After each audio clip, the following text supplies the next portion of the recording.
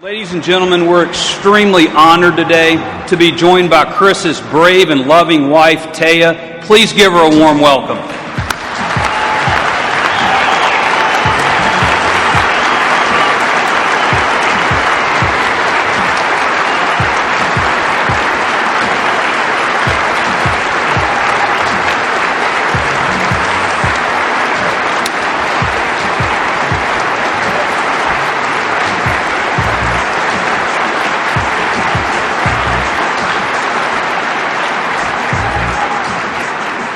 Thank you. Like many young boys, Chris and his brother Jeff developed a sense of justice through playing in the outdoors.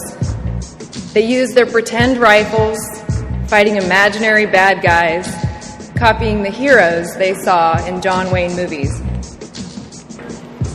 Those early battles nurtured a strong desire to protect others from evil and fight for what was right.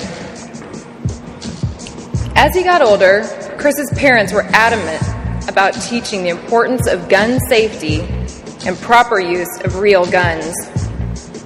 He began to respect firearms as tools that could bring as much harm as good. When he learned to safely shoot and hunt, he was taught only to kill what he needed for food. He developed an appreciation of guns as a means of providing nourishment while exploring the peaceful essence of nature with his family. In the short amount of time after Chris got out of the military, he found himself reflecting on how guns affected the many aspects of American history. In doing so, he developed an idea for a book coming out this June called American Gun. In it, Chris chose to tell the stories of 10 iconic guns and the people who used them, altering the course of United States history, from the Revolutionary Wars to the Western frontier, world wars, and beyond. As I helped finish American Gun after his death, I reflected on how they have played a role in my life, too. I pray they will continue to, as I am all too aware of the existence of evil in all walks of life. And because of that, I want to thank you and those who came before you for standing strong in defending our right to bear arms. Thank you for understanding the difference between the use of guns in terrorizing innocent people in our country and abroad, and the use of guns in protecting against an evil that will not be reasoned with.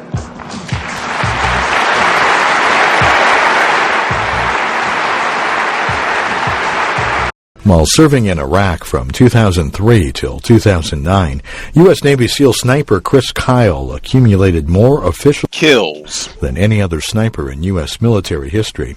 In his new best-selling autobiography, American Sniper, Mr. Kyle writes about his early career as a professional rodeo rider, the challenges he overcame to become a SEAL, and his experiences in Iraq. Mr. Kyle joins us now live for a one-hour conversation. What was your reaction at the time to a kill? I mean, when you're looking at these people, you're not thinking of them more or less as people. They're a target because, most of the time they're there actively engaging, trying to kill your guys. So you're trying to see yourself as a guardian angel to protect the guys on the ground who are in danger, and you just have to dehumanize it and remove yourself from it. Otherwise, you don't want to think about, do they have a family? What's their job? And what have they done? And you're just trying to, in your mind, think, I want this guy to be able to go home, my guy. I want him to safely be able to go home, so I'm going to take out this target to allow him to do that. Glenn in Freeland, Michigan, you are on with Gus Kyle, American Sniper. Thank you, gentlemen. My question for Mr. Kyle is, in the wake of the Trayvon Martin case and the shooting at the college in Oakland last week, I think it was, and a zillion other cases like that, Virginia Tech and those kind of cases. What does he think of this kind of hyper-gun culture we have in America, where basically anyone who wants a gun can get one and use it if they like? And specifically, what's his opinion on gun control? Thank you very much. Mr. Kyle? I am 100% behind the Second Amendment, the right to own and bear arms. I mean, I'm here in Texas, and that is a big part of the culture here. It's my right to be able to have it, but it's also everybody's responsibility to learn the safeties and learn everything about those weapons. Now, there are certain people that don't deserve the weapons, the people who are going to go out and actually act stupid. Now, as far as the Trayvon Martin thing, I haven't kept up with that, so I can't tell you everything that's going on in there. I haven't heard all the facts, and for the most part, I've heard one side of the story, so I can't comment on that one. All these school shootings, yeah, especially out in California, I know it's difficult to be able to carry a gun. Only a few people are legally going to be able to do that, so I don't know why this guy was doing that, but apparently gun control, though, itself, the only thing it's going to do is take the guns out of the law-abiding citizens. The criminals are still going to have them. Next call for Chris Kyle comes from Jeff in Aiken, South Carolina, a Navy vet. Go ahead, Jeff. Hey, Chris, I just want to say I appreciate everything you've done. I served from 2000 to 2006 in Iraq. I really respect snipers. And a lot of people maybe don't understand what's going on in your mind and as an individual. If you could just kind of go into that for people and explain to them that, you're not a cold-blooded killer as much as you're doing a job. Thanks, man. And thank you for your service. Yeah, as far as being a sniper, like I was saying before, I'm not out there trying to rack up kills and get these huge numbers. I don't care about the numbers. And I would love to be known by the number of people I was actually able to save. But I'm out there to ensure the safety of everyone on the streets. I want every one of those guys and girls that go over there with me to be able to come home. And it's not just those guys that I'm protecting. I'm also out there to protect the civilians in that location where I'm at. Some of these open-air markets, we were there, excuse me, we were there to be able to provide that security so they could come back out and actually sell their goods without having to worry about someone snatching them off the street or blowing them up. I mean, they were out there ruling in fear by cutting heads off and torturing people, so we're just trying to make it safe. And you can't think of the person that you're shooting as an actual person. Otherwise it's going to tear you apart. You can't think of their family or anything. You're there to provide safety for your guys and the civilians that are out there. And like you said, it's a job. It's a difficult job, and some people, I've seen the comments that have called me a coward for hiding in a location where no one can see me and shooting a guy from a mile away. Well, there's a reason I'm shooting a guy from a mile away, because I wasn't close enough, and there was someone who was close enough that he was fixing to kill. So wherever I can reach out and get you to be able to provide that security, I will do it, or did. So it's unfortunate, but war is hell, and we're not going over there to hand out flowers and cookies. We're being called in because it's hit the fan, and we're there to make it stop. I want you to remember that no bastard ever won war by dying for his country. He won it by making the other poor dumb bastard die for his country. And then, all this stuff you heard about America not wanting to fight, wanting to stay out of the war, is a lot of horse dung. Americans traditionally love to fight. All real Americans love the sting of battle. When you were kids,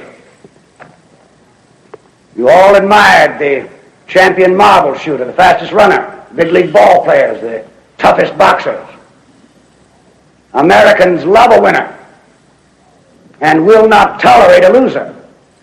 Americans play to win all the time. I wouldn't give a hoot in hell for a man who lost and laughed. That's why Americans have never lost and will never lose a war, because the very thought of losing is hateful to Americans. Now, an army is a team. It lives, eats, sleeps, fights as a team. This individuality stuff is a bunch of crap. The bilious bastards who wrote that stuff about individuality for the Saturday Evening Post don't know anything more about real battle than they do about fornicating. Now, we have the finest food and equipment, the best spirit, and the best men in the world. You know, by God, I actually pity those poor bastards we're going up against. By God, I do. We're not just going to shoot the bastards. We're going to cut out their living guts and use them to grease the treads of our tanks. We're going to murder those lousy Hun bastards by the bushel. Now, some of you boys, I know, are wondering whether or not you'll chicken out under fire. Don't worry about it. I can assure you that you will all do your duty. The Nazis are the enemy. Wade into them. Spill their blood. Shoot them in the belly. When you put your hand into a bunch of goo that a moment before was your best friend's face, you'll know what to do. Now, there's another thing I want you to remember. I don't want to get any messages saying that we are holding our position. We're not holding anything. Let the Hun do that. We are advancing constantly, and we're not interested in holding on to anything except the enemy. We're going to hold on to him by the nose, and we're going to kick him in the ass. We're going to kick the hell out of him all the time, and we're going to go through him like crap through a goose. Now, there's one thing that you men will be able to say when you get back home, and you may thank God for it. 30 years from now, when you're sitting around your fireside with your grandson on your knee, and he asks you, what did you do in the great World War II? You won't have to say, well, I shoveled shit in Louisiana. All right, now you sons of bitches, you know how I feel. Well, I will be proud to lead you wonderful guys into battle anytime, anywhere. That's all.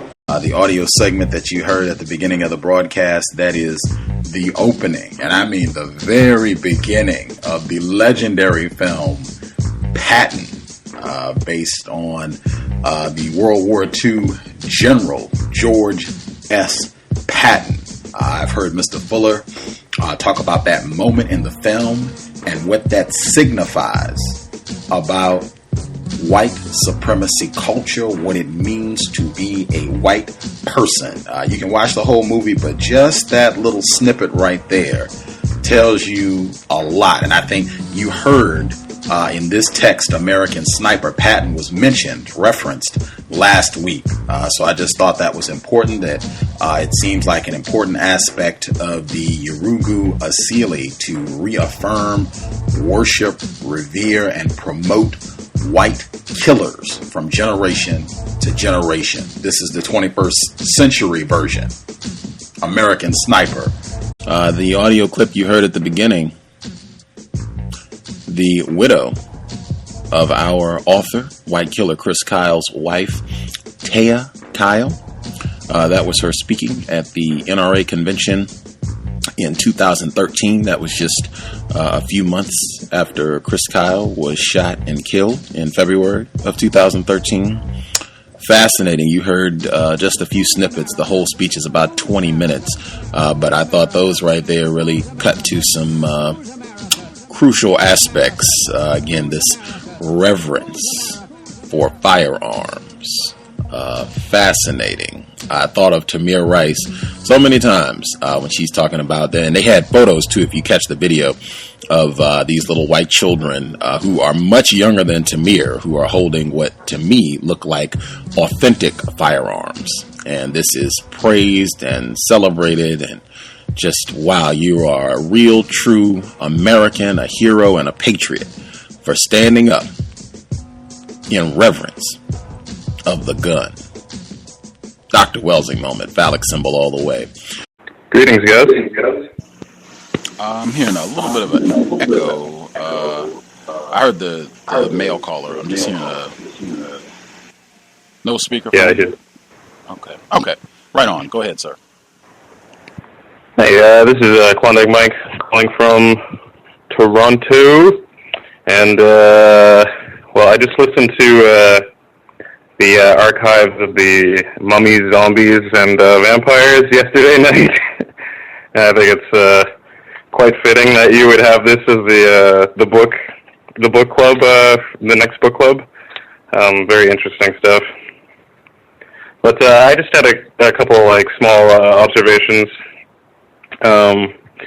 One of them being the young age at which this man and possibly other suspected racists are growing up with a relationship towards their guns. So he, at a very young age, had a gun. It was his first gun. That's what he called it. So it sounds like almost like a tradition for certain types of people. And I wanted to just mention the language he used to describe his guns. One thing that stuck out was he was talking about the gun that he had currently, but he said the gun that he really lusted for was the one his brother had. It was a pump action or something like that.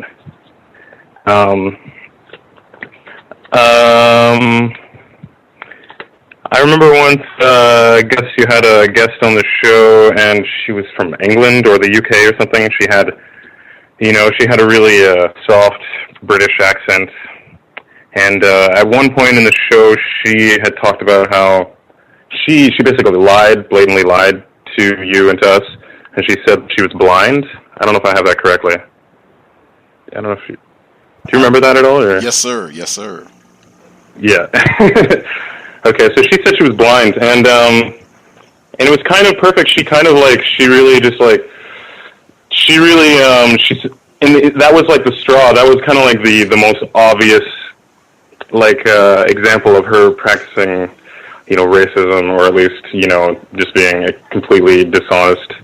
And one thing that I took away from that show was that how we were taught these associations and we're taught different things about different types of language and different types of language, like speaking patterns, and so tones and the way that you speak, and we grow up learning different things about each type of language. So the thing that I noticed was that she said everything, even her blatant lie, that British woman that you had that one day, she said everything with such a, I hate to use the word, but this is the way I perceived it, right, because of my upbringing, but it's such a nice, quote-unquote, British accent, right? Everything she says comes across as so, she comes across as an expert, because that's the accent that we associate with, expertise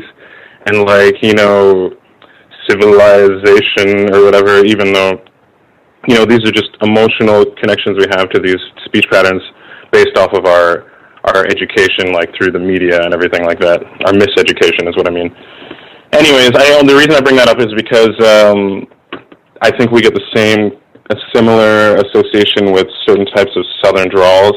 And I could be wrong. Forgive me. I grew up in Canada, but it's like when you hear the Southern speech, certain types of Southern speech, I think are like my association, because of my miseducation, and I think this is what we're being taught, and I could be wrong, is that it's a wholesome way of speaking. You know, he's a good old boy. Everything's wholesome about the way he speaks, and you know, he could be describing like horrific acts, but he's speaking in a wholesome way. So I don't know. I just the reason I thought about that was because he broke like his signal like thing on the car when he was at a date with a woman, and the way he described it made it sound so innocent or whatever. She was not impressed, he said, but I imagine that, you know, he's in this like this Southern like everything's okay kind of way. But I imagine you probably, like, if you're thinking about it, you're on a date, and the guy gets frustrated so easily that he either broke the turn signal thing, like, I don't know what he broke off the car, but he had, like, obviously he had, like, a rageful outburst, like, he just, like, couldn't control himself, like, and I just, it's funny because, you know, he's talking about it in this, oh, good old way, but really, he probably is just a regular,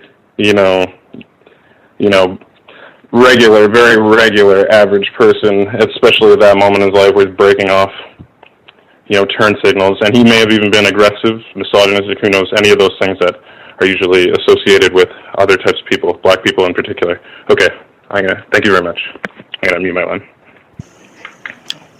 Right on. Appreciate the insight. All of the other folks, if you all have things to share, feel free to chime in as well. Yes, can I be heard? Yes, sir. Okay, greetings, Gus. Greetings to the other listeners and callers. I made a few notes also, and one of the notes was the fact that the word SEAL stood for sea, air, and land. I didn't know that. And that basically, I guess if you go into this field in the military, the main thing that you want to do is to kill other people. And then chances are, knowing our society, you will be killing mostly non-white individuals. So there was a shortage of instructors and also a backlog of candidates to get into this particular training. Also made reference that he had a nickname, the Legend, and words are important. And the word legend would be defined as traditional narrative reflecting a representation of folk belief serving as a reformation of commonly held values of the group to whose tradition it belongs. So, as a sniper or killer, we know what group he belongs to. So, they made reference to how many people he had killed, and he said that the Navy's official count was 160, but the records have stated that it was more than 255 people that he had killed altogether. He wouldn't give an exact number, but I believe he made reference to the fact that he enjoyed it and he didn't regret killing anyone. There was references made to savages, so he could objectify the people that he killed. They wouldn't be viewed as humans. He called them evil savages. Mr. Kyle had said that it was great and that he had the time of his life while he was carrying out these missions. Like Klondike Mike referred to, he owned a 30-06 at 7 years old, and a 30-06 is a high-powered deer rifle, which demands quite a bit of expertise in order to learn to shoot and to kill. But it just goes to show that these suspected racists start learning to kill early, whereas most non-white children have toy guns at this age, and so many black families forbid guns and even toy guns in their homes. Also, he made reference to his mother. Now, this is a white female that has raised a sniper, a killer. And she had a job working with at-risk kids. Go figure that. He also made reference to Christian belief, but his God allowed him to kill other human beings. This to me sounds like the religion of white supremacy. So, with that, I think I'll mute my line and give someone else a chance. Thanks for taking the call. Appreciate that, Mr. Demery. For the other folks that are with us, if you all have things you would like to share, feel free to chime in. Greetings, Gus. We'll take 404 first. So wonderful to hear from you. Glad to have you back 2 days in a row. Thank you for sharing a bit of your Friday evening. Gus, you are full of it today. But greetings to you, Gus, and greetings to the other listeners on the line. Mr. Demery 4 as well as the Klondike Mike. What I take from this, Gus, is reading over this and to tack on to what Mr. Demery 4 was referencing in regards to this individual, how the religion of white supremacy is death, mayhem, and destruction. Because you saw from a very young age how they were trained in killing, going out here. They had the land that they leased in order to go deer hunting, and the whole family, they did it as a family adventure to go out there and kill things. And I'm sure most of it was not for food. It was just for them to kill it, just to practice their killing skills. And it was the mother, the children, and the husband all involved in doing this as a yearly adventure.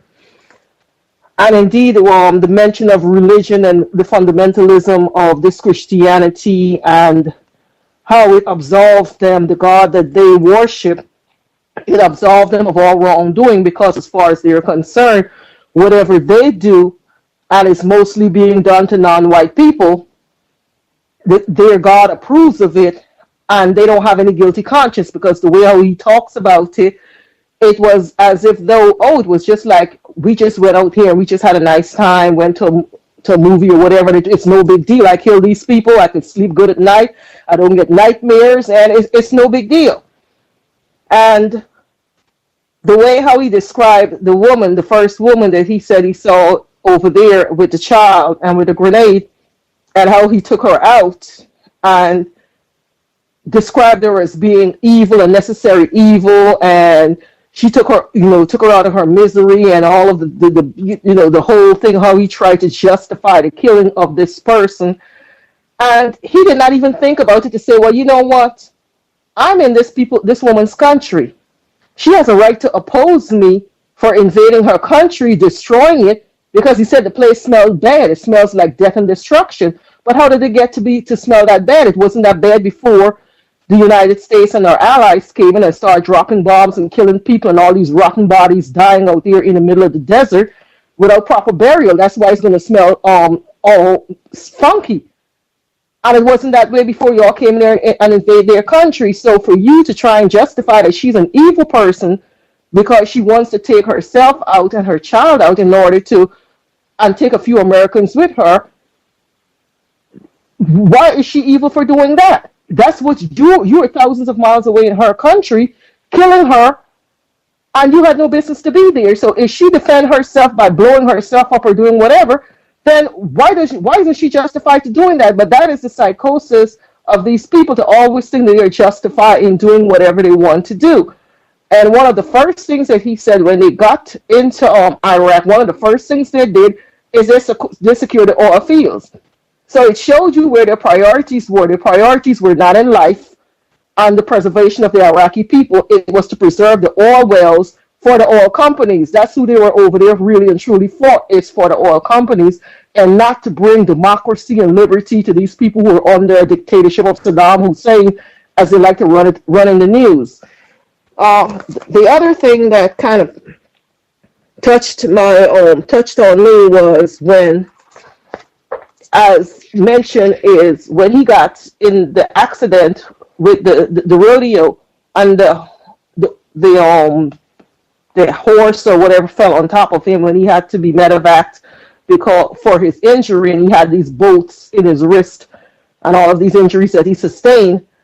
And to show how these people are not human, because he described himself, he said he felt like Frankenstein because he had these pins in his wrist to mend the bones, for the bones to join back together and to be mended. They had to put these bolts in his wrist. And how he was so oblivious to pain and everything else, how he was driving with his girlfriend, and one of the pins in his wrist, it kept hitting the turn signal as he was driving, and it became such a nuisance to him that he just broke off the pin that was securing the bone structure in his wrist, and he just kept on driving. And I guess to just so unnerve the woman, he said that date ended early. I would have ended the date early too, because I would say this is not a human being that I'm sitting next to. This man could actually break off a pin, a surgical pin, out of his wrist, not feel any pain, not act as if though this is something unusual, and he just kept on driving because the pin kept getting in his way of the mechanics of the vehicle. So it shows that you are not dealing with normal people, that you are dealing with a subspecies, a subclass of people that would not feel our pain. They don't relate to us on a humanistic level, and you are not going to be able to reach them because he was at that age. He was a very young man at that time. I'm sure he was nowhere, maybe about 19, 20 at the time when this was going on, and that's how he reacted. I've had injuries done to my foot, and I know what it is like to have a broken bone, and it's nothing. I would not want to sit up there and think I'm going to pull the pins out of my foot to say, okay, it's no big deal. I just want to be able to be more mobile. But, and the last thing I wanted to say is the symbology of the seal, because the symbol that the seal gets at the completion of their training, their symbol is a trident, which is a 3-point spear. And in Norse mythology, it is the trident is a symbol for Poseidon, the god of the underwater, or Neptune. That is what that symbol is. So it shows you the mythology with death and what's the Norse god of underwater, and all of that, how it is all mixed in with them, and how they use these symbols, this symbol formation as Mr. Mimi Fuller said in the code book, with the symbols, the language, and how, white people or white supremacists, when they pick these symbols, it's not just something out of the air that they just pick because it looks cute. It has a specific meaning to it when they pick these symbols as a part of their ideology. So I'll pause here and let the other caller get it. Right on. 404. Can I be heard? Yes, sir. Go ahead. Okay, so there's one part where he says, I have a strong sense of justice, and it's pretty much black and white, and I don't see any much gray area. And then he talks about his father having a sense of justice and fair play. And then he's going to talk about, before he's going to talk about, killing that woman and how cool it was. And then I think to confuse people, he makes it appear that he cares about the children on the streets. But if it was a child doing such a thing, putting the grenade on the ground, he probably would have said the same thing about the child being a savage and an enemy. And then in one part he says, my shots saved several Americans whose lives were clearly worth more than that woman's twisted soul. I can stand before God with a clear conscience about doing my job. And I just think, like his job being a racist white supremacist, I think a lot of white people have that ability to stand before God. And I don't think they think it's ungodly to kill non-white people. And like the other callers, when they mentioned about the savages, like him referring to the people as savages and the enemies, and having wished he just killed more. And then, he says American life is one too many lost.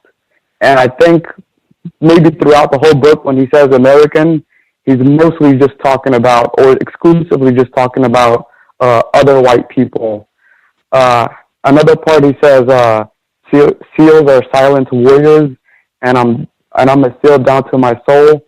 And I just think there's a lot of white people who are SEALs but not in uniform because they're very silent in their practice.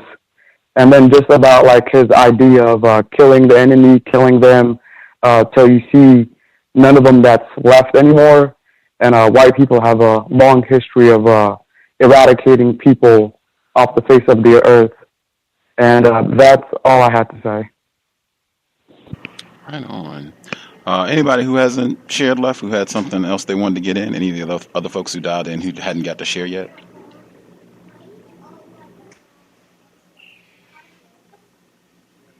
Hello, everyone. It's Karma. It's so nice to hear from you again. I don't know. The one thing I like to try and keep in mind on this whole thing is that white people lie about everything all the time. So I find this book so confusing. I don't know what to believe. It's just because I'm thinking if this is a biography about autobiography about a killer, then, I mean, the lies have to be off the chart. But some things that did strike me as very true, just like the other caller was saying when he was talking about he had a strong sense of justice, and he got that from his father. But then again, I must admit that I did protect some of the younger kids, probably, so I could fight without getting in trouble. So I think that was probably true. And the thing about, I don't blame us too much. We are who we are. We have a real respect for life, and killing isn't that much of a part of our nature like it is for the albino tribes of Europe. So thinking that, we're going to be able to go toe-to-toe with this gun thing with our 6-year-olds and 7-year-olds, I don't even see us ever going near. Whatever solution we have is probably not going to be putting out a bunch of psychopathic murderers. Maybe just a few. But, and then also, I was talking about raccoons last night. I said he probably wiped out that whole raccoon family. That's why they didn't come back anymore. He just wiped them all out. Just raccoon genocide. And then, I also look at white people because, they say they love the outdoors so much, but they don't want to mow their own yards. They don't want to build their own homes. They don't want to pave their own roads. They didn't want to raise their own cotton or sugar or sugarcane or anything like that, but they love the outdoors so much. I mean, it's just, I can't figure that out. I really, they pollute everything. They burn it down. They destroy the outdoors. I'm not exactly sure why they need to be outdoors, but there certainly is no love there. And the other thing that I said, he said, I love being around the animals. I think they like being around animals rather than people because animals, I don't know, to us they seem to be dumber. So maybe they have an intense need for that superiority and that domination, and that's why they really, really like to be around animals more so. But I don't think it's like being outside. I don't think it's like, oh, we love outdoor work so much, because they seem to avoid it at all cost. Let me see. Oh, yes, around this time when everybody was going off to war, a lot of the police officers felt like, in Houston, in Texas, I guess, we figured they're psychopaths anyway. I guess they must have felt like they could do a lot more killing if they joined up, for the military, because all of a sudden the Houston Chronicle was running ads at that time that you didn't have to have a high school diploma. It was unnecessary to join the Houston Police Department. You didn't have to have an honorable discharge from the military. It was unnecessary. You could join HPD. I think they ran that for like 2 papers and then realized just how damning it was, so they stopped. But around this time, everyone in Texas, these guys they were like, man, instead of hanging around here doing oil well control, we can all go over to Iraq. And we might even kill somebody, too. This will be awesome. They all took off. Every Texan took off at that time. And, my sisters went, but it's just, they said it was pathetic. It was just not even a contest. It was just, it was a turkey shoot. It was just a turkey shoot. Those poor Iraqis, they just, they stopped. They just started doing war games. Just really, literally just playing war games with the Iraqi people because, it was a turkey shoot. So anyway, those are some of the thoughts I had when you were reading, when I was listening to it. I'll mute my line. 1184, do you have anything you wanted to add? Yeah. This book is it's just a great book in a way. It's real vivid. The way he talks, I agree kind of what the person was saying from Canada.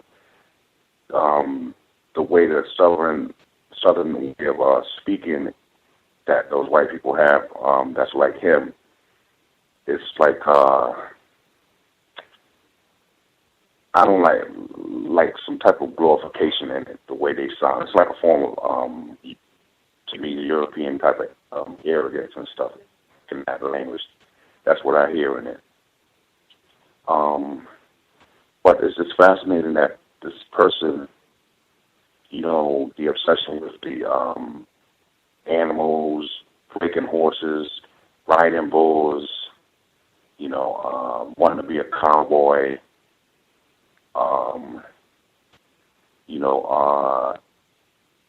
it's like, it's something about them that wants to dominate and control and subdue, like creation, animals. He talks about the land, the guy's ranch, and all the land he had, and all that, and how beautiful it was, and this and that. And like Cam was saying, it's like, the lady was just saying, it's so ambivalent. It's all in language that this man is talking about, because you don't really get like, okay, this person loves creation, like in some type of Zen type of way. It's more like a wanting to possess it type of thing. That's what I get. The idea of it being yours, like that's what I get. And this person with this giant 10,000 acre ranch and stuff, it's like that seems to be one of their major obsessions. Is like controlling huge amounts of property, and it's only one family that really controls all of this land. Like It's talking about you go to school, you could still be partying, dating girls or whatever, and then you can go and join the forces maybe, and then take care of business. That whole concept of business. On the ranch, that was business. That was work. That was creating profit, or so to speak, taking care of business. And then going to the army to take care of business. It was you didn't hear anything about morality. You didn't hear anything about going in there to fight for justice or anything like that. They spoke about the person that enlists you. He said, these guys had like true animosity towards each other, whether it be the Army, the Navy, or the Marines, and this and that, and they're all like in the same building. That sadistic part about them, and yet they're united in that. Like, he said these people that enlist you, these officers, I guess, he said that they are the good ones, the better ones, I guess, or something to the effect. They all have like larceny in them or something like that. And then saying that, it's like, that's not a big deal. You know, there's no question about representing this type of system. It's all glorified at the end of the day still. You know, and he makes light of all types of things like that in the way he speaks. You know, and there was something, he broke the pen on his arm in his hand that was holding his bones together, you know, which showed the sadisticness about it.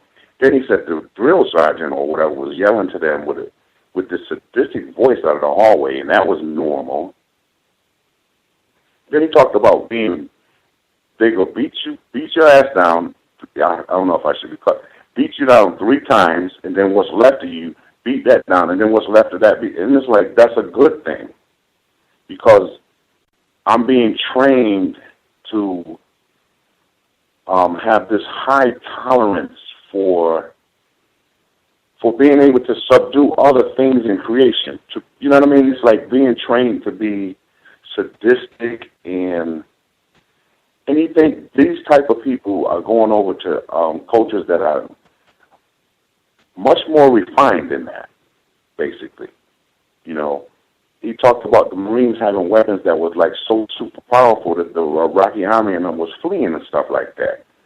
So if you're being trained to be that fierce and that tolerant for violence and all of that, is it really like a mystery why people would resort to wild means to try to combat you? And I thought about that too. This book is a trip, boy. It just shows you like the high level of violence and domination in these people as a nature. And I just stopped there because I could just ramble on and on. That it was like going down a roller coaster listening to all that stuff. Right on. Appreciate that. Any of the other folks listening in, if you have comments, we have maybe 20 minutes, maybe a little bit more, before we start the second audio segment. So don't wait till the last minute if you have other comments, thoughts you want to get in.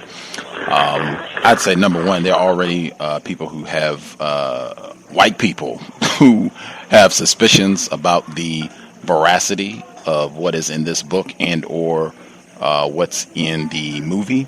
That's something that we'll bring out as we go along. We'll probably be on this book for, I don't know, a month and a half or so. So we should have time to go over that as well. But that's something that folks definitely should keep in mind, whether or not what we are getting is true. And just thinking at what points you think this could be something that is a fabrication and why. And then why this untruth was included in the text. That being said, one of the foremost thoughts that I had, number one, the infamous Mr. Nero, where he says white people kill for fun. That I think is going to be on display for the duration of the text. We might even get that sound clip in from him as we're going through the book study session on this text. The second point, it was raised yesterday. Someone was talking about the propensity for, in terms of white death, white killing, particularly lethal force against non-white people. And I was saying that white people, they memorialize killing non-white people, really death on the whole. That their whole culture of killing animals. I think Karma, she was saying this mythology, this lie that they love being outside and animals and all that. We're talking about people that worldwide, this culture of killing animals and making a trophy of the corpse.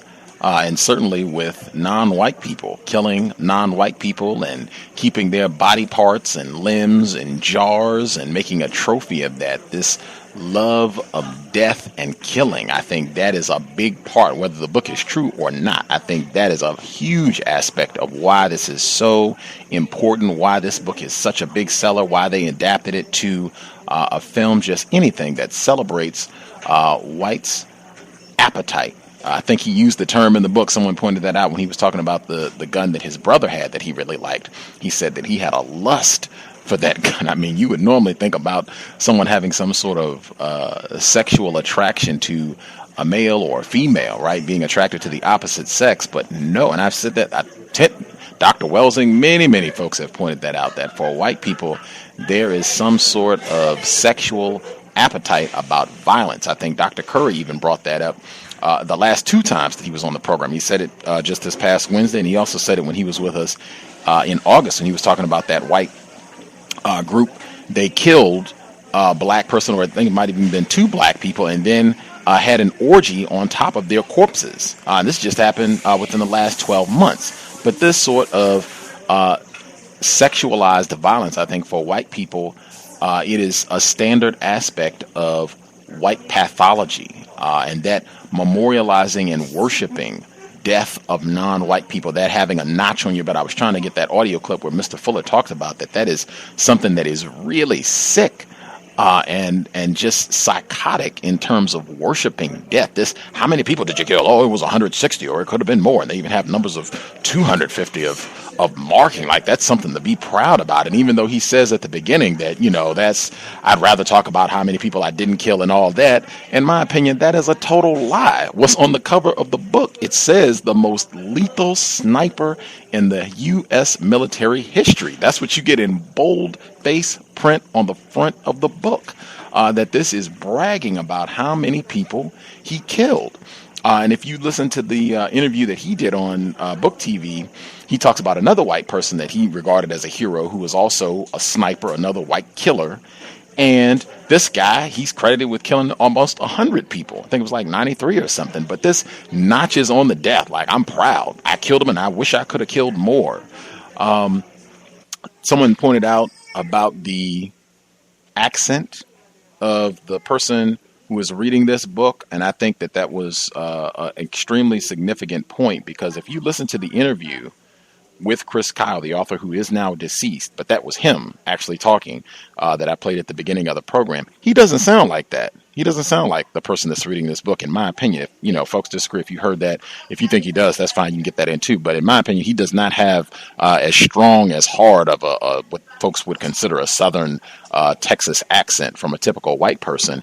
I think that is added to it so that you get that this is an all-American white guy. This is John Wayne. This is a hero. This is a cowboy. This is, Troy Aikman or whoever, Tony Romo, whoever you associate with being an all-American Johnny Football white person who grew up in Texas and is going off to keep us safe and fight for justice and fair play. Because he said that in the text. I think that is by design, even though, in my opinion, he doesn't have that accent. We'll get someone with that accent so that we know all of this programming will kick in when somebody hears this book, I think particularly for white people. Also, and even the memorializing death, it was Jacqueline Badalore. I just told someone about her broadcast the first time she was on the program. She lays all this out, where this is consistent. This is a pattern in the system of white supremacy, where they will lionize and revere white people and acts of violence, even massive acts of violence and genocide against non-white people right in your face. Even with something like the Texas Rangers, people focus so much on the Redskins. They don't talk about the Texas Rangers and their history of slaughtering non-white people in this area of the world. And now that is a baseball team that, people love and cheer for down in Texas. I thought at the beginning of the text that was so important, them starting with him killing a non-white female. I think Dr. Curry brought that up when you have a situation, Renisha McBride or Marlene Pinnock, where black females, non-white females in total are not seen as females. They're not seen as human. That's how you set the stage for what's going to come in American Sniper, this white killer killing a mother, killing a non-white female, and then presenting it as we're justified. And I think that sets the stage for how you're supposed to view these non-white people, quote unquote, Iraqis, as savages, as he said. He says it consistently. They're savages and they're just so savage acting people. And of course, I wish I could have killed more of them. It sets the stage because if you would normally think that a female would be granted certain privileges, certain safety. Certainly, we're not going over here to murder children. You know, we're not supposed to be doing that. Maybe you go get the enemy combatants that are males, but we're not going over here killing moms. But if you can present that even the mothers, even the females are running around and they're suicide bombers and, you know, a Chinese grenade, I thought that was important too, a Chinese grenade going after to kill American soldiers, then all of these people are defective, uncivilized, crazy, and worthy of death. I thought that was just an extremely important way to criminalize and paint as savages every single non-white person in Iraq.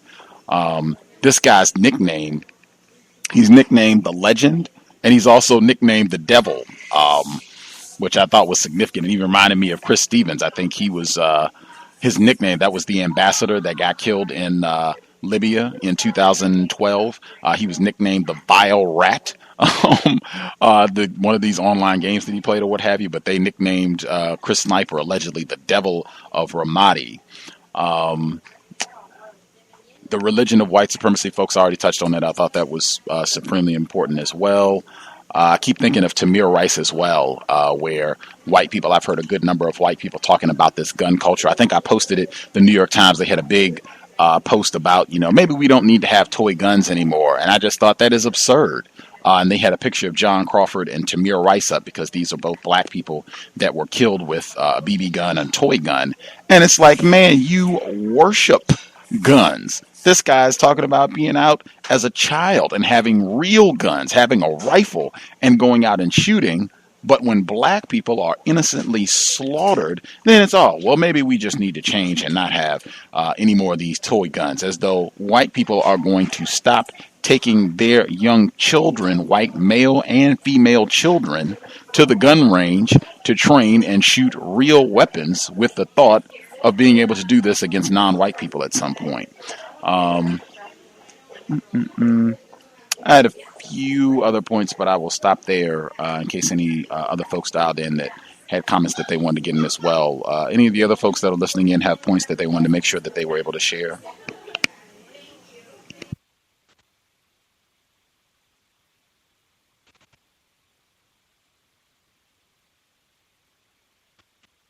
Can I be heard?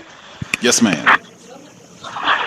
Yes, just as what the previous caller mentioned about the tone of voice in the narrator of this story, how his voice have this sort of melodious tone to it. So even though he's speaking of all of these evil people who are not as their level of is not as conscious as we are, who have studied racism, white supremacy, you would be lulled into a false sense of, okay, this is just a story, I'm going to enjoy it. This is just, this guy is just doing what he has been trained to do. It's just a job. These people are bad people, and even though it's a woman and child that he just blew away, his first kill, they're going to justify it because she was trying to blow up these soldiers by setting this roadside detonation device. So the tone of voice that they're using is going to lull a lot of people into overlooking the evil that is unfolding before them.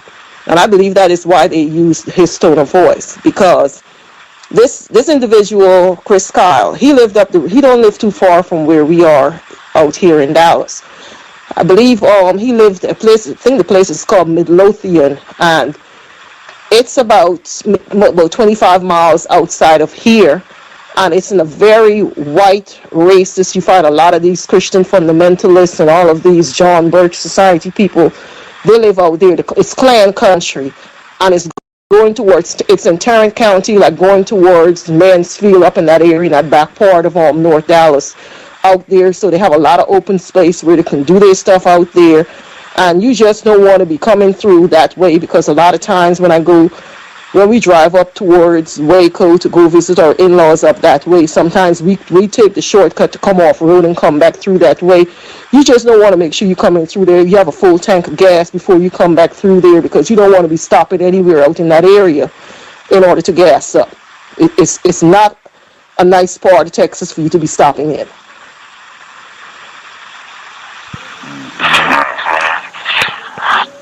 One of the listeners, she wrote in, she said there was a skin metaphor as well when he was talking about his quote-unquote life as a cowboy. And he's talking about being at the fireplace and saying that it warms the soul and the skin, where I've said consistently pay attention to any sort of skin metaphors white people are talking about.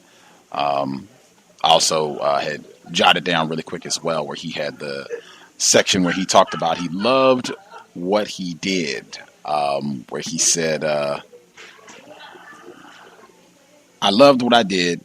I still do. If circumstances were different, if my family didn't need me, I'd be back in a heartbeat. I'm not lying or exaggerating to say it was fun. I had the time of my life being a SEAL. And in the paragraph above that, where he's talking about killing, he says, but after you kill your enemy, you see it's okay. You say, great. You do it again and again. You do it so the enemy won't kill you or your countrymen. You do it until there's no one left for you to kill. That's what war is. I think as Carmen said, for me, that I suspect he's telling the truth there. That sounds exactly like the religion of white supremacy, white pathology on display, whether it's raccoons, peoples, buffalo, whatever. Kill and kill and kill and kill and kill and enjoy doing it. As Mr. Nero, white people kill for fun. Any other folks have comments they wanted to get in?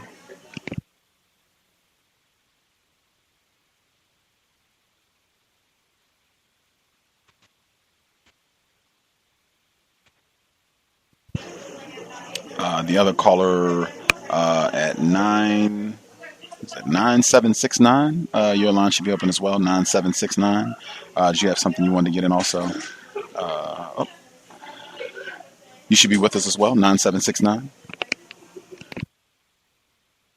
Can I be heard? Yes, sir. Oh, yes. Just so far, just from reading the story, following along, it feels like, I'm reading the account of like a glorified hitman. I remember in the beginning, he's talking about how the numbers aren't important to him and how he'd only wish he'd killed more. And then people would ask him all the time, how many people have you killed? And, his standard response for like those questions would be, does that answer make me any, more or less of a man? And then I remember from Dr. Wellston's books, the ISIS papers, and how the white, the gun is symbolic of the white man's penis. And, so that just stuck out for me there. And also at the end of the prologue when he's saying how people will try to put him in categories of good old boy, sniper, SEAL, and how, while all that is maybe true, but for him it's about being a man as well as, love as well as hate. So. Great points. Great points. One of our listeners, she wrote in, she said, I noted the author's white supremacist logic of the hard-working white family when he mentioned how his family worked hard, which insinuates that everything white people have, they worked hard for, and if black people have less, it's because we are lazy. I thought that was very important as well. Also thought Dr. Welsing is all over this book.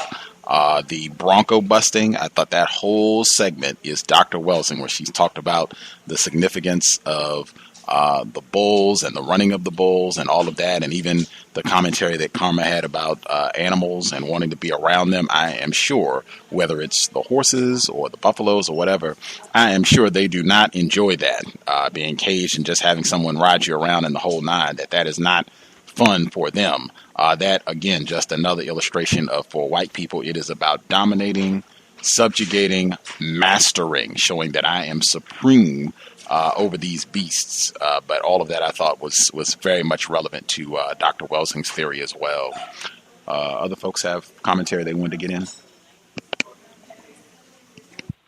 I would like to say that as I was watching some of the trailers for the new movie, one of the scenes, he has this individual in the crosshairs, and he's talking on the telephone, and I guess his spotter tells him that he's revealing truth movement, take him out.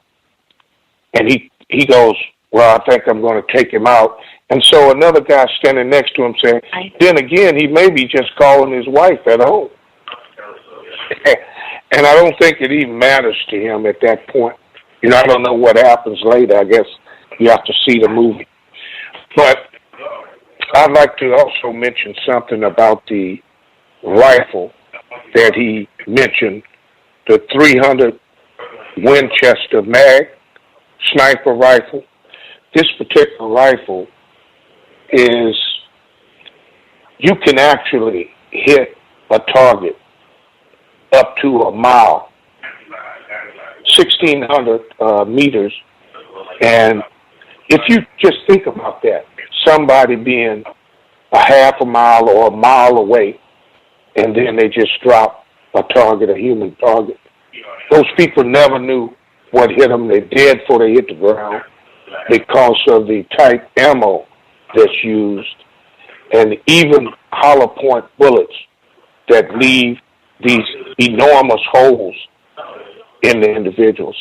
It's a tremendously horrible type scene, and it's nothing to be taken lightly, because you could just be going through a normal everyday activity and then you just drop to the ground, not knowing whatever happened. And then I'm sure a lot of these individuals were not combatants, and there probably was a lot of mistakes made in those killings. I'll mute my line.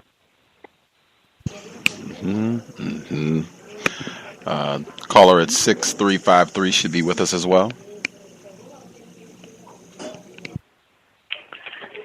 Yes, sir. Can I be heard? Yes, ma'am. Oh, what I noticed, and I came in sort of late, but I just wanted to point out what I observed in that short period of time.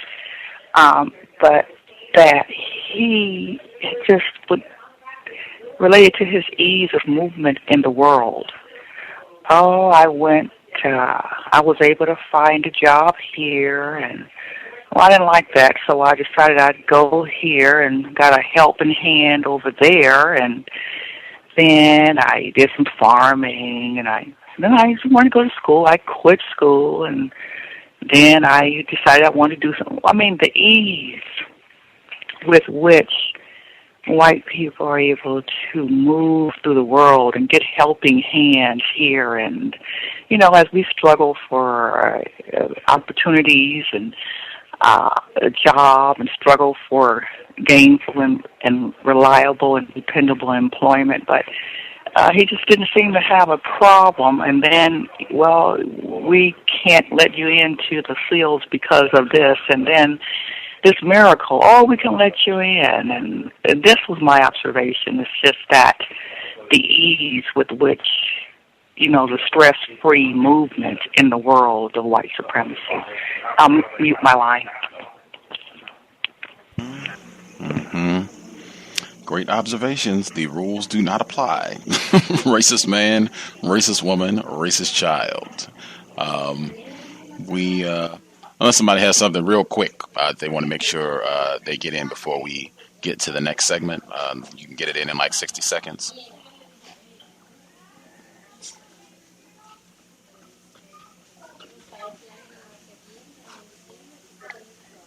Everyone's good?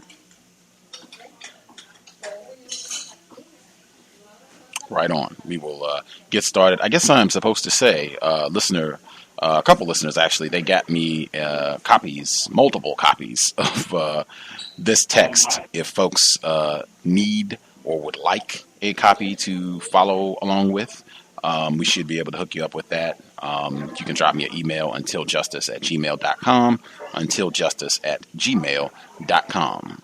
But I mean, this is a huge bestsellers. As I said, I don't think you'll have much difficulty in getting your hands on this book.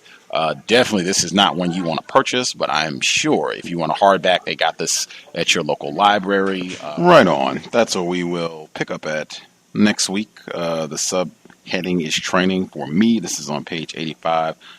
The audio was a little distorted. I actually tried to correct that during the middle of the segment, but it still was like the volume was a little too loud. So my apologies for the folks who are listening live. That was a problem for the people listening to the archive.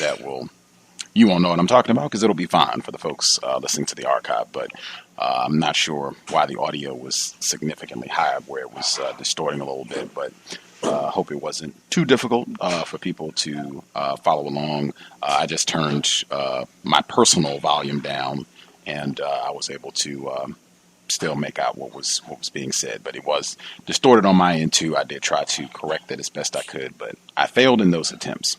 Anywho, again, we'll be picking up on page 85 next week. Next Friday, segment number 2. The number for folks who would like to chime in to participate. 760-569-7676, and the code is 564-943#. Press star 6 if you would like to participate. Again, that number 760-569-7676. The code 564-943#. Press star 6 if you would like to participate. We should have roughly 30 minutes for folks that they would like to chime in, have any commentary they want to make sure that they share. Everybody who is with us from before, your line should be open. I will keep an eye out for folks who, if you dial in, you get a hand up, have something that you want to get in on based on what we heard. But everyone who had a hand up from before, your line should be open. Feel free to participate. Okay, Gus, and the rest of the callers, I'll be very brief. Am I being heard? Yes, ma'am. Okay. One of the first things that stood out to me is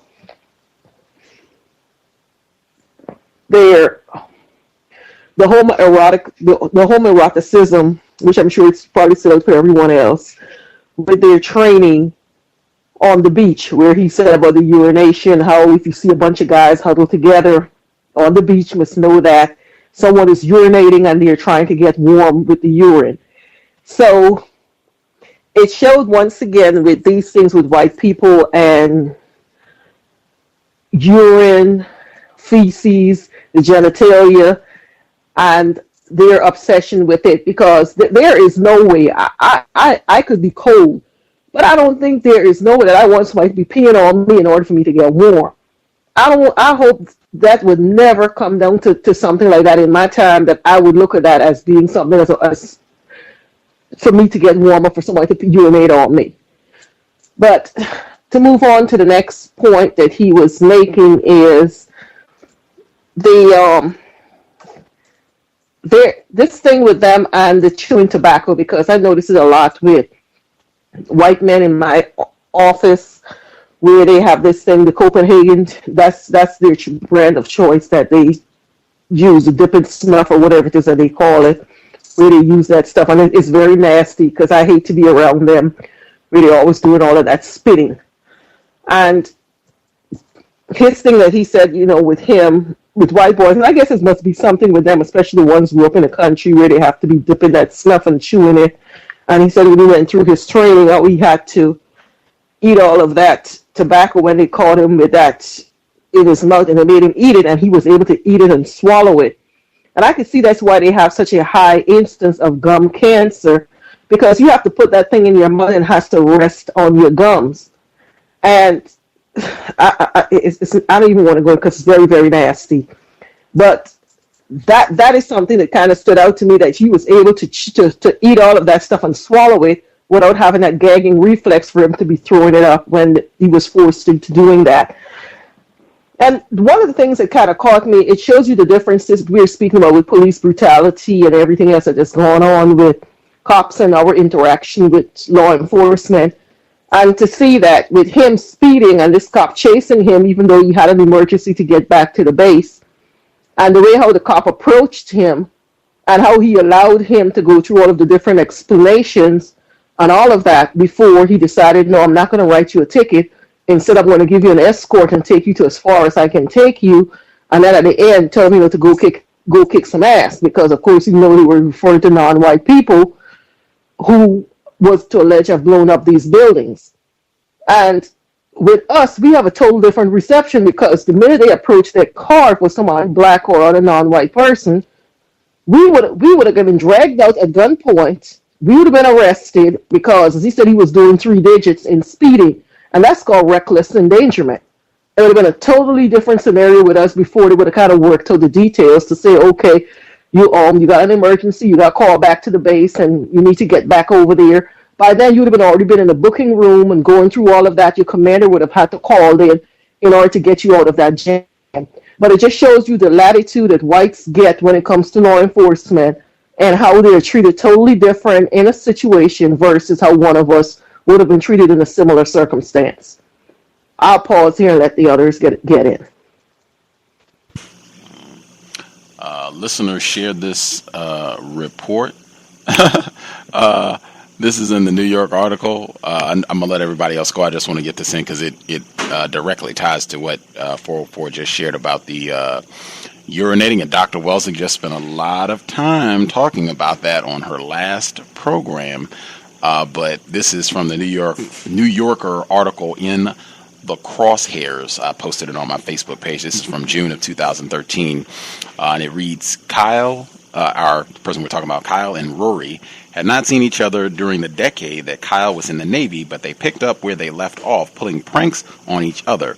Several times, Rory sneaked up Kyle's driveway in the middle of the night and slapped pro-Obama stickers on his truck. Kyle was a fervent Republican. In retaliation, Kyle pasted one on Rory's truck that declared, "I love black cock." Last year, at a crawfish boil for Rory's birthday, Kyle zip-tied Rory's wrists and stuffed crawfish, some live, some cooked, down his shorts. Kent Studebaker, Kyle's father-in-law, told me that Kyle had a hearty sense of humor. He was also a good Christian person who was gentle but firm disciplinarian with his kids. In his memoir, Kyle wrote about telling his son to look at him in the eye while they were talking. Studebaker described Kyle as all man and observed that there was a large part of him that he didn't reveal of himself. I thought that was fascinating and relevant as well. I'll mute my line. The other folks, feel free.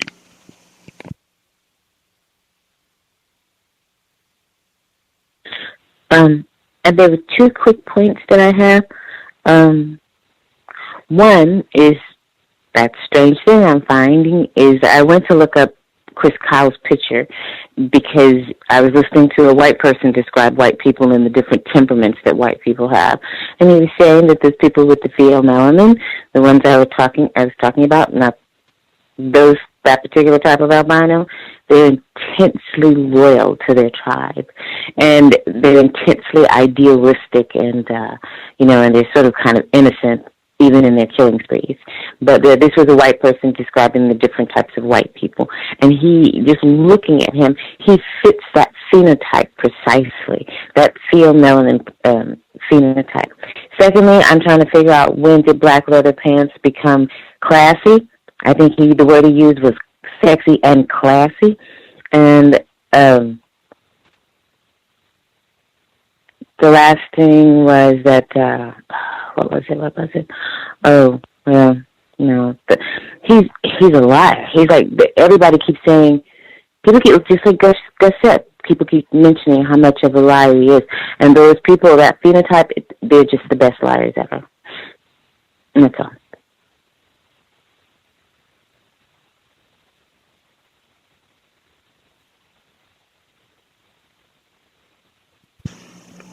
Other folks that are with us, you all have comments you want to make sure you get in?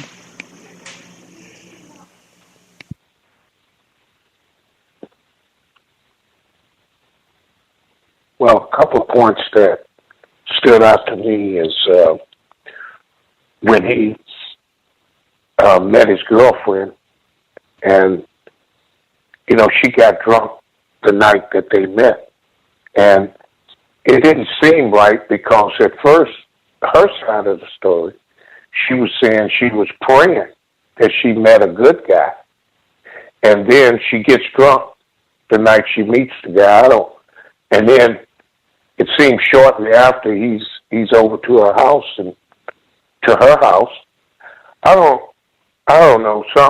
Some parts of this book is just, you know, I think he's covered a large period of time, you know, very quickly, because I believe he mentioned at one time it was around 1997 or 98, and then we're already up to 2001, you know, when the planes flew into the tower. And also, just like 404 mentioned, the way that the law enforcement officer treated him as opposed to the way a non-white person would have been treated in the same circumstance.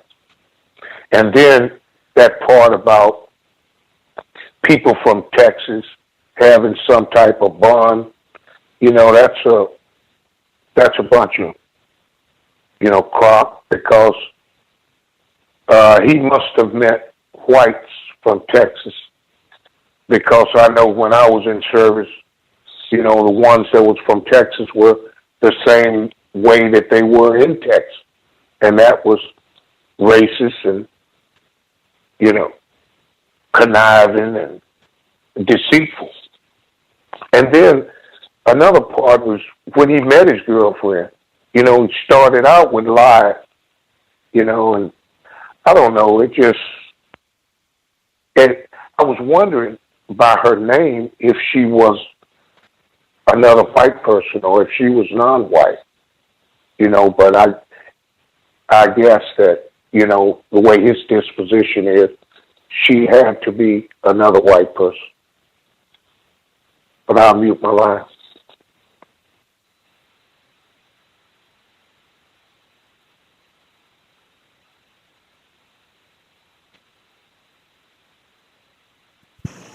Any of the other folks that are with us, line should be open. Do you have comments you want to get in?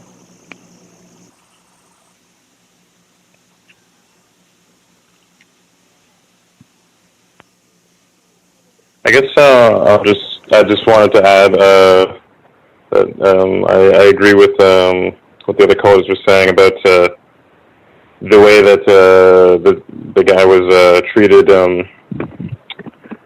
when he was stopped by the police. And yeah, and especially at 2000 or what was September 11th, 2001, and they would have been looking out for non-white people probably. But then, like, also, if you think about the training, you know, the crazy training where you get beat down and stuff, and how he, you know, he was in a bed, a hospital bed for part of it. He had to stagger part of his training, you know, and he's got the connections with the other Texans and stuff like that. And I wonder what it's like for a non-white person trying to do the SEALs training. I wonder what it's like for a black person to do SEALs training. I wonder if it's. I can imagine the terror aspects would definitely be heightened at least. And yeah, he just fits in so well with the system that he can just fast track his way up to I don't know, up to his position. And they're selling it to people by saying bureaucracy-free lifestyle, you know, where you can get down and get your hands dirty and really make things happen, I guess. As a white supremacist, of course. But there was one more thing I think I noticed, but I can't remember.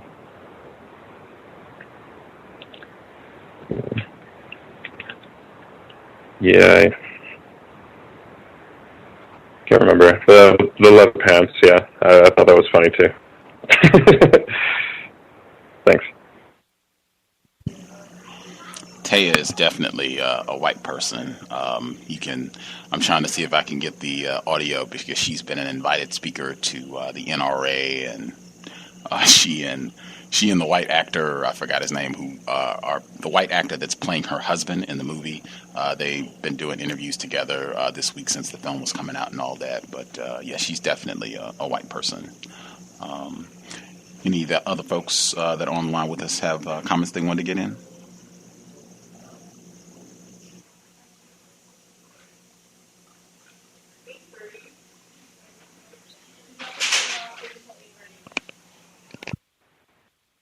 Hello? Yes, sir. We can hear you. Okay. I remember right before Hell Week was supposed to start, they got all the the Navy soldiers lined up, and they had a movie marathon with Black Hawk Down, We Were Soldiers, Braveheart. And, they were fed pizza, and to me, it sounded like some brainwashing that was going on right before they got into Hell Week. And I remember the author saying, the movies got us all psyched up. And, it just sounded like, he got them all psyched up for, killing non-white people. So I just wanted to make that point. Excellent. We talk about those movies. I thought that was super important as well. That Black Hawk Down, I mean, that is in my opinion, major racism, white supremacy on display in that film. I know Josh Wickett wrote a film review, and it's the same thing. It's exactly like the way that this this book begins, where they're in Somalia, and the black people on the continent, they're savages. Like, just kill them all right now, every last one of them. And every time a white person dies, it's like, oh my God, they have to go super slow motion, and it is the most vile, heartbreaking thing in the world when a white person dies. But black, I mean, it can be a dozen of them, 50 of them die, and it's like him shooting raccoons in the book. Is the exact same thing, so that does not surprise me at all. And Braveheart, I believe that is Mel Gibson, who has had many instances of making blatantly, explicitly racist comments since that smash hit Braveheart was released.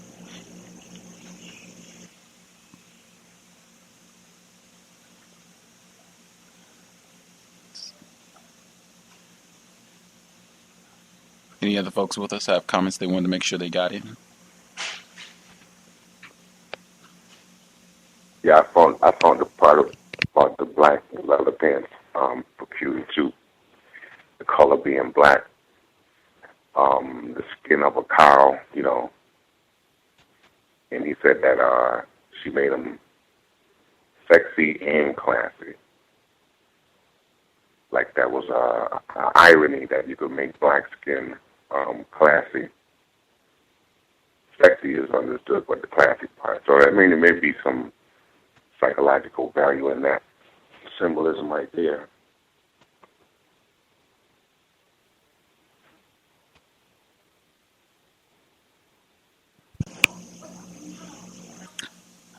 I thought the portion where she gives her synopsis of what she thinks of him at the beginning, I thought that was probably an extremely accurate assessment at the very beginning, where she says, "You're arrogant, self-centered, and glory-seeking, and you lie and think you can do whatever you want." I was like, that right there, and she would know. She is a white woman. Bang, that is probably right on the money. her assessment, and he tries to deflect by saying, "Oh, well, I'm willing to, die for my country and all of that." But no, I think she read him correctly. That is what the system of white supremacy is supposed to produce. I also thought that was pretty telling as well.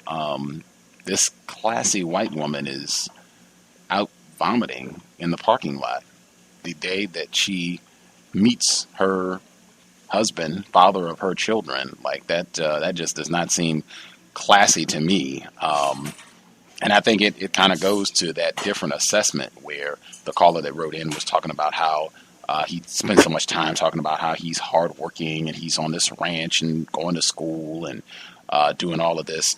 So you get the impression, hey, he's not lazy. He's a hard worker and he's willing to sacrifice for his country, where black people are just not portrayed in the same manner. I think it's the same way where constantly you've heard all this about what they call, again, respectability politics, and you need to pull up your pants and do this and act right and, talk correctly, whereas you can be a white person and get sloppy drunk and be out vomiting in public. I don't know if she was going to drive when she left. That would be, another infraction right there. And you're still thought of as classy, professional, upstanding citizen. That is what the way the system of white supremacy warps our perception, not only of other black people, but of white people, where they're always seen as virtuous and innocent, and nothing could be further from the truth. The homoeroticism, I thought that was huge as well.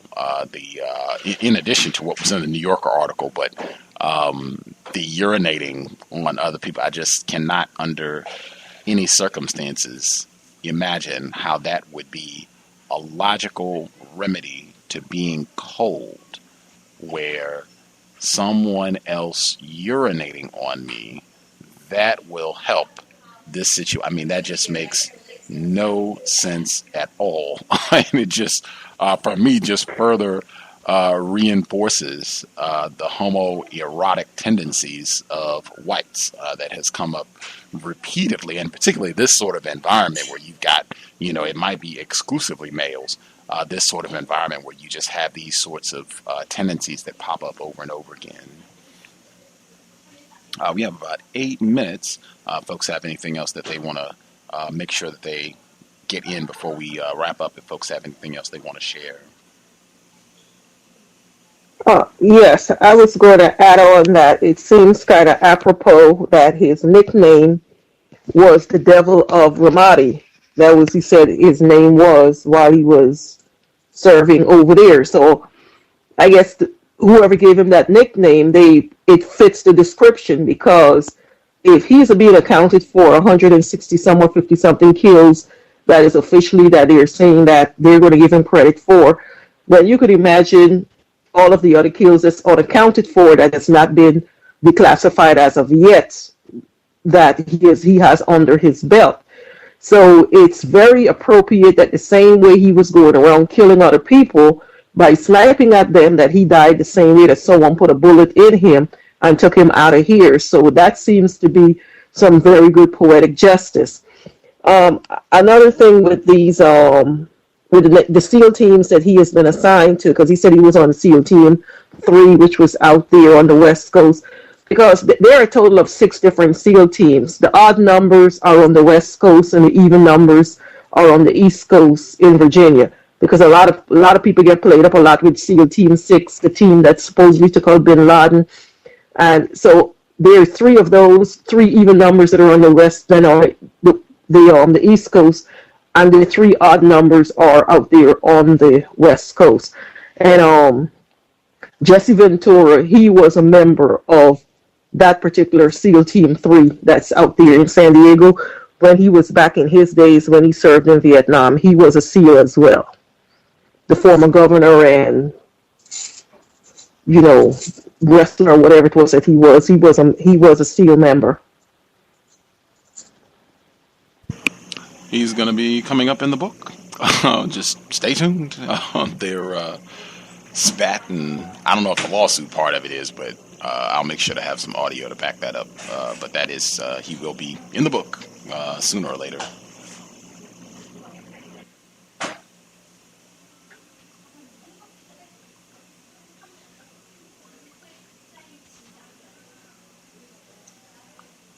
anything else folks wanted to make sure they get to before we wrap things up? Well, I forgot to mention earlier that this strikes me as a military recruitment film. So this may be something that the government might be underwriting. I agree. I thought that as well. This absolutely sounds like a recruitment package. I'm sure the film is. They do that sort of thing all the time. I don't remember. It was a film that came out within the last 2 years, like Attack on L.A. It was like, I think aliens or something were attacking L.A. And I thought that was a lot of racist symbolism too. But it was like the Marines had to come in and save the day and shoot them and kill them all up and all that, and it just felt like total propaganda to get people to enlist to go die and be maimed in the service to white supremacy. This book reads like that totally, and particularly if it's just going to be glorifying him going and killing all of these non-white people. Like, hey, you can get trained up, be a tough guy, trained, go around the world and kill non-white people. Like, hey, white people kill for fun. This will be grand. Come be a Navy SEAL. Absolutely. Other comments folks want to make sure they get in last few minutes before we wrap things up?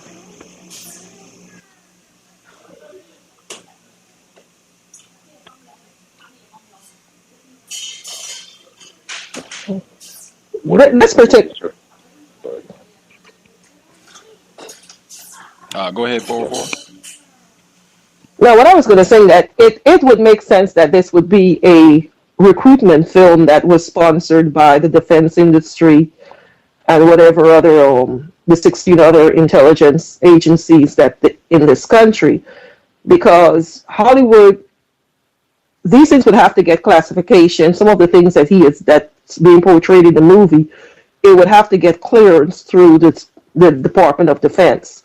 They would have to give their okay on it because, as he said, a lot of the missions are still classified. So they would have, I'm sure they had consultants from the different intelligence agencies as well as the Navy who were on site giving them directives as to how it is that the training and all of that is supposed to run. Because Hollywood is controlled by the intelligence as well as the defense industry. Nothing comes out of Hollywood like that movie, The Interview. It is all coordinated through these different agencies. That's how they run their propaganda. And it's going to be a very good recruiting tool if the United States should escalate another war to go into another non-white nation.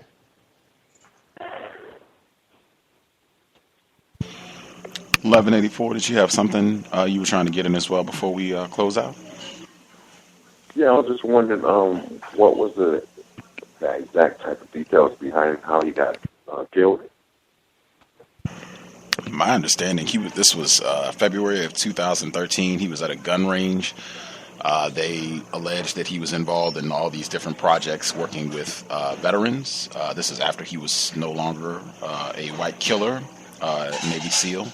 But they were at a gun range. It was he and I believe 2 other white males. And this white male, who was also a veteran, shot and killed Kyle. And it was, I think, another white male was with them as well. He also shot him.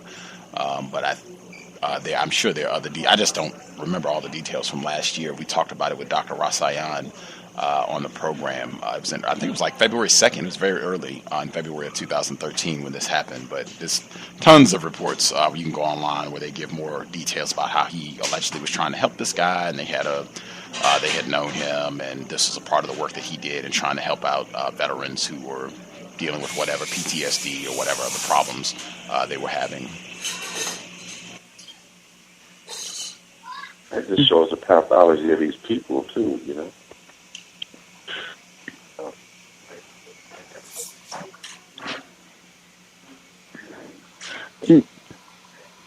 Now that I know more about racism and white supremacy, I don't believe why it went down the way it went down.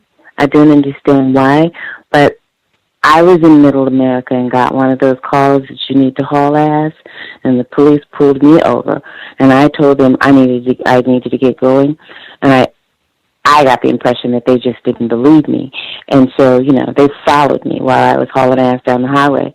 And when I just got to the checkpoint, I said, just take care of the cops behind me. I never saw them again. So, I remember smiling about that. They never got past the first checkpoint. But now that I know more about racism and white supremacy, I'm surprised that worked out the way it did. This was 9/11 when you were trying to get back? No, it wasn't 9/11. It wasn't related to 9/11. It was just an internal emergency. So, yeah, and I won't say what it was, but yeah, that really shouldn't have worked out the way it did. I don't understand now that I know a little bit more.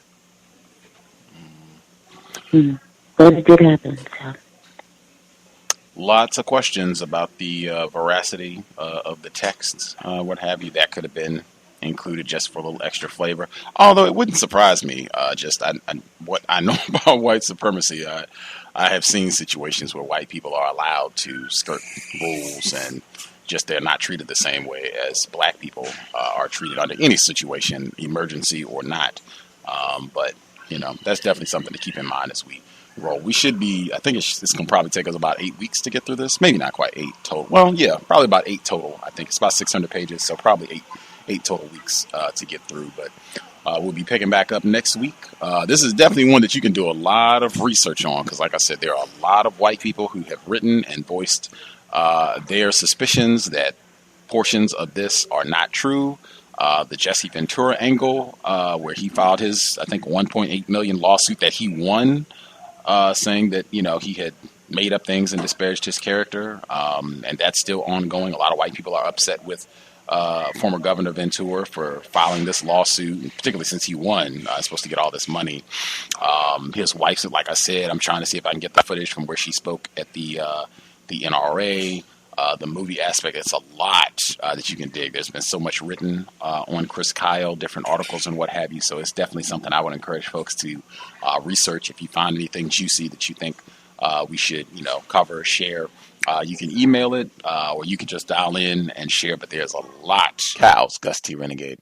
I was following along with the text and it was not matching up where I was in the book. And I was thinking, I was really upset because I've said before I don't like doing sometimes they'll do audiobooks and they'll be abridged. And I absolutely hate those. I think Dreams from My Father, President Obama, I think that's the only time that we've done an abridged audiobook. And I remember how frustrating it was to read because I would get lost when they removed entire chapters sometimes and what they chose to remove from the book. So I was confused because I was like, wait a minute, this is not where I am in the text. Now for me, I had highlights all the way up through 120. And it seems like it went off somewhere about like at 124 where it departed. But yeah, I thought it was, maybe it's abridged, but I had been looking at the title, the cover that I have for the audiobook where it says unabridged. And I know, the book I have is not edited. So I think it skipped to later in the audiobook because I searched and it looks like it skipped a few chapters ahead of where we should be. So what I'm going to do is just go back to the point where I think we got thrown off at and just close out because it looks like we were just a couple pages from being at the end of chapter 3, and that'll give us definitive stop point for the audio. Okay, so I highlighted, they were talking about the DPVs and how much stuff they have on it. It weighs it down.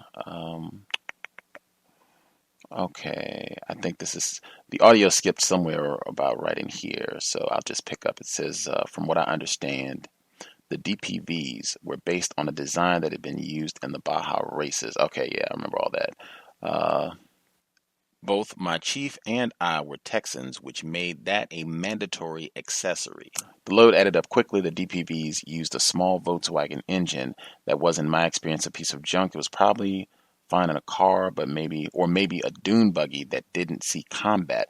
But if we took the vehicle out for 2 or 3 days, we'd almost always end up working on it for the same amount of time when we got back. Inevitably, there was some sort of bearing or bushing failing. We had to do our own maintenance. Luckily for us, my platoon included an ASCE certified mechanic, and he took charge of keeping the vehicles running.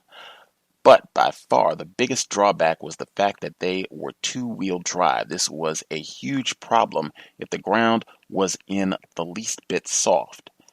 As long as we kept going, we were usually okay, but if we stopped, we ended up in trouble. We were constantly digging them out of the sand in Kuwait.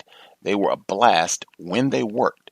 Being the gunner, I had the elevated seat behind the driver and navigator, who sat side by side below me, geared up with tactical ballistic goggles and helicopter-type helmet. I strapped myself in with a 5-point restraint and held on as we raced across the desert. We'd do 70 miles an hour. I let off a few bursts with the .50 caliber, then pull the lever up on the side of the seat and swivel around toward the back. There I'd grab the M60 and shoot some more. If we were simulating an attack from the side, while we were moving, I could grab the M4 I was carrying and shoot in that direction. Shooting the big machine gun was fun. Aiming that sucker while the vehicle was bounding up and down across the desert was something else again. You can move the gun up and down to keep it on target, but you're never going to be particularly precise. At best, you lay down enough fire so you can get the hell out of there. Besides our 4 3-seat DPVs, we had 2 6-seaters. The 6-seaters was the plain vanilla version, 3 rows of 2 seats with the only weapon, the 60 on the front. We used it as the command and control wagon. Very boring ride. It was kind of like riding in a station wagon with mom when dad's got the sports car. See, we didn't read it. I think it skipped all of this. So continuing, we practiced for a few weeks. We did a lot of land navigation, built hide sites, and did SR, surveillance and reconnaissance, along the border. We dig in, cover the vehicles with netting, and try and make them disappear in the middle of the desert. Not easy for a DPV. Usually it ended up looking like a DPV trying to hide in the middle of the desert. We also practiced deploying the DPVs out of helicopters, riding out the back when they touched down on rodeo wheels. As January neared its end, we started getting worried. Not that the war was going to break out, but that it would start without us. The usual SEAL deployment at the time was 6 months. We shipped out in September and were due to rotate back to the States within a few weeks. I wanted to fight. I wanted to do what I'd been trained for. American taxpayers had invested considerable dollars in my education as a SEAL. I wanted to defend my country, do my duty, and do my job. I wanted more than anything to experience the thrill of battle. Taya saw things a lot differently. Taya, I was terrified the whole time as the buildup continued toward war. Even though the war hadn't officially started, I knew they were working dangerous ops. When SEALs work, there's always some risk involved. Chris tried to play things down to me so I wouldn't worry, but I wasn't oblivious and I could read between the lines. My anxiety came out in different ways. I was jumpy. I'd see things out of the corner of my eye that weren't there. I couldn't sleep without all the lights on. I read every night until my eyes closed involuntarily. I did everything I could to avoid being alone or having too much time to think. Chris called twice with stories about helicopter accidents that he'd been in. Both were extremely minor, but he was worried that they would be reported and that I would hear about them and worry. I just want you to know, in case you hear it on the news, he'd say, the Halo was in a minor bang-up and I'm okay. One day he told me he had to go out on another helicopter exercise.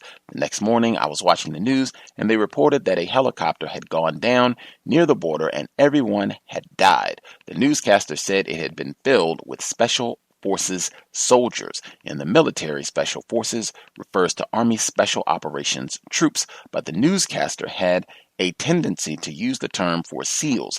Immediately, I jumped to conclusions. I didn't hear from him that day, and even though he had promised to call. I told myself I'm not going to panic. It wasn't him. I poured myself into my work.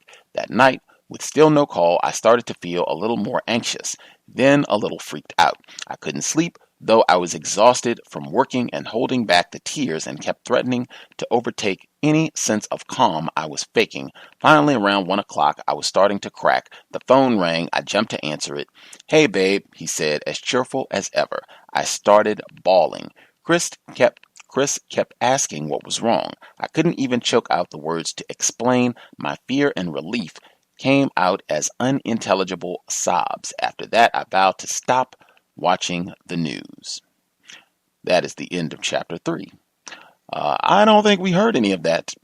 I'm pretty certain. It took me a while because I was confused trying to figure out what had happened. But yeah, I think it just skipped ahead a few chapters from where we are. But that is the close of chapter 4, and that seems like where we should be anyway. So right at the end of chapter 4, if folks would like to participate, the number is 760-569-7676, and the code is 564943#. Press star 6 if you would like to participate. My apologies for the confusion. I hope it didn't throw things off too much right at the end, but we should be all caught up. So you heard everything. You've heard everything through beginning of chapter 4. Again, the number 760-569-7676. The code 564943#. Press star 6 if you would like to participate. I'm actually trying to pretend that I didn't hear what I just heard because I haven't read this book before, so I'm getting it for the first time with everybody else. And so some of the things that are coming, I guess, later on in chapter 8 or wherever that is, that was interesting too, but I'm trying to act like I didn't hear that. So you can just focus on what we got this week up to chapter 4. If you want to use the free flash phone, it should be linked on the Black Talk Radio Network. If you can't access it there, the address you can use is tiny, TINY.cc/1race. That address again, TINY.cc/1race, and that is the number 1. When you enter that address, look on the left side of the page. You'll see the link for the flash phone. Click that link. It will open a small window on your screen. The top line, it is a drop-down menu. Select the number I just gave out, which again is 760-569-7676. The next line, it will ask for the code. That code again is 564943. The final line, it'll ask for a name. You can put in nickname, real name, whatever you're comfortable with. When you get all that entered, click the green button at the bottom and it will connect you to the live broadcast. You should be able to hear us. It is the same procedure if you would like to participate. You'll see the dial pad on your screen. Press star 6. You should hear the audio prompt. Press the number 1 and we will get you on the air. My apologies again for the audio confusion. I hope it didn't throw your ability to comprehend off too much. And away we go. All the people who dialed in with a hand up, your line should be open. Greetings. Can I be heard? Yes, sir. Yes. Basically, what I've learned out of the beginning reading, basically what was described, the challenge of, of masculinity.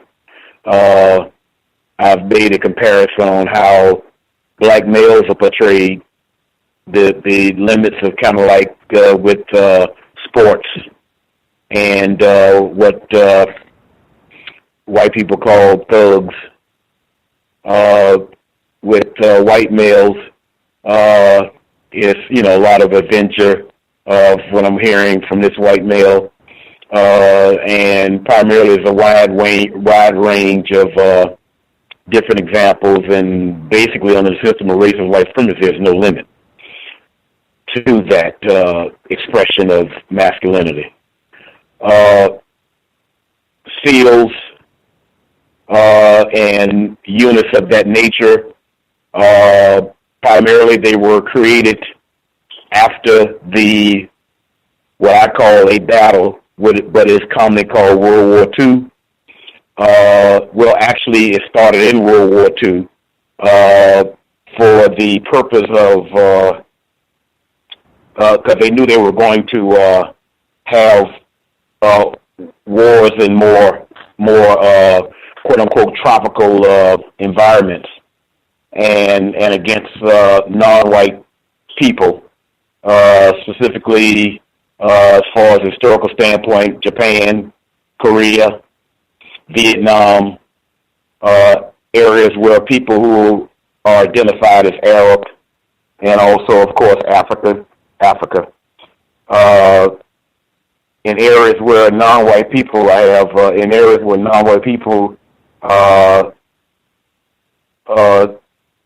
reside, there's more water in those areas. His wife, excuse me, his wife indicates that white women are conscious of their white men's need to man the front lines of terror, war, to maintain white supremacy.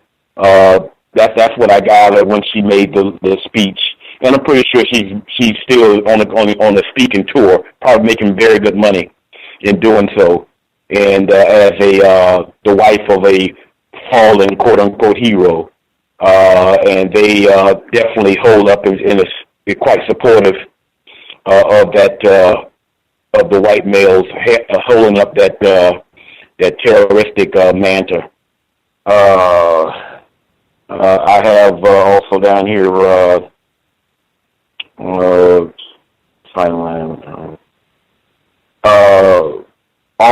all of the branches, the military branches, all over the world, actually, where white people have their direct stamp on it and where they reside, they have these similar types of quote-unquote elite units all over the world, because they're all in, cahoots with one another as far as to maintain that enforcement arm, that arm of direct violence if necessary, and a lot of times actually use for those purposes. They have those units at the ready, and they stay in shape, they stay trained, and that these special units are said to be experts in the way that non-white people fight,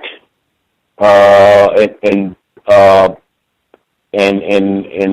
which they curiously call guerrilla warfare. That's a Dr. Wellsing moment with that term. Basically, what is called guerrilla warfare is the way that is the means or the way that non-white people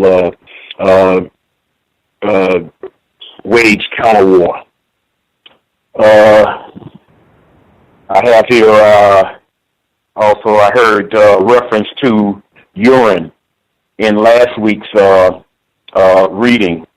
Another use of urinating was to perform it if you ran out of water, because your machine gun primarily overheated, the barrel overheated, and you didn't have any water. That was also a means to cool down that barrel, to be able to continue with use, because if you did not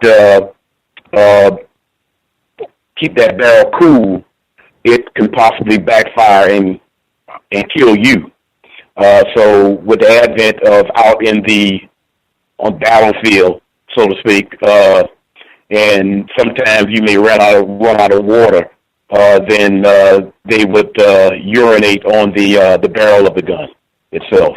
That's possibly another Dr. Welsing moment also, being that the gun also, in her what I think is correct analysis, is a phallic example of white males' either anguish or mental projection of male phallus.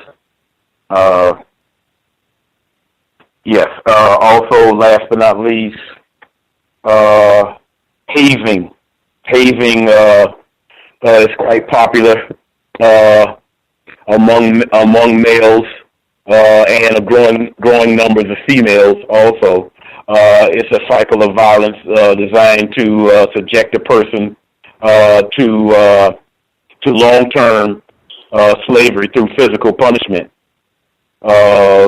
without provocation. In other words, probably the best strategy is to, if the person is not even, willing to fight back or is fighting with you, to just jump on them, to have that person to be in the mindset that, yeah, I'm over you, I'm in charge, and you're going to do what I tell you to do. And that's experienced in quote unquote formal war, as well as even something as trivial as indoctrination into these fraternities and sororities. Unfortunately, non-white people have adapted this behavior, i.e., as one can recall, the killing of one of the drum majors at Florida A&M University. And I'll turn it over to the next caller.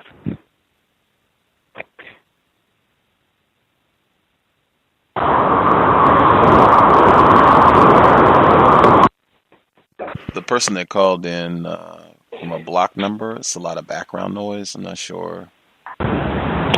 Oh, I'm sorry. I'll speak later because I'm driving. Oh, okay. Can I be heard? Yes.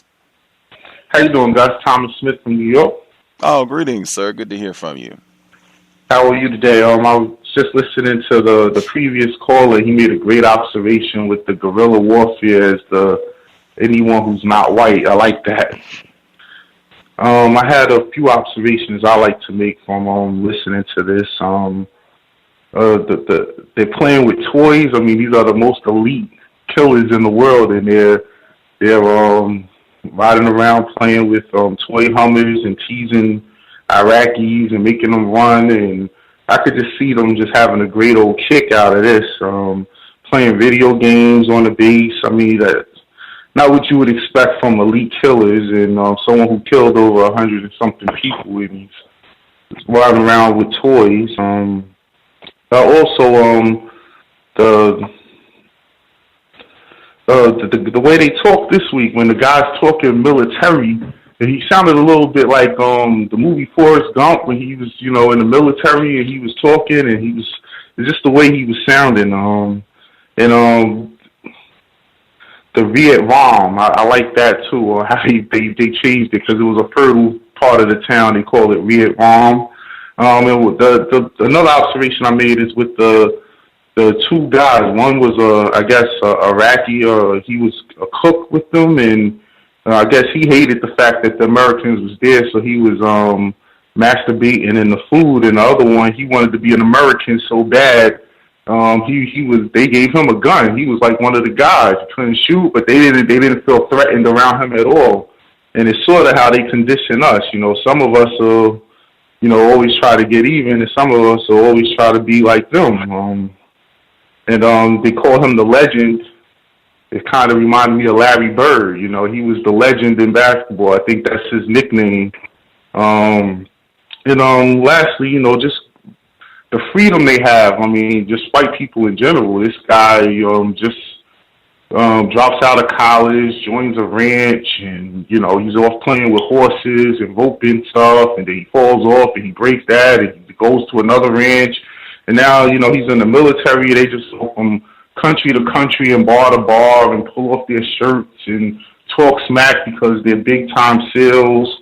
And, you know, I could just, I would hate to be in a bar, especially being black, with a bunch of white SEALs. I mean, I could just imagine. Whew. But that's all I have to say, guys. Thank you. Just a real quick one on the Forrest Gump before the other folks can hop in. You said that it was a point where he was talking about things they were doing in the service, and it sounded like Forrest Gump. Like, did you mean just what did you mean by that? Oh, the audio, the orator, the narrator. You know, like he sort of has that Bill Clinton smooth, you know, accent. I think the caller from Canada played that out last week. But when he got into the technical talk, you know, it sort of sounded like when Forrest Gump was describing, you know, when he was in the military, you know, a sergeant, he went over there, and, you know, it was just like, I was laughing while he was talking, because I'm like, man, this guy sounds like, you know, like he's a retard when he's saying I hate to say that word, but, you know, when the way he was using the technical, I guess, military jargon, and you know, it just sounded like Forrest Gump. That's what I meant. 20-year anniversary of Forrest Gump was 2014.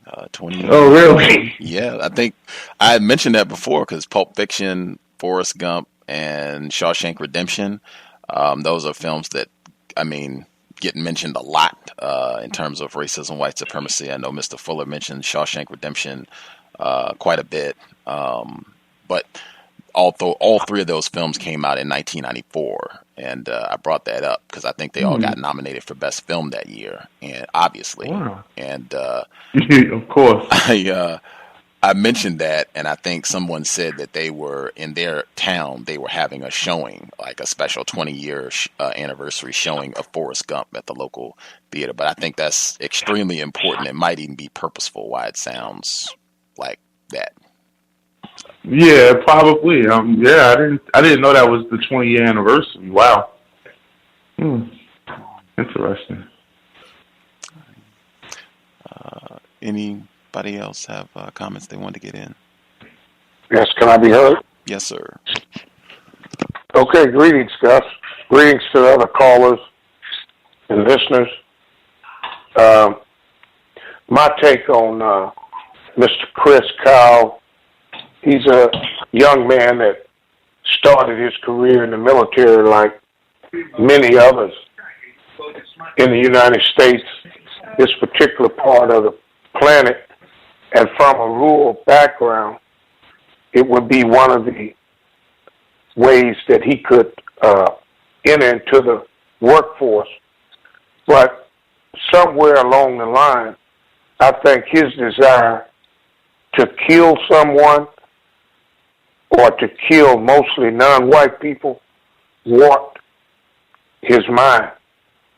And like a serial killer, his first kill was the hardest, but they soon get easier and easier.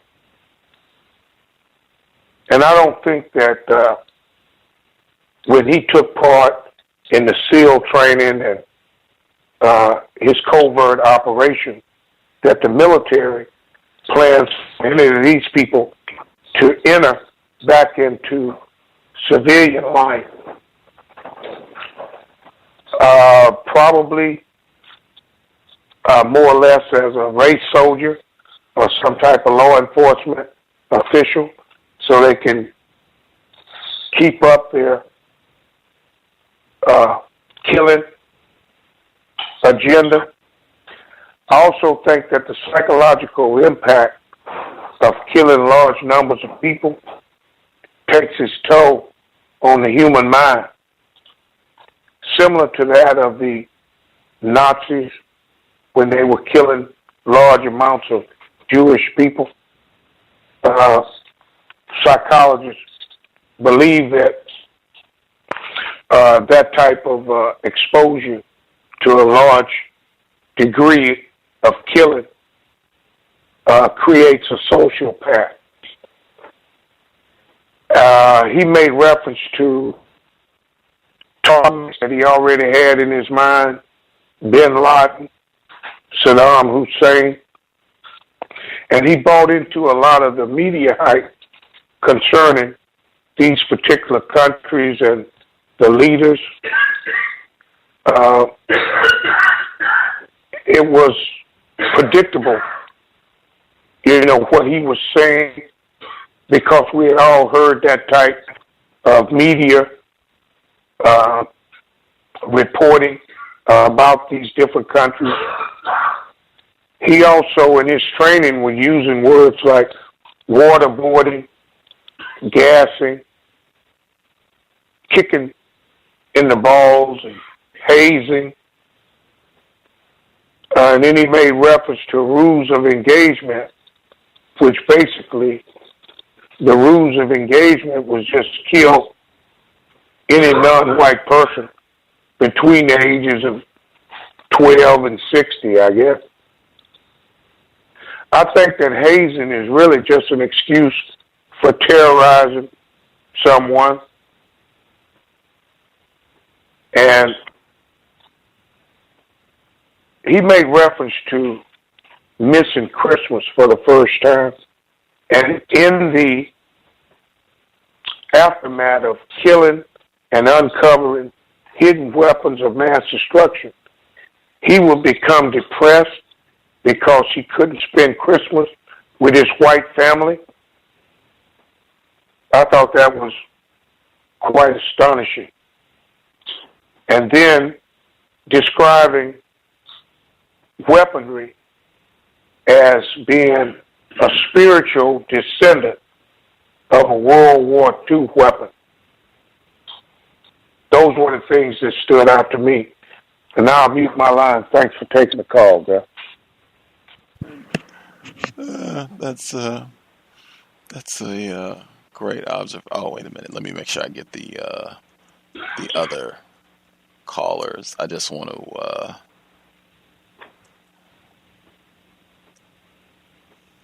Yep. Chapter 3. I highlighted right below that. I highlighted.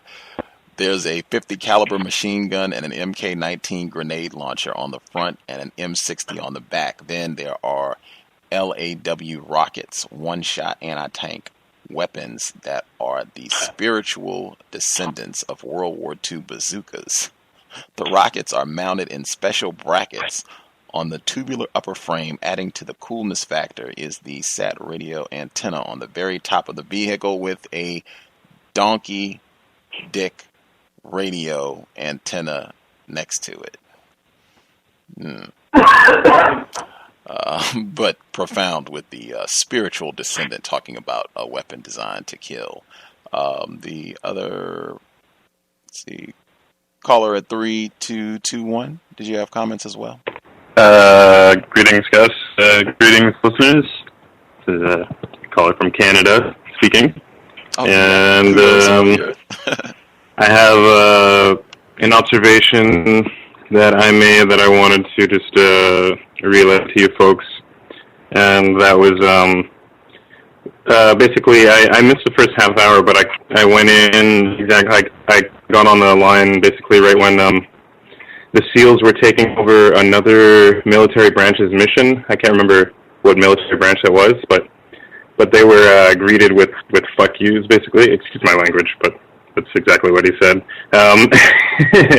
They were greeted with, they were not happy to see them because they were really upset that that these SEALs were coming to take their action, I guess, like to take their opportunity to go out and kill and use all this training, all that brainwash they've been, taking the last whatever, blah, blah, blah, you know what I mean. Sorry.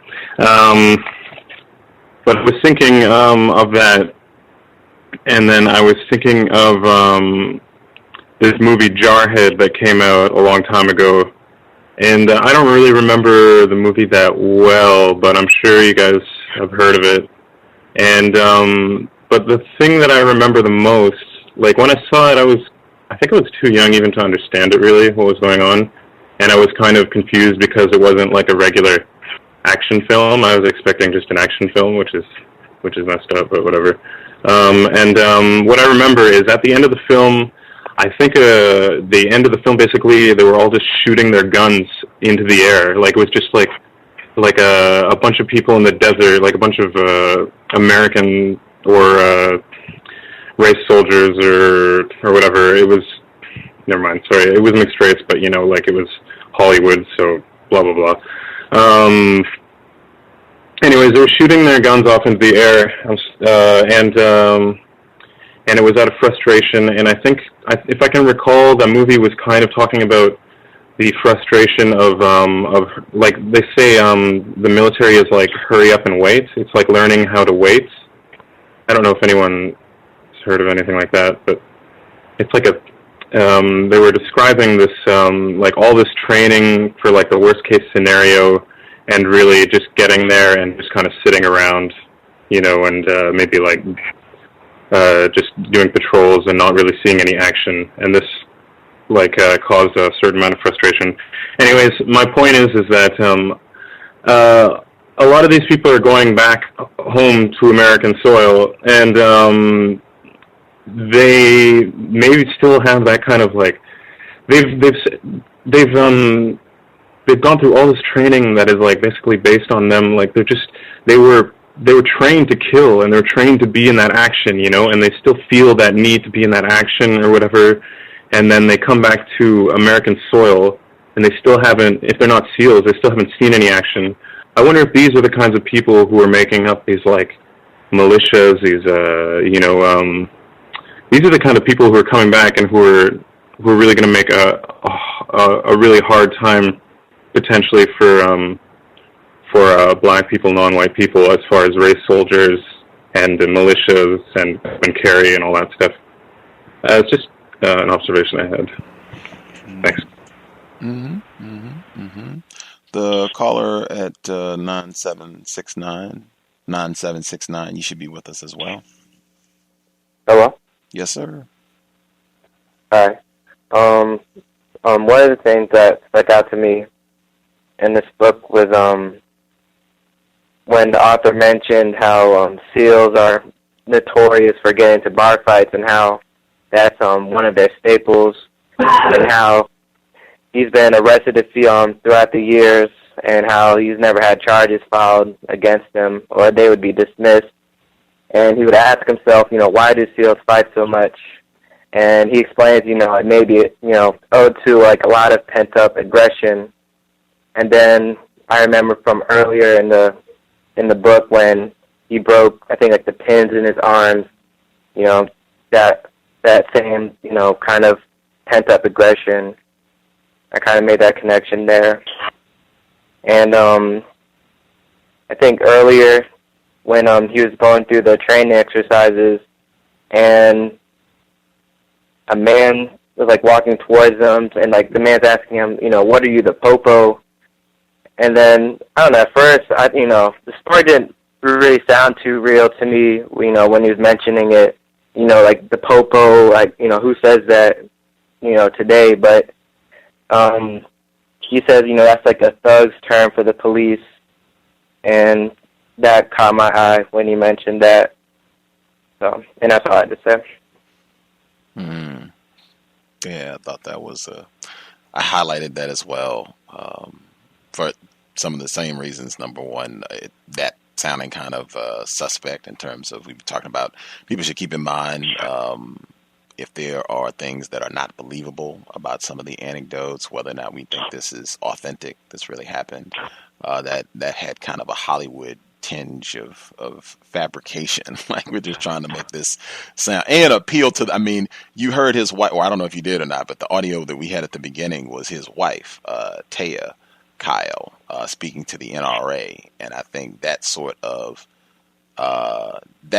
incident would appeal to that sort of white NRA audience that is definitely going to be buying a lot of these books. But white people on the whole, they would, you know, really get a good chuckle out of that story. And particularly the last 12 months, as much of this code talk that we've heard. Richard Sherman thug is I think even Charles Barkley agreed on that when he said thug is the new millennium way of calling a black person a nigger. So I think they would definitely, it's like it's double coded. Like, I'm going to make sure we call this person a thug and make sure that we say that this person said popos, to just make sure that we're talking about black people without actually saying it. Yeah, some of the other things that I had highlighted. Let's see. Oh yeah, the non-white person, the Iraqi that was working in the kitchen and masturbating in their food, like that. I mean, that is the correct way that we should be seeing whites. Like, that makes total understandable sense.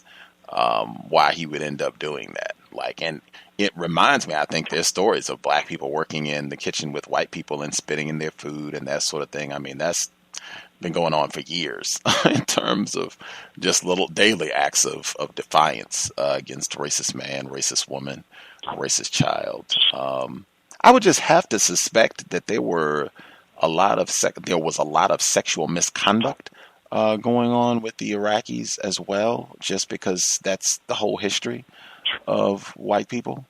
The Korean War, every time, like, it's just, that's always a huge component. I think the only exception to the rule might be the Civil War, but any other time when they go out, I mean, that's a big part of, the type of thing that they are doing. In fact, they had a report last year, Democracy Now!, where there was all of these sex crimes that were being committed.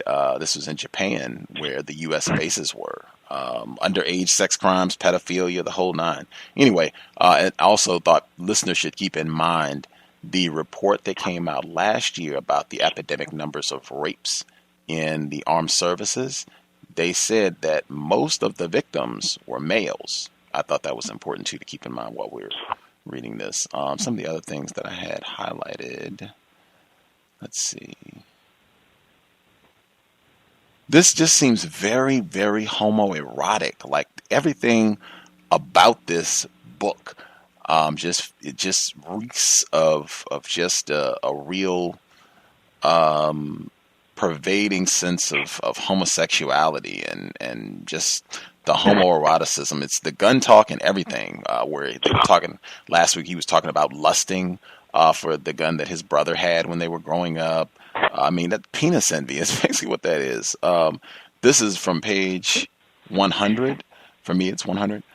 They got me pretty wasted before we even got to the felonies. At some point, they stripped me down and put ice down my drawers. Finally, I passed out. Nothing. I'm sorry, were you saying something to us? Oh, okay. Yeah, they spray painted me and for good measure drew Playboy bunnies on my chest and back with a marker. Just the sort of body art you want for your honeymoon. This just is, that just seems extremely like hyper gay in my opinion. Every aspect of it. I don't know, people on here. I mean, that does not sound fun and exciting to me. To go and put ice on another man's crotch like that, I am not interested in that. Like, and just all of it, like the Peyton Welsing moment, spray painting somebody, and just all of this just is super, super gay. Let's see. Yes, sir. Yes. Excuse me for interrupting. I just didn't want you to go to another subject before I chime in on what you're talking about. Even from a historical standpoint, I can go back as far as the SA, which is the precursor to the SS. And they were highly homosexual or anti-sexual, to whereas it even disturbed Adolf Hitler. And the head of the SA, who was a close friend of Adolf Hitler, Hitler ended up killing him. Figure that, you kill one of your best friends. But nevertheless, that a lot of these so-called elite units where the males spend very, very long periods of times around each other on a year basis with all this training and whatnot. A lot of those type of things go on, mixed with hazing, or what they call the boys just having fun, and it goes from that silly, touchy stuff to out and out sexual activity. It is something that's pretty much normal when it comes to, in my opinion, when it comes to those type of settings. It happens also in athletics. I can say that also. From that standpoint, that's why the black male that played at Missouri, what's his name? Michael Sams. I think it was just reported that he understands that that he's alluding to that he's met more homosexuals while his short period of time in the National Football League, while he was there. So that's just a little bit of history from my understanding about the whole subject. They spend great long periods of time around each other. Through under the umbrella of training, because in order to get that good at killing and being able to adjust around the world at killing people in preciseness, you have to have a lot of training. You have to have a lot of training, and guys are getting real physical and getting physical with each other, and it goes to quote unquote horseplay, as they call it, and all kinds of different things start happening. And there's a long history behind it when it comes to white people, especially. Moving on. Absolutely. I also, because there's so many of these references to kicking someone in the balls, or just it's very genital focused, either literally or symbolically. The golden showers last week is super gay. They also this portion, the instructors tortured us hard as they could, tying us up and pounding on us. Just homoeroticism is everywhere, just short of permanently damaging us. They say each of us has a breaking point and that prisoners eventually give in, but I would have done my best to make them kill me before I gave up secrets. That torturing thing, it's normalized. I even find it interesting that here it's no problem. Like that, I suspect that does not have white readers in a tizzy. Him saying that they tortured us, even with the current climate that's been focused, the Senate's report on torture passed, but it's just normalized under the system of white supremacy, which is torture of non-white people. Torture just becomes normalized. It even becomes something proud. I think it's a very sadomasochistic bent to a lot of this as well. Enjoying. He keeps talking about that. He says training was fun, even when it kicked us in the balls. Like that right there. It's a very sadomasochistic presentation of violence and homoerotic violence. And even matter of fact, I was thinking he gives that anecdote about them putting ice down his drawers on his crotch as his part of his, I guess, their bachelor celebration. You get a more intimate picture of him and these other white guys than you do anything related to his honeymoon. Like all you get with that is just she was upset because it was 3 days and she let him know about it. Moving on, but you get this real erotic depiction of what he did with the fellas, before his marriage. Some of the other things that stood out. It was a fierce competition, and not just out on the training range. The officers were backstabbing each other. They'd go to the CO and dime each other out. White people do fight with other white people on a regular basis. Thought that was that they're, if they're doing this to one another, then you know what they would be willing to do to a black person. Lavina Johnson. I also thought it was significant when he talked about their competition for missions, and they ended up coming out second. and so they didn't get to go and kill and fight. And how disappointed almost it was the same. It was the same way when they took the mission from the other group and they were upset with them and cursing at them, like they were jealous, like they had lost a lover or a potential sexual mate, and they're upset about it. Like this new guy. I mean, it's just a lot of homoerotic violence in this book throughout. That's a huge theme thus far. Let's see, anything else? I want to make sure I get the other caller. The scene about the bars, well, I mean, that right there, I thought that scene. Normally you go to bars to pick up girls. It seems to me, he's bragging about going to bars and beating up people. Like, I didn't get any sense at all of, hey, we went there and the girls lined up and it was a new face in every tent. I didn't get that at all. It was, man, we beat people, knocked people out, went to jail. It was great. We had a blast. Like that's the sense that I got from it. Let's see. Anything else stood out? The Christmas, I thought that was important as well. Got that. I think it's significant they have his wife pulled in the book, but I'll comment on that later. The person that dialed in from a block number, did you have anything you wanted to add, or anybody else before we get to the second audio segment? You should get your hand up now as opposed to lollygagging. Block number, did you have comments you wanted to get in? Yes, it's Karma. Thank you guys for being so patient. Good evening. I don't know. I'm looking at the things that I think are misleading. Now that I'm thinking about it, white people are pretty intolerant of heat. I mean, that's just a decreased amount of sweat glands and all that other stuff that they have. And he hasn't mentioned that not even once. I find that very strange. They are very intolerant of heat. They're intolerant of the heat here in Texas. And I said, so I think what's happening is every weakness is being eliminated from this book.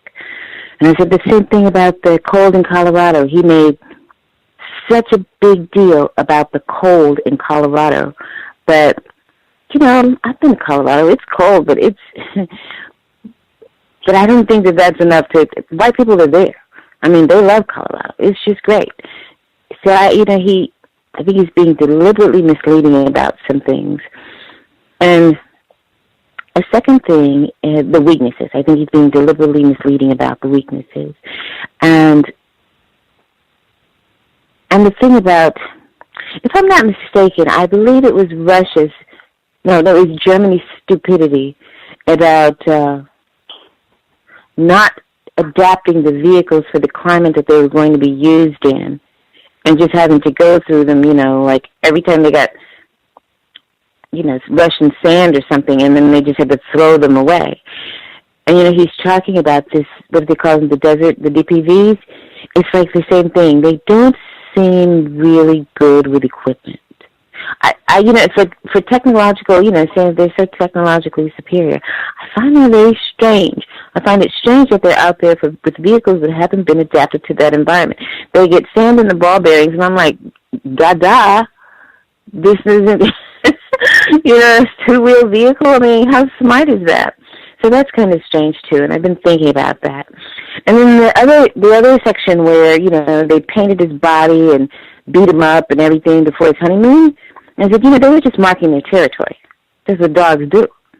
Okay, we won't pee on them, but we'll paint them all up and we'll put a couple of bruises on them, and then we'll hand them over to the woman, and when she sees him, she'll know that this is ours. It has our markings on it. And that just had all the markings of territoriality to me. And then I love this paragraph.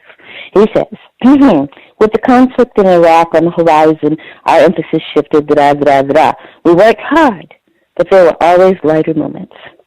So that's how he described beating up an unarmed American civilian. Those were lighter moments. And he describes in detail how he kicked this guy's ass. In detail. I thought about this, and then I pummeled him this way. I thought about that, And then I did this. And instead of the people who were supposed to be there to protect themselves, they're just laughing and laughing. There's just no protection going on. There's no serving going on. All the way was having just a wonderful party. It's just awesome. Let's see, what else was it that I was looking at real quick?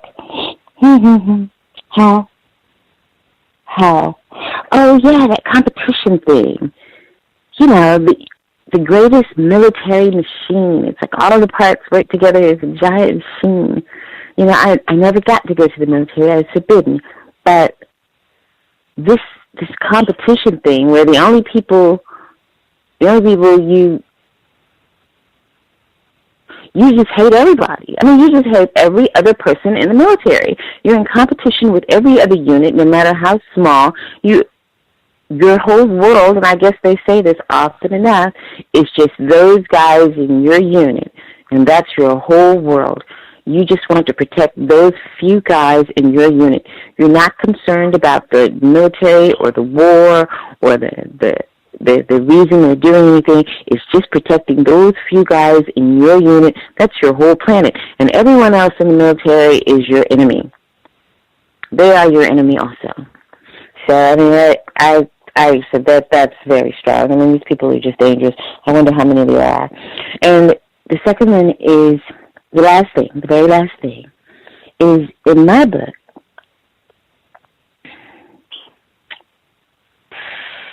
they took out the name of the Korean military ship. They said the Korean freighter, the North Korean freighter.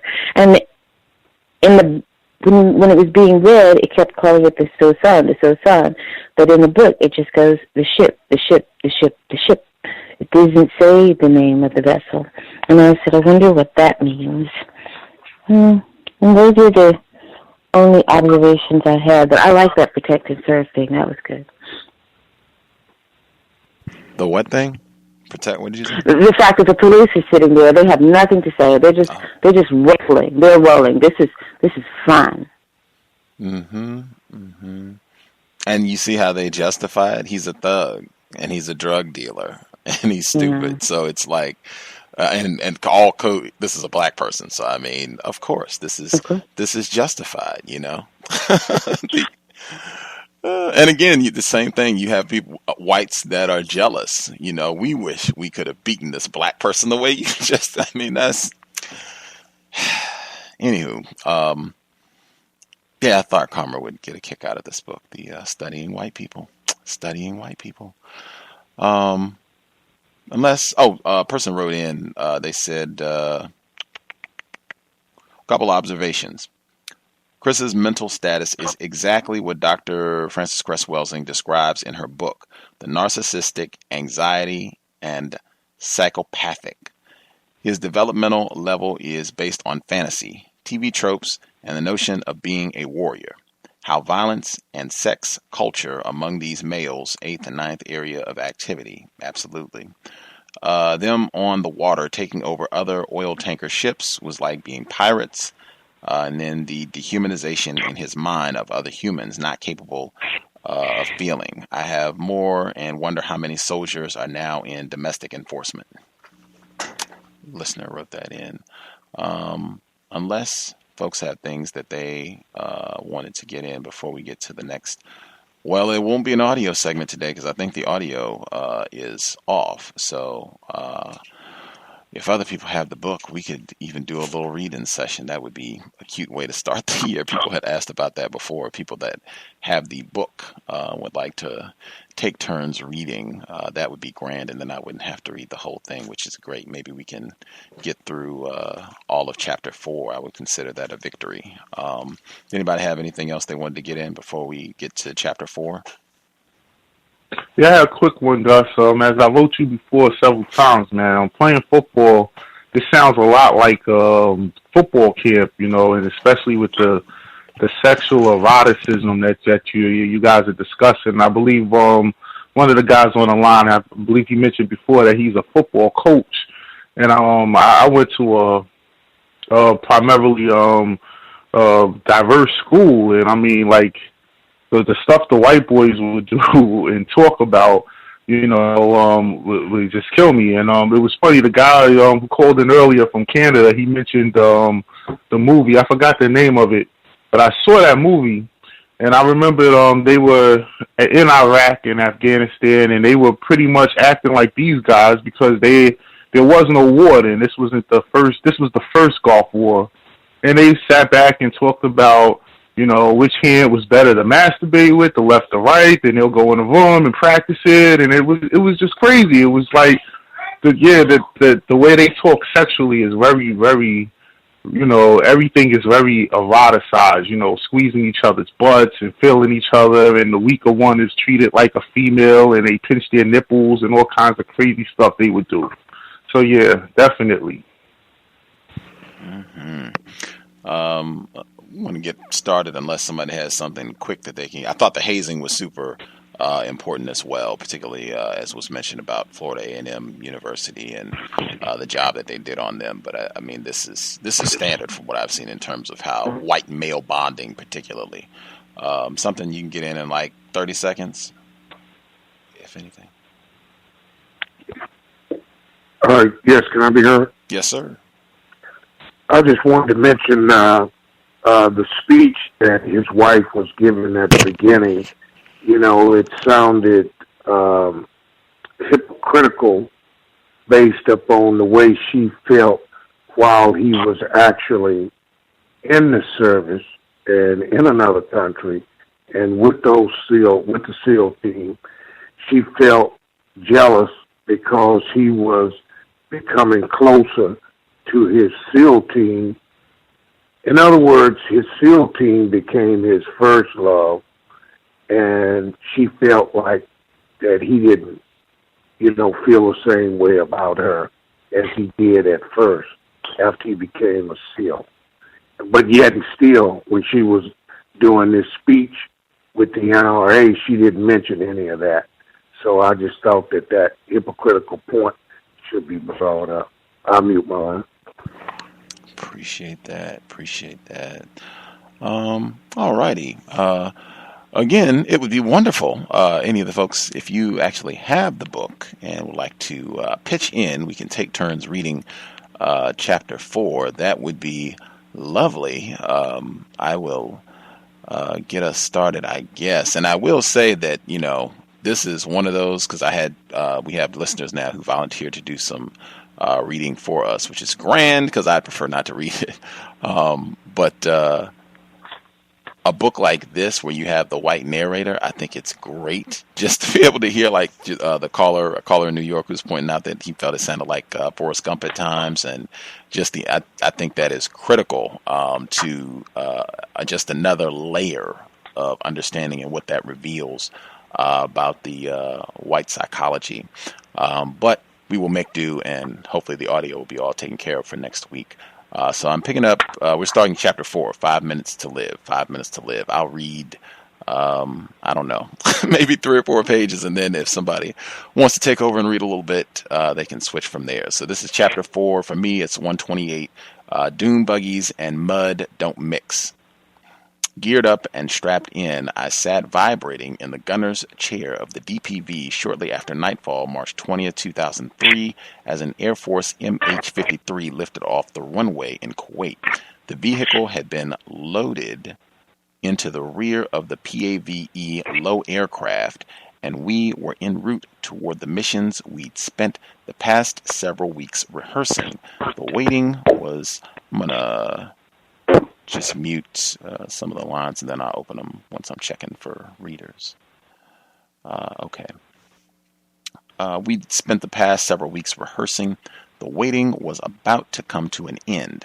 Operation Iraqi Freedom was underway. My war was finally here. I was sweating, and not just with excitement, not knowing exactly what Saddam might have in store.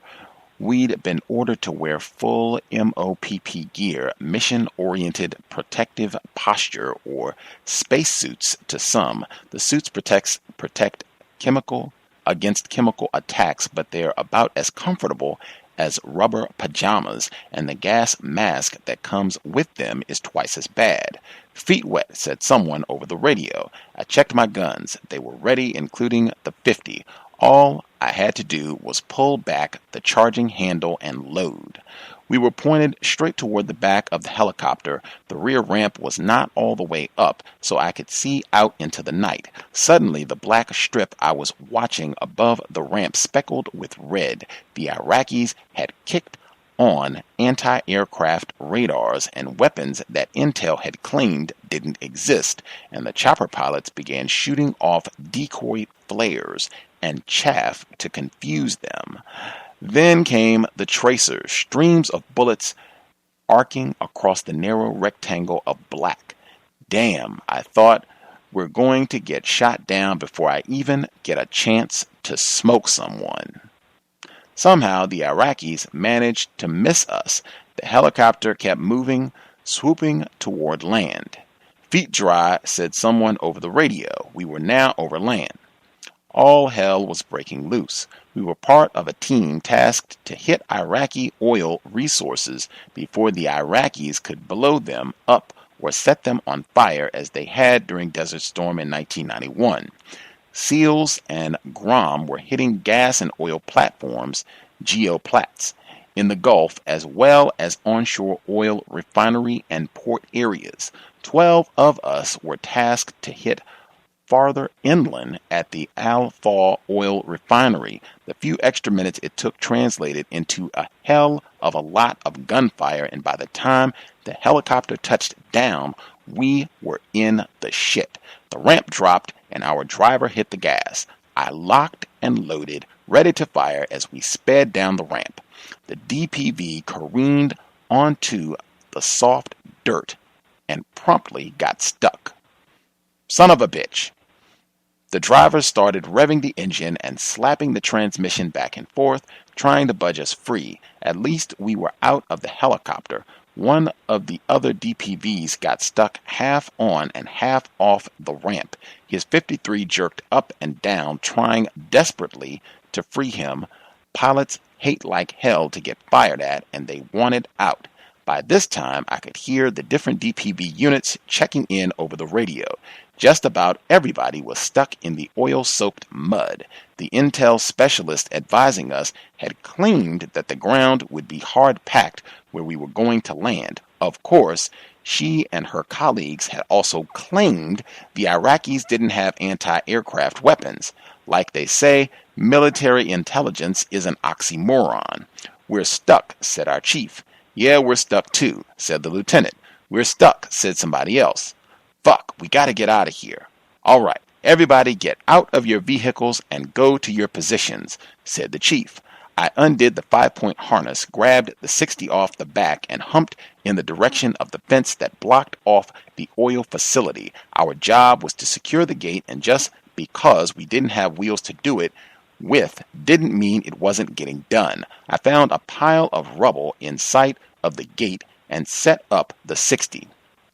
A guy came up next to me with a Carl Gustav, technically a recoilless rifle. The weapon fires a badass rocket that can take out a tank or poke a hole in a building. Nothing was getting through the gate without our say-so. The Iraqis had set up a defensive perimeter outside the refinery. Their only problem was that we had landed inside. We were now between them and the refinery. In other words, behind their positions. They didn't like that all that much. They turned around and started firing at us. As soon as I realized that we weren't getting gassed, I threw off my gas mask. Returning fire with the 60, I had plenty of targets, too many in fact. We were heavily outnumbered, but that was not a real problem.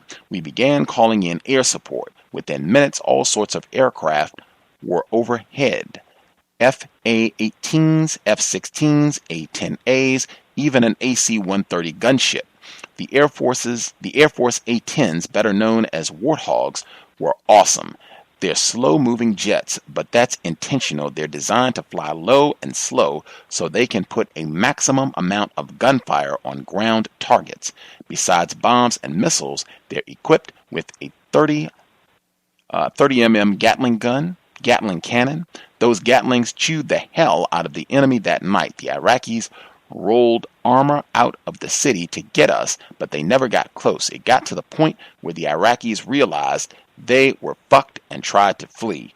Big mistake. That just made them easier to see. The planes kept coming, nailing them. They had them zeroed in and zeroed them out. You'd hear the rounds coming past you in the air.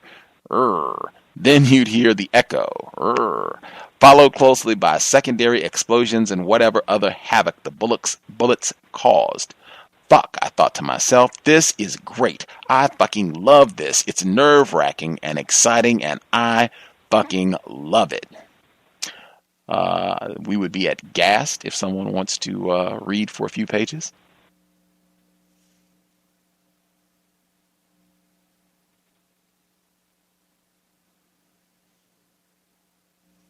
Any takers to read? I'll take Gast. Great. Have at it. Gast. A British unit flew in the morning. By then the battle was over. Of course we couldn't resist needling them about it. Come on in, the fighting's over, we said. It's safe for you.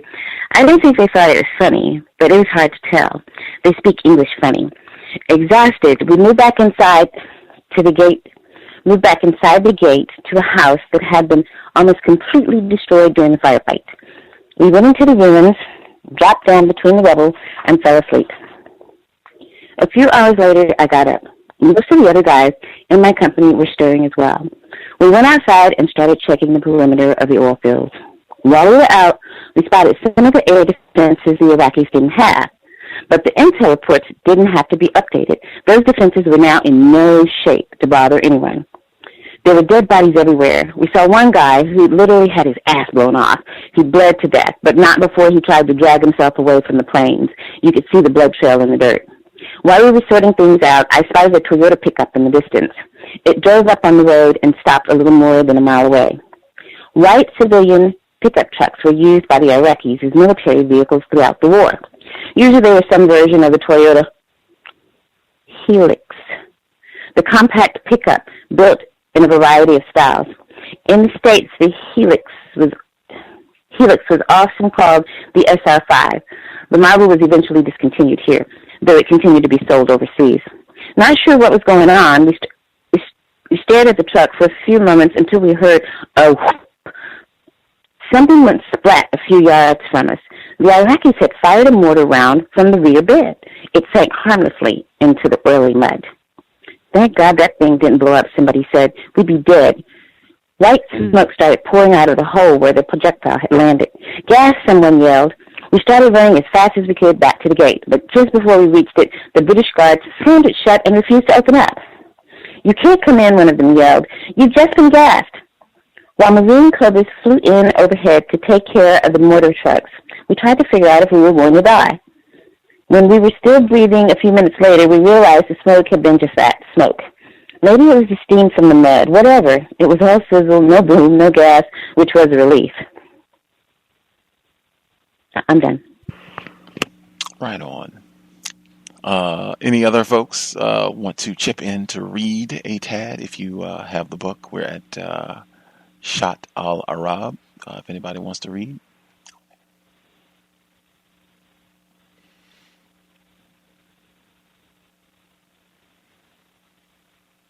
Okie doke, I will read myself. Get the audio correct next time. So Shat al-Arab. With Al-Fa secured, we rigged up 2 of our DPVs and hit the road, driving north to Shat al-Arab, the river that separates Iran and Iraq, as it flows out to the Gulf. Our job was to look for suicide boats and mine layers that might be coming down the river to the Gulf. We found an old border station abandoned by the Iraqis and set up an observation post. Our ROEs when the war kicked off were pretty simple. If you see anyone from about 16 to 65 and they're male, shoot them. Kill every male you see. That wasn't official language, but that was the idea. Now that we were watching Iran, however, we were under strict orders not to fire, at least not at Iran. Every night, someone on the other side of the river would stand up and take a shot at us. We would dutifully call it in and ask for permission to return fire. The answer was always a very distinct no, very loud and clear. Looking back, this made a lot of sense.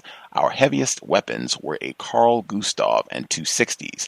The Iranians had plenty of artillery, and they had the position dialed in. It wouldn't have taken anything for them to hit us, and in fact, what they were probably trying to do was suck us into a fight so they could kill us. It did piss us off, though. Somebody shoots at you, you want to shoot back. After the high of the start of the war, our spirits sagged. We were just sitting around doing nothing. One of the guys had a video camera, and we made a video poking fun at it. There wasn't much else to do. We found a few Iraqi weapons and gathered them in a pile to be blown up, but that was it. The Iraqis weren't sending boats our way, and the Iranians would only fire a single shot, then duck and wait for us to react. About the most entertaining thing we could do was to wade in the water and piss in their direction. For a week, we took turns on watch, 2 guys on, 4 guys off, monitored the radio, and watched the water. Finally, we were relieved by another set of SEALs and headed back to Kuwait. The race to Baghdad. By now, the so-called race to Baghdad had begun. American and Allied units were streaming across the border, making large advances every day. We spent a few days hanging around our camp back in Kuwait, waiting for an assignment. As frustrating as our stay at the border station was, this was worse. We wanted to be in action. There were any number of missions we could have accomplished, eliminating some of those non-existent air defenses farther into Iraq, for example, but the command didn't seem to want to use us. Our deployment had been extended so that we could take part in the beginning of the war, but now the rumor was that we would be rotated back to the States and replaced by Team 5. No one wanted to leave Iraq now that the action was getting hot. Morale hit rock bottom. We were all pissed off. To top things off, the Iraqis had sent some Scuds over just before the war started. Most had been taken care of by Patriot missiles, but one got through. Wouldn't you know it, took out the Starbucks where we'd hung out during our pre-war training. That's low, hitting a coffee place. It could have been worse, I guess. It could have been a Dunkin' Donuts. The joke was that President Bush only declared war when the Starbucks was hit. You can mess with the UN all you want, but when you start interfering with the right to get caffeinated, someone has to pay. We stayed for 3 or 4 days, grousing and depressed the whole time. Then finally, we joined the Marine push in the area of Nazaria. We were back in the war. Near Nazaria. Nazaria is a city on the Euphrates River in the southern Iraq, about 125 miles northwest of Kuwait. The city itself was taken by the Marines on March 31st, but action in the area, on March 31st, but action in the area continued for quite some time as small groups of Iraqi soldiers and Fedayeen continued to resist and attack Americans. It was near Nazaria that Jessica Lynch was captured and held during the first few days of the war. Some historians believe that the fighting in the area was the fiercest the Marines encountered during the war, comparing it with the most ferocious firefights in Vietnam and later in Fallujah. Besides the city itself, the Marines took Jaliba airfield, several bridges over the Euphrates, and highways and towns that secured the passage to Baghdad during the early stages of the war. Along the way, they began encountering the sort of fanatical insurgency that would characterize the war after Baghdad fell. We had an extremely small part in the conflict there. We got into some very intense battles, but the bulk of the action was by Marines. Obviously, I can't write about most of that. What I saw of the overall battle was like looking at an enormous landscape painting through a tiny straw. When you're working with Army and Marine Corps units, you immediately notice a difference. The Army is pretty tough, but their performance can depend on the individual unit. Some are excellent, filled with hoorah and first-class warriors. A few are absolutely horrible. Most are somewhere in between. In my experience, means Marines are gung-ho no matter what. They will all fight to the death. Every one of them just wants to get out there and kill. They are badass, hard-charging mothers. We inserted into the desert in the middle of the night with 2 3-seat DPVs driving off the back of a 53. The ground was firm enough that no one got stuck. We were behind the tip of the U.S. advance, and there were no enemy units in the area. We drove up through the desert until we came to an Army base camp. We rested a few hours with them, then took off to scout for the Marines ahead of their advance. The desert wasn't entirely empty. While there were long stretches of wilderness, there were also towns and very small settlements strung out in the distance. We mostly skirted the towns, observing them from a distance. Our job was to get an idea of where the enemy's strong points were, radioing them back so the Marines could decide whether to attack or bypass them. Every so often we'd reach high ground, stop for a while, and take a scan. We had only one significant contact that day. We were skirting by a city. We obviously got too close because they started engaging us. I fired the 50 cal, then swung around to the 60 as we hauled ass out of there. We must have traveled hundreds of miles that day. We lay up for a while in the late afternoon, got some rest, and took off again after nightfall. When we started attracting fire that night, our orders were changed. The head shed called us back and arranged for the helicopters to come back and pick us up. You might think that our job was to attract fire since that revealed where the enemy was. You might think that the fact that we were close enough to get the enemy to fire meant we had discovered a significant force that was previously unknown. You might think that meant we were doing well. You might be right. But to our CO, it was all wrong. He wanted us not to get contacted. He didn't want to risk any casualties, even if that meant we couldn't do our mission properly. And I should add that despite the gunfire and the earlier contact, we had not taken any casualties. We were pissed. We went out expecting to be scouting for a week. We had plenty of fuel, water, and food, and had already figured out how to get resupplied if we needed to. Hell, we could have gone all the way to Baghdad, which at the moment was still in Iraqi hands. We reported back to base dejected. That wasn't the end of the war for us, but it was a bad sign of what lay ahead. You have to understand, no SEAL wants to die. The purpose of war, as Patton put it, is to make the other dumb bastard die. But we also want to fight. Part of it is personal. It's the same way for the athlete. An athlete wants to be in a big game, wants to compete on the field or in the ring. But another part, a bigger part, I think, is patriotism. It's the sort of thing that if it has to be explained, you're not going to understand. But maybe this will help. One night later on, we were in an exhausting firefight. 10 of us spent roughly 48 hours in the second story of an old abandoned brick building, fighting in 100-degree plus heat, wearing full armor. Bullets flew in, demolishing the walls around us practically non-stop.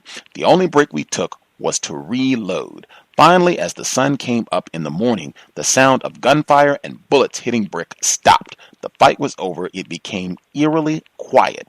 When the Marines came in to relieve us, they found every man in the room either slumped against a wall or collapsed on the floor, dressing wounds or just soaking in the situation. One of the Marines outside took an American flag and hoisted it over the position. Someone else played the national anthem. I have no idea where the music came from, but the symbolism and the way it spoke to the soul was overwhelming. It remains one of my most powerful memories. Every battle-weary man rose, went to the window and saluted. The words of the music echoed in each of us as we watched the stars and stripes wave literally in dawn's early light. The reminder of what we were fighting for caused tears as well as blood and sweat to run freely from all of us. I lived in the literal meaning of the land of the free and home of the brave. It's not corny for me. I feel it in my heart. I feel it in my chest. Even at a ball game, when someone talks during the anthem or doesn't take off his hat, it pisses me off. I'm not one to be quiet about it either. For myself and the SEALs I was with, patriotism and getting into the heat of the battle were deeply connected, but how much a unit like ours can fight depends a lot on leadership. Much of it is up to the head shed and the officers who lead us. SEAL officers are a real mix. Some are good, some are bad, and some are just pussies. Oh, they may be tough individuals, but it takes more than personal toughness to be good leaders. The methods and goals have to contribute to the toughness. Our top command wanted us to achieve 100% success and do it with 0 casualties. That may sound admirable. Who doesn't want to succeed and who wants anyone to get hurt? But in war, those are incompatible and unrealistic. If 100% success, 0 casualties are your goal, you're going to conduct very few operations. You will never take any risks, realistic or otherwise. Ideally, we could have done sniper overwatches and undertaken scouting missions for the Marines all around Nigeria. We could have been a much bigger part of the Marines' drive. We might have saved some of their lives. We wanted to go out at night and hit the next big city or town the Marine Corps was going to pass through. We'd soften the target for them, killing off as many bad guys as we could. We did do a few missions like that, but it was certainly a lot less than we could have done. We have 8 pages left in the chapter. Anyone want to take a few pages?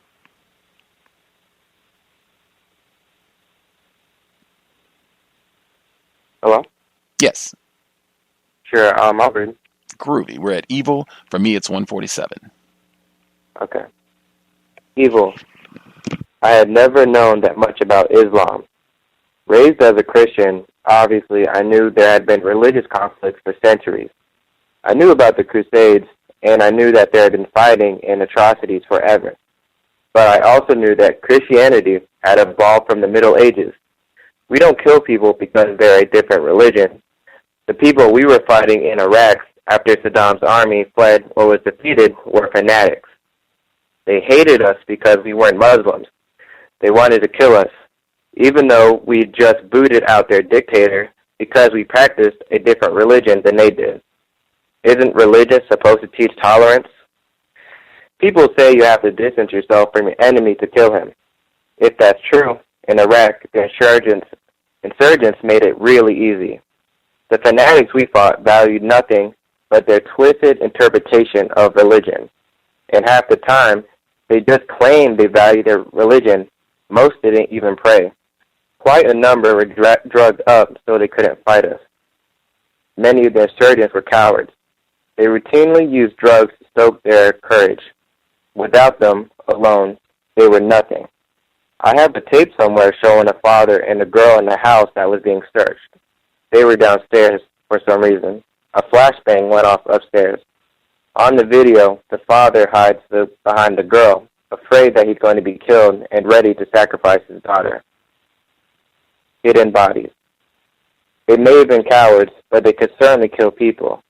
The insurgents didn't worry about ROEs or court-martials. If they had the advantage, they would kill any Westerner they could find, whether they were soldiers or not. One day we were sent to a house where we had heard might be U.S. prisoners. We didn't find anyone in the building, but in the basement there were obvious signs that the dirt had been disturbed. So we set up lights and started digging. It wasn't long before I saw a pants leg, then a body, freshly buried. An American soldier, Army. Next to him was another, then another man, this one wearing Marine camis. My brother had joined the Marines a little before 9/11. I hadn't heard from him, and I thought that he had deployed to Iraq. For some reason, as I pulled the dead body up, I was sure it was my brother. It wasn't. I said a silent prayer, and we kept digging. Another body, another Marine. I bent over and forced myself to look. Not him.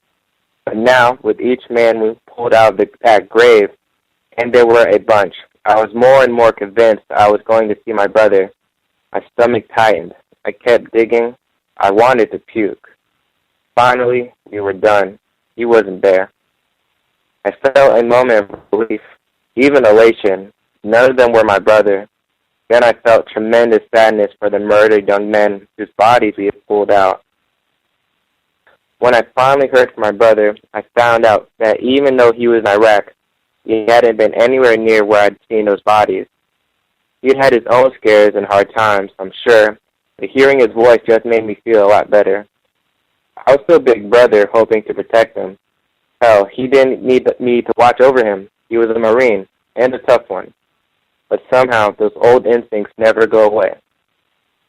At another location, we found barrels of chemical material that was intended for use as biochemical weapons. Everyone talks about there being no weapons of mass destruction in Iraq, but they seem to be referring to completed nuclear bombs, not the many deadly chemical weapons or precursors that Saddam had stockpiled. Maybe the reason is that the writing on the barrels showed that the chemicals came from France and Germany, our supposed Western allies. The thing I always wonder about is how Saddam was able to hide before we actually invaded. We'd given so much warning before we came in that he surely had time to move and bury tons of material. Where it went, where it will turn up, what it will poison, I think those are pretty good questions that have never been answered. One day, we saw some things in the desert and thought they were buried IEDs. We called the bomb disposal people, and they came out. Lo and behold, what they found wasn't a bomb, it was an airplane. Saddam had buried a bunch of his fighters in the desert. He had them covered with plastic and tried to hide them. Probably he figured we'd come through like we did in Desert Storm, hit quick, and then leave. He was wrong about that. We're going to die. We continued working with the Marines as they marched north. Our missions would typically take us out ahead of their advance, scouting for knots of defenders. Although we had intel that there were some enemy soldiers in the area, there weren't supposed to be any large units. By this time, we were working with the entire platoon, all 16 of us. We came up to a small building compound at the edge of a town. Once we were there, we began taking fire.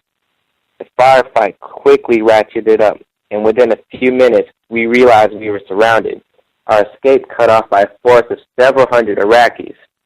I started killing a lot of Iraqis. We all were.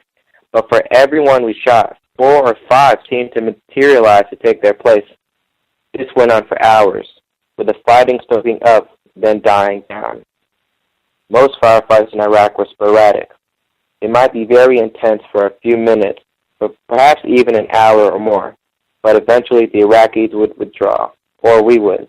That didn't happen here. The fight continued in waves all through the night. The Iraqis knew they had us outnumbered and surrounded, and they weren't quitting. Little by little, they started getting closer and closer, until it became obvious that they were going to overrun us. We were done. We were going to die. Or worse, we'd be captured and made prisoners. I thought about my family and how horrible that would all be. I determined I was dying first. I fired off more of my rounds, but now the fight was getting closer. I was starting to think about what I would do if they charged us. I'd use my pistol, my knife, my hands, anything. And then I would die. I thought of Taya and how much I loved her. I tried not to get distracted by anything, tried concentrating on the fight. The Iraqis kept coming. We estimated we had 5 minutes to live. I started counting it off in my head. I hadn't gotten very far when our company radio squeaked with the transmission. We're coming up on your 6. Friendlies were approaching our position. The cavalry, the Marines, actually. We weren't going to die. Not in 5 minutes, anyway. Thank God. Out of the fight. That action turned out to be our last significant encounter during that deployment. The CO pulled us back to base. It was a waste. The Marines were going to Naziria every night, trying to clear the place out as the insurgency stoked up. They could have given us our own section that we could patrol. We could have rolled in and taken out the bad guys, but the CO vetoed it. We heard it at the forward bases and camps where we were sitting around and waiting for something real to do. The GROM, the Polish Special Forces, were going out and doing jobs. They told us we were lions led by dogs. The Marines were blunter. They'd come back every night and bust on us. How many of y'all did y'all get tonight? Oh, that's right. Y'all didn't go out. Ball busters. But I couldn't blame them. I thought our head shed was a bunch of pussies. We had started training to take down Makarian Dam northeast of Baghdad.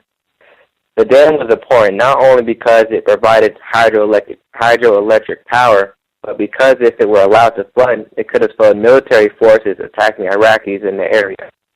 But the mission was continually postponed and finally given to SEAL Team 5 when they rotated into the Gulf toward the end of our stay. The mission, which followed our basic plan, was a success. There are many things we could have done. How much of an impact on the war they would have had, I have no idea. We certainly could have saved a few lives here and there, maybe shortened some conflicts by a day or more. Instead, we were told to get ready to go home. Our deployment was over. I sat back at base for a couple of weeks with nothing to do. I felt like a little fucking coward playing video games and waiting to ship out. I was pretty pissed. In fact, I was so mad I wanted to leave the Navy and give up being a SEAL. Context of White Supremacy. Thank you to everyone for chipping in and reading. Make the best of a situation. We still got where I wanted to go in the book. We should be picking up on Chapter 5 next Friday. Sniper. Chapter 5 for next week. Again, thank you to the folks who helped out with the reading. I was glad I didn't have to read the whole thing. For folks who would like to chime in, the number to dial is 760-569-7676, and the code is 564-943#. Press *6 if you would like to participate. I hate it when I'll be reading passages that I would highlight, but it's a little more difficult if you're reading aloud. But I still managed to get my highlighter active. Everyone who dialed in with a hand up, your line should be open if you had thoughts, things you wanted to contribute.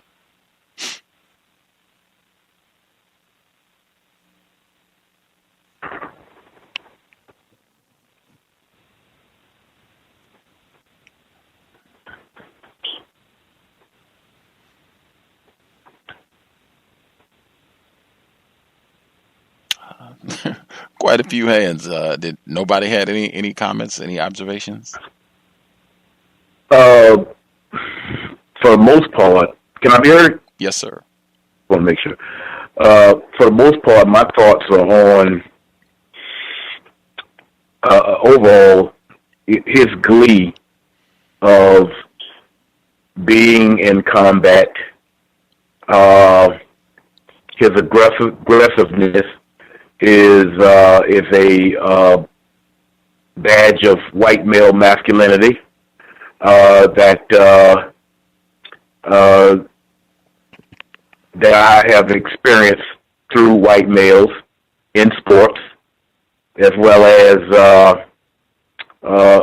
on a job.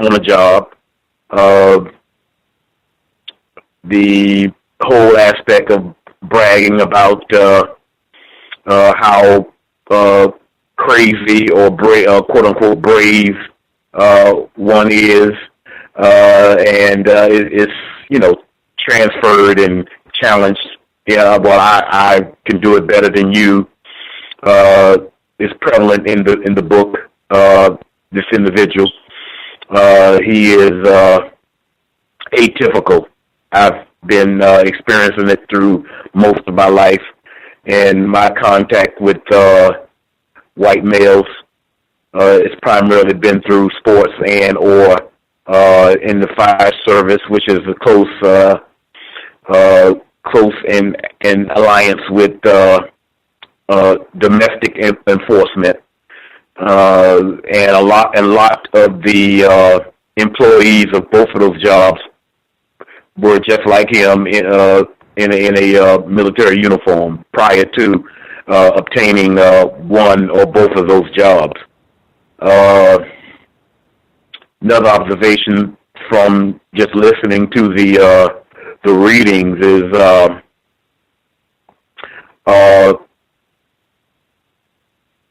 in the necessity on the maintenance of the system of racism and white supremacy.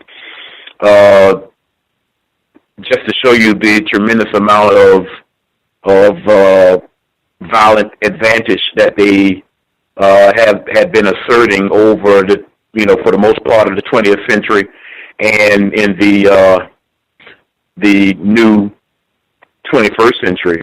For the most part, when they waged war against non-white people, they were waging war against them right in the area where those non-white people stay at.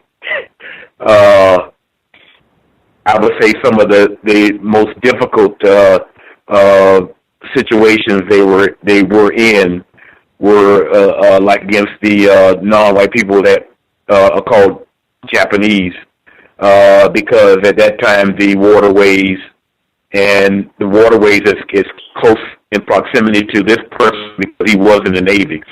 The waterways were vast, and the race soldiers were not in total control of the waterways at the time, so they had to go about the means of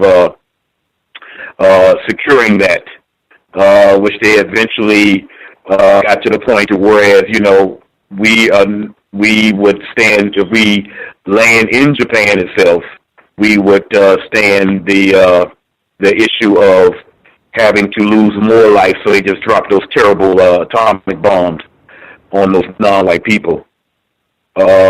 Moving up to present day times, I think what they get the most out of the killing that they do now is practice. It's practice and continue live drills and whatnot as far as that concerns. So they can also insert some of those tactics and strategies right here where we're speaking from. Those individuals join domestic enforcement, and they become the teachers. They become the teachers of the different law enforcement in this part of the world. The same behavior, same attitude as how they view the enemy is transferable. It goes from quote-unquote Arab to quote-unquote African-American black people. I notice a lot of the same jargon, the language, with the abbreviations of everything. I've heard all of that through that 27 and a half years on that job. The same thing, and they pride themselves in it. It's like a prideful thing to do. Even when they're talking socially, they use the language. They use that language, it's all a part of the. I guess the word would say the lexicon of the war, under the people activity of war with white males and their behavior. It's like, like a prideful thing to know that I have done this and I'm continuing to do it because they know how important it is in order to maintain the system of racist white supremacy. But moving on to the next person.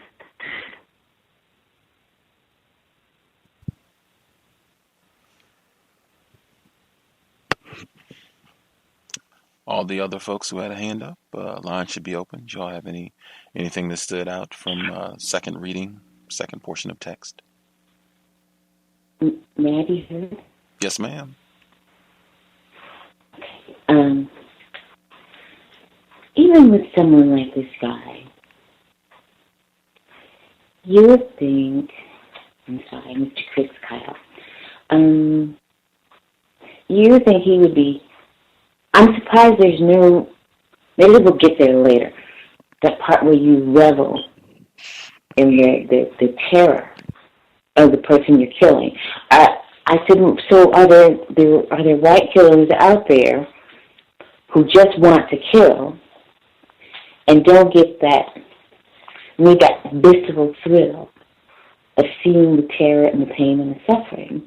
Because I'm not none of that's in there. And I don't know if they're leaving it out deliberately because it's just talking about, the killing, the killing, the killing.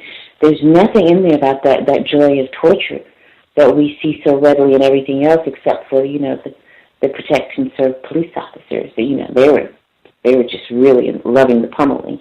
But that's interesting. And then plus he's so disconnected. I mean, there is no attempt to put any humanity in this. This place is just, there's so many children running around. There's so many women running around. I mean, there's so many shopkeepers running around. People are screaming. They're yelling. They're crying. There's none of that in this. Everything is missing. It's been completely sterilized except for the killing. And that's I don't know if the rest of the book is going to be like that, but that's pretty phenomenal. I mean, that doesn't make for accepting it as end of reality.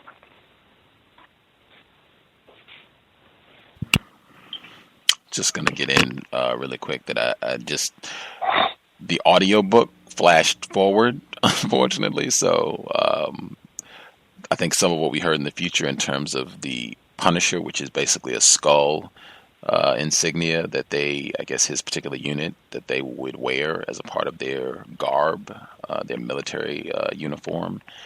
And he was describing how he wanted people to be afraid and to see their sign and to be like, yeah, we're tough, we're here, and you're going to die.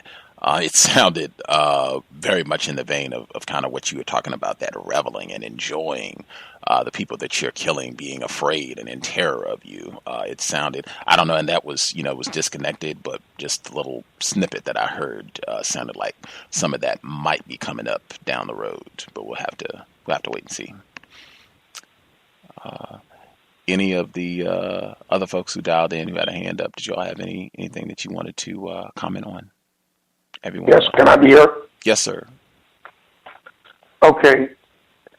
I would like to say that this book is feeding into the propaganda, of how the media portrayed this war in Iraq in the first place. They used the weapons of mass destruction as a way to enter into the country to take down a dictator that the United States had set up in the first place, because Saddam Hussein had been in cahoots with the CIA, and they had set him up, as a puppet leader. And then, just true to the nature, after they set these puppet dictators up, then when they get ready to bring them down, they need an excuse to go in. And so I think that at that time, Saddam Hussein did not want to go along with the OPEC on the oil prices, so he had to come down. And the book feeds into a lot of the media hype that was at that time that was disguising the whole meaning of the war and why we were going over there in the first place. And he makes it sound like a Western, so to speak. They're going into war and he's almost meeting death, and he's thinking about his loved one as he's facing death. And at the final minute, within 5 minutes of being killed, then the cavalry comes forth and saves them all and all that. It just sounds so phony. And the fact that he's trying to reveal and put down all the other nations, Germany and France, that they saw the names on the chemical barrels. Well, quite naturally, there was trade between other nations, back when Saddam was in the good graces of all these white nations. But then, true to nature, when they get ready to bring him down, all of them was in cahoots in bringing him down. So it just goes to show you that, like you say, they come together like Voltron when they get ready to do something. They're all together as one with its covert operation, and then when they get ready to cover the tracks, they all come back together again. So, and that part about seeing a guy literally with his ass blown off, I think that they add in a comical component, to that. So I'll mute my line and give somebody else a chance. Thanks. Hello? I have a question, Gus. Yes, get your question. I heard the other person as well, but let's get your question. Yes, right quick. Wasn't all of those different quote unquote countries were created by white people? Iran, Iraq, even the names, but specifically the governments, weren't they all created by white people? I.e., England and some others. I think that's correct in terms of them setting up the geographic borders that are going to define, where this quote unquote nation is, and then, as Mr. Demery was just saying, they their own evidence has shown that they have been complicit frequently in whom is elected or who happens to be the person that is in charge in these areas as well. So, absolutely. The reason why I brought because I thought it was true. I just wanted to confirm it because I know you study history also. Is that it's kind of like in football. In football, I may create a scenario to get a whole lot of practice. So I can get a whole lot of practice. Something I create, I can also destroy anytime I feel like it. I could dismantle it. I can manipulate it in any type of way that I want to manipulate it. The so-called leaders and whatnot. If just like the last caller was saying, as soon as that person transgresses against my orders, I can remove them and replace it with something else. It's like playing. It's like playing in a serious sense. Of course they are. But when we play, we would really be playing, from a standpoint of not being centered on something direct and destructive. But even when they are playing, they have a talk about the races. They have a plan. They have an agenda and whatnot. And I find it very interesting, especially when you study the history of war. And it's very interesting, the whole idea of all of those places that they're talking about, and they place over the names of those places the word terror, that they created all of them. Amazing. Amazing. Absolutely. The other caller, I heard you speak up. Did you have something you wanted to get in as well? Yes, I did. Yeah, I noticed the whole correlation between sports and war. And it brings me back to like watching lectures with Dr. Africa and how he says if you watch sports while the TV's on mute, it's like watching military in motion. They get into huddles, they come out of huddles, run plays, and it's all about gaining an advantage on the other opponent. And just the whole theme in this recent reading today, you get that thing, like the whole brotherhood is us against them, and like the fight to the finish.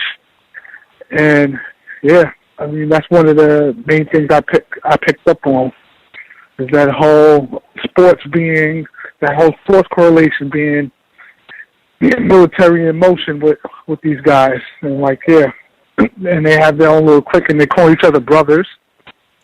And that's how a lot of these guys in sports relate to themselves.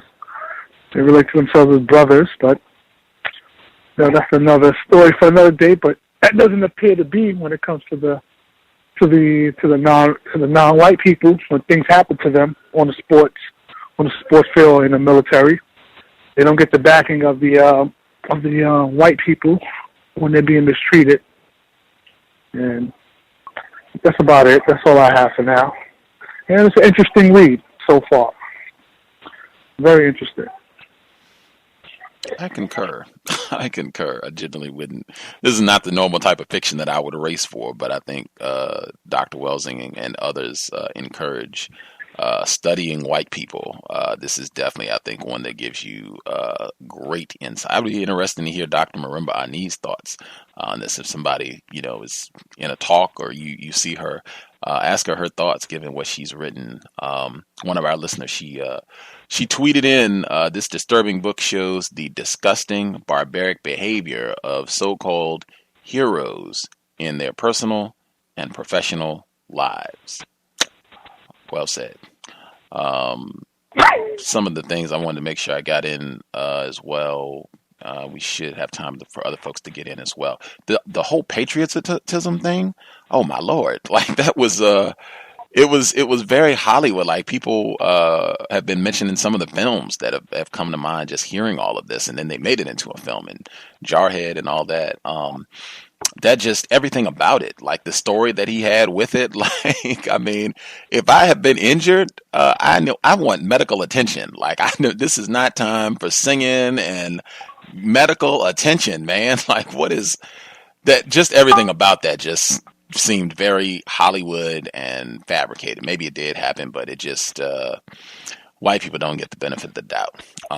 But that whole portion when it came up, it was so fitting. The music that I had in the background of the introduction today was the song Patriotism.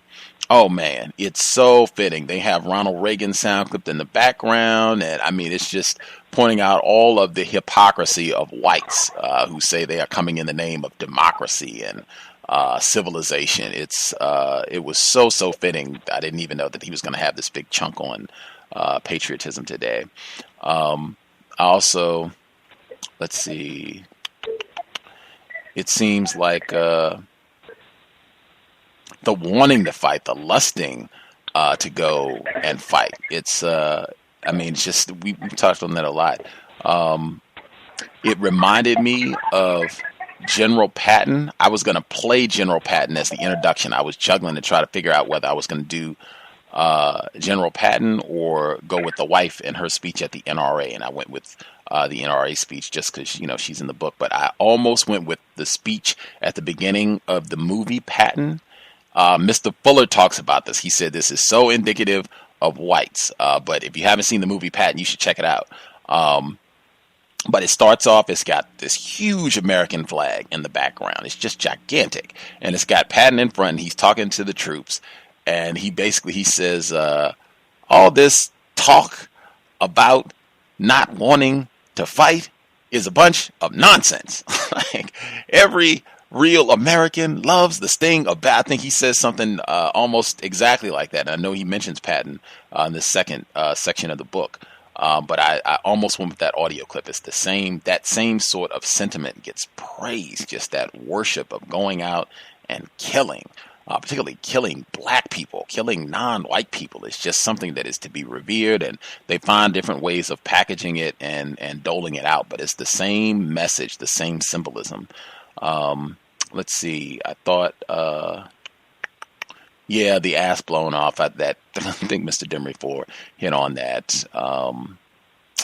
I thought this sentence as well, and it reminds me of what his wife said. I thought she was being accurate last week when they met at the bar, and she was just like, you're narcissistic, you're self-centered, you're all about just trying to show how tough you are and the whole nine. Like, I thought she was on the money accurate. And then when he comes back and he's talking about them being in this gun battle, and he says, this is great, I fucking love it, it's nerve-wracking. And it's like it seems like propaganda. Like, I think Karma had said that last week, that she feels like this book, the films like Jarhead, that sort of thing, that they're really, it's propaganda. It's like, yes, we're trying to recruit so that we can get more people to go out and be willing to tote a gun, to practice racism and white supremacy. Like it just, to me, it comes across strongly. It reeks strongly of being fantasy, just for the racist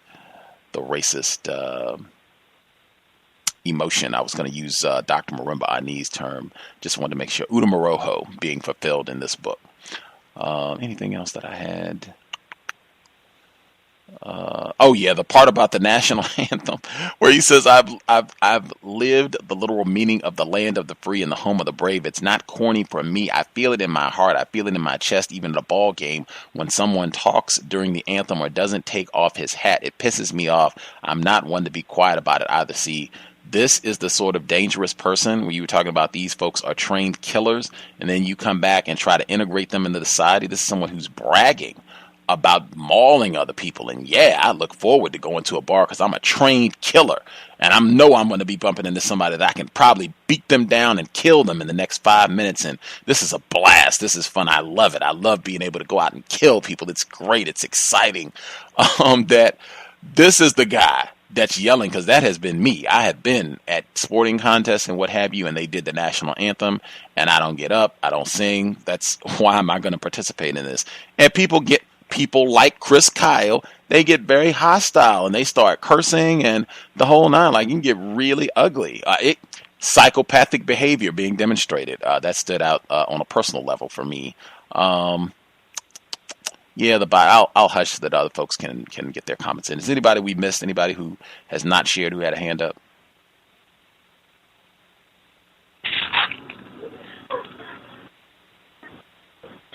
Hello, can I be heard? Yes, sir. Yeah, that happened to me before too. I got cursed out for not participating, but actually I was a kid and I went to I was big into wrestling, more white pathology. But my aunt, she took me to a wrestling match, and I stood up for the Russian national anthem because I like the Russian Nikolai Volkov and Iron Sheik, and man, they booed me. Grown men, I was about like 9 or 10. I mean, my aunt had to console me. It was horrible. But yeah, I remember that. And they, stand for the Russian national anthem. Everybody's supposed to boo. And, I stood up because that was my favorite wrestlers. And they just got me, man. But that's all I'm going to add. I'm in the store now. Oh, right on. Appreciate that. There's more homoeroticism right there. White folks in their wrestling. It's another great example. Any of the other folks who dialed in with a hand up, your line should be open. Hello? Speaking of... Go ahead, ma'am. Okay. Speaking of the skull insignia, that's the actual logo that's part of his company, Craft International. So I found that interesting, and I think that at least two of his contractors were there during the Boston bombing. They were those that were wearing the backpacks with the private contractor gear on. And then I had a question to pose to everyone. I'm someone that has worked around those law enforcement and in the military. And most of them, of course, have been white males. And I often hear them use the term brother and bro amongst each other, as the other caller mentioned, that's used in the terminology used in sports. But when I first heard that used amongst white males, I immediately thought of them getting that from black men, because I know that amongst our culture we tend to use bro or say bro or sister or something like that. And I'm just wondering if is that something that whites have gotten from us? Because I first heard it used among other blacks. So that's just a question I have, because the white males, and it's almost exclusively been white males that have used that when I've been in that environment, and they'll actually use the term bro. So I was just wondering if anyone has ever heard that, or where they get that from. Do they get that from us?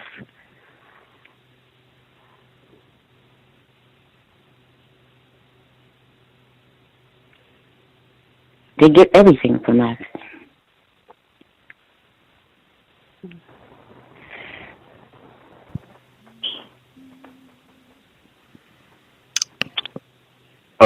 If no one else is talking, I have a question also to ask. If I have permission to do so. Mm-hmm. I have a question. Did Jerry Jones open up his stadium for this person's funeral? I'd have to look. Let's see. He was a big icon down in Texas. That would seem fitting since he was a cowboy. I know his wife talked about. Yes, he did. Yeah, that's because I actually read this story about this person before this book was written. I just have a habit of paying attention to the system of racist white supremacy and military actions, and this particular subject, caught my eye. And he literally, for free, opened up this huge stadium. I mean, when this stadium opened, it became a worldwide attention. It was given worldwide attention. This stadium itself. They brag about that's in. I don't even know the name of it, but I know it's in Dallas, Texas. And Jerry Jones, of course, is a billionaire, and he opened up this stadium for this creature's, this person's funeral. I remember that. Yeah. Also, I don't stand up. I go to a lot of sporting events from being a football coach since 1981. Go to a lot of ball games, and I don't stand up for the national anthem. And I actually have an attitude that I dare somebody to ask me about why I'm sitting down. Unfortunately, at a lot of sporting events that are primarily upwards to 90% non-white black people, they stand up routinely also, which is not to be unexpected, but nevertheless, I've been to ball games such as the Florida Classic in the state of Florida, Orlando to be exact, where upwards to at one point in time there was something like 78,000 people at the stadium, and I would imagine at least about 99% of them were non-white black people, and they quote unquote proudly stand up for the removal of their hats and the all things, the Pledge of Allegiance, the pledge that is being made. I wonder if anybody is ever paying attention to that, on what you actually are saying in the pledge. But nevertheless, non-white people routinely stand up for this propaganda. It's kind of like co-signing, so to speak, in your demise. In a sense, it flashes in my mind anyway. I could be wrong, but it's almost like co-signing on it when you do that on a routine basis. I tell you one thing: if 78,000 non-white black people did not stand up, it would be a worldwide. It would be given worldwide attention. But moving on. Anyway, I have seen where one black person not participating in the Pledge of Allegiance can get worldwide attention. Folks, the basketball player, Mahmoud Abdul Rauf. He played. Yeah, the basketball player. Yeah, mm-hmm. That got right ugly for a while. We pretty much did our 3 hours, unless somebody had a quick comment to the female caller's question about did they get that from us. I'm of the opinion that frequently when white people are doing that, they are either mocking or just trying to do a bad job mimicking black people, things that black people are stereotyped as saying and what have you. That's the impression that I get sometimes when white folks are doing it, particularly out here in Seattle. I get that impression heavily, that they do it all the time in terms of stealing our phrase, even Black Lives Matter, stealing anything, everything. But I do get that impression frequently. That might not always be the case, but it frequently comes across to me that way, that they're either trying to imitate us or mocking us or all kind of at the same time. Thank you. Mm-hmm. I agree, yes. that's nails on a chalkboard to me. I hate that. Like a white person doing that. Like that is about worse than calling me a nigger. Like, oh man, that a white person calling me bro, like that is ruined day. Unless anybody had like a quick 30-second comment they needed to get in. Yeah, you know, the ones that you work with, the ones that think they cool, and I find that most ones that do that, calling you bro, is Italians. The Italians love to, you know, after, you know, you have a little dialogue with them, you know, hey bro, and then they do it kind of in a way, you know, holding their hands like a George Jefferson, like it's insulting, and I never let them get away with it. You know, I say something smart to them, and they usually, you know, cut that back, but you know. Yeah, I ain't your brother, man, you know, something like that, but, you know, we ain't cut from the same cloth.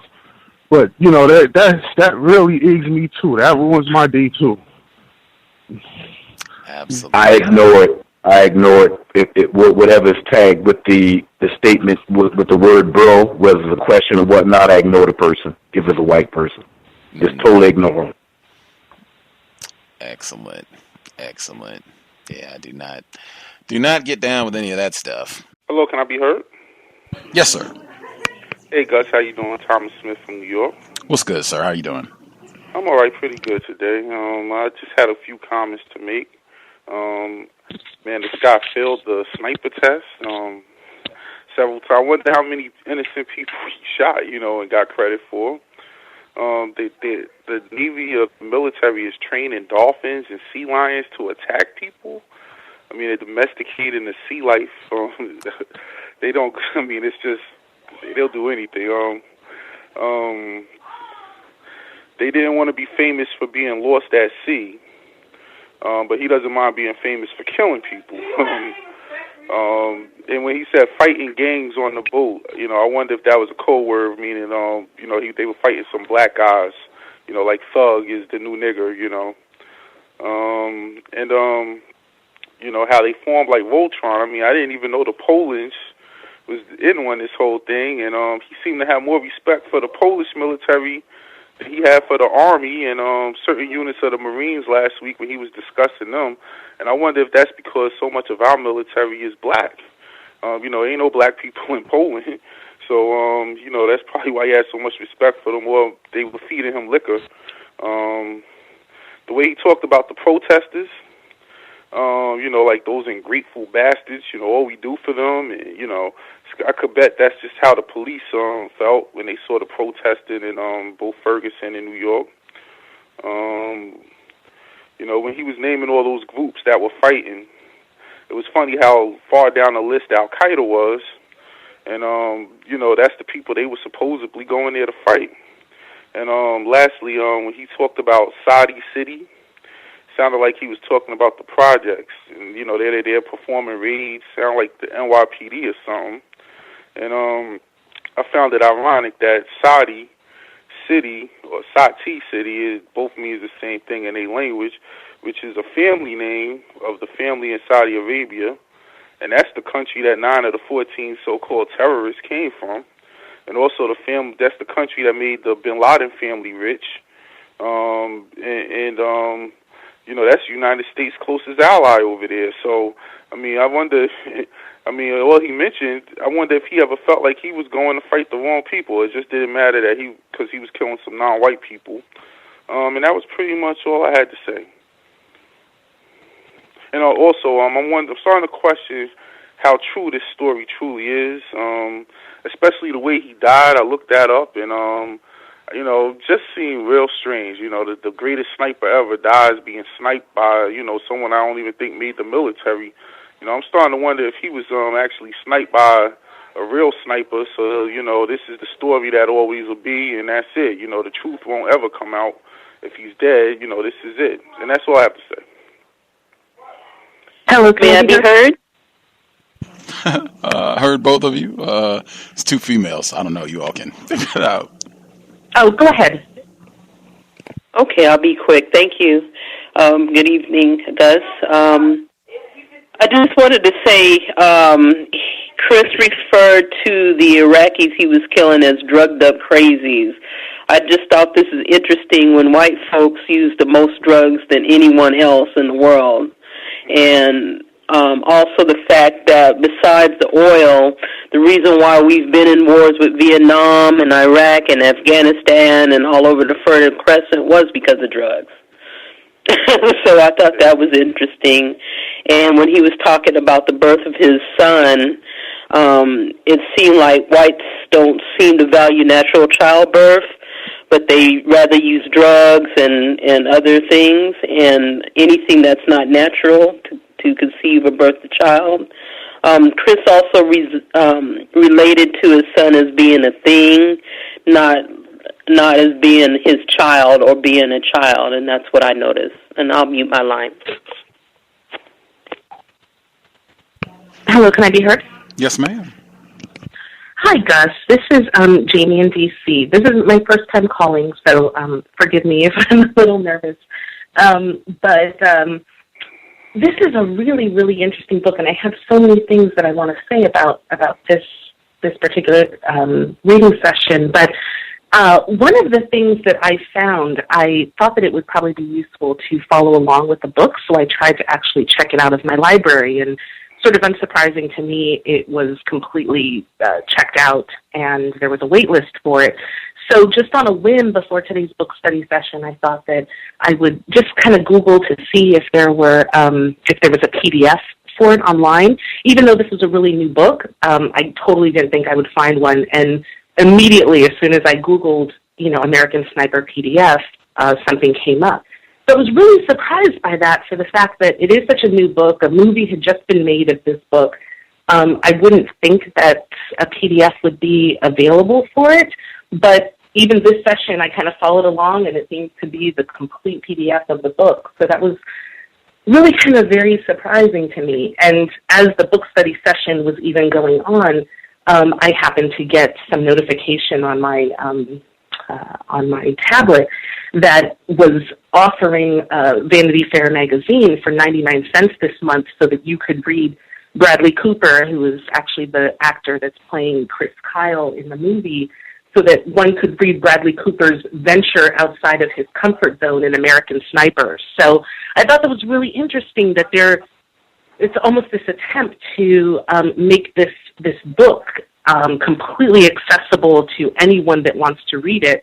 So I don't know what that really says, but I just found that really very interesting. And the other thing I'll say before I mute myself is, in response to what one of the other callers, the first gentleman that called, that he pointed out, was about his sort of alliance with the Polish. I thought was really interesting that he says that he's sharing, tactical or strategic information with the Poles, and I would think that would be a very unwise thing to do, considering although they may be, an alliance at this point.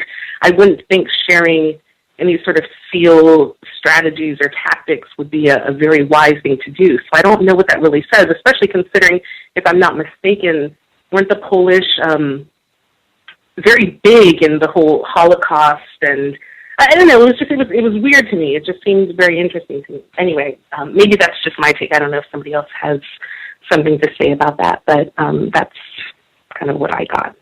So I'll mute myself. Thank you. Good to hear from you. Mrs. Lowe got hooked up with the actual film, a pretty HD quality version of the film. I have not watched it yet because we're going to be on this book for about another month, so I don't feel compelled to rush to watch it right now, but I am going to check it out so I can add that to my thoughts as we go through the book. But good to hear from you. First time caller.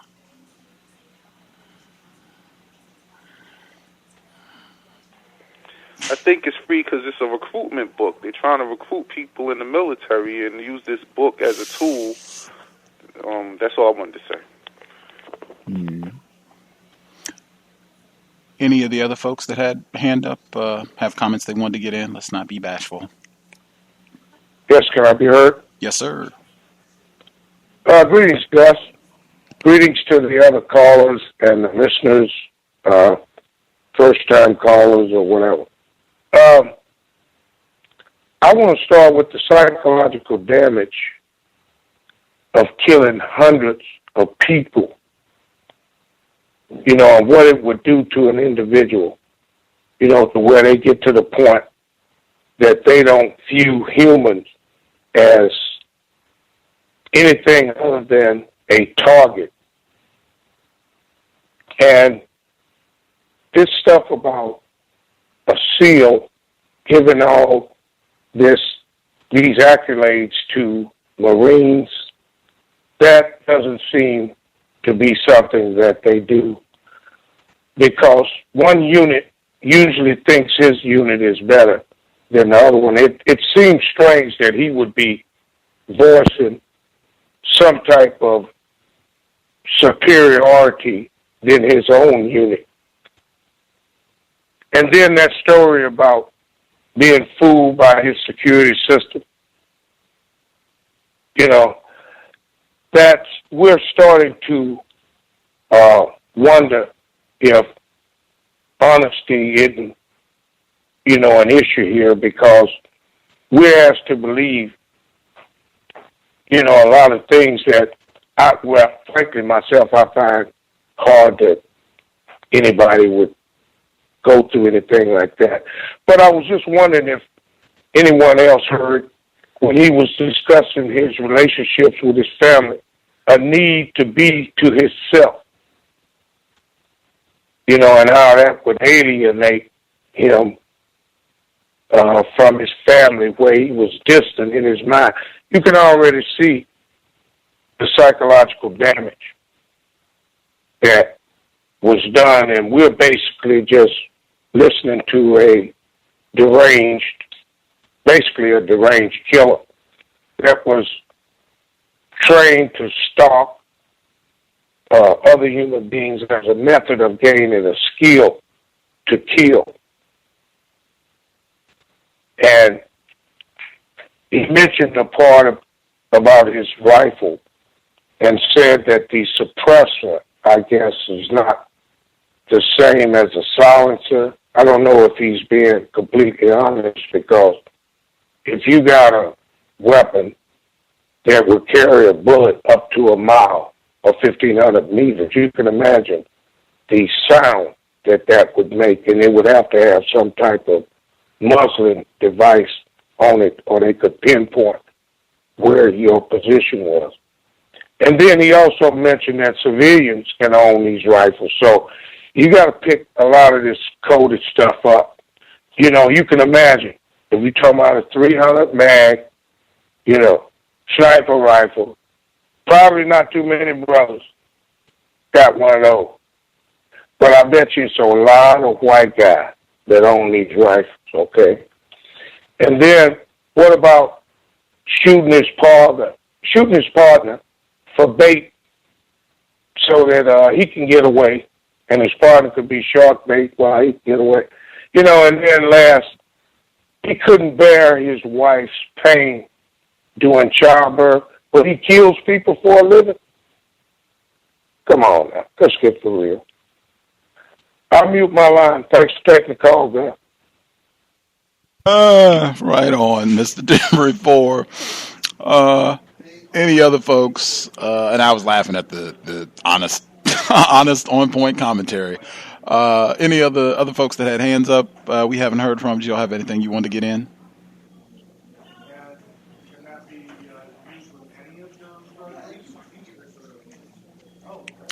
Let's roll. Anybody else? You had a hand up?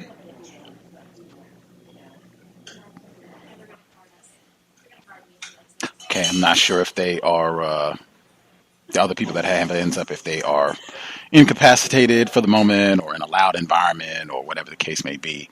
Some of the points that I wanted to make sure I got in that stood out this week.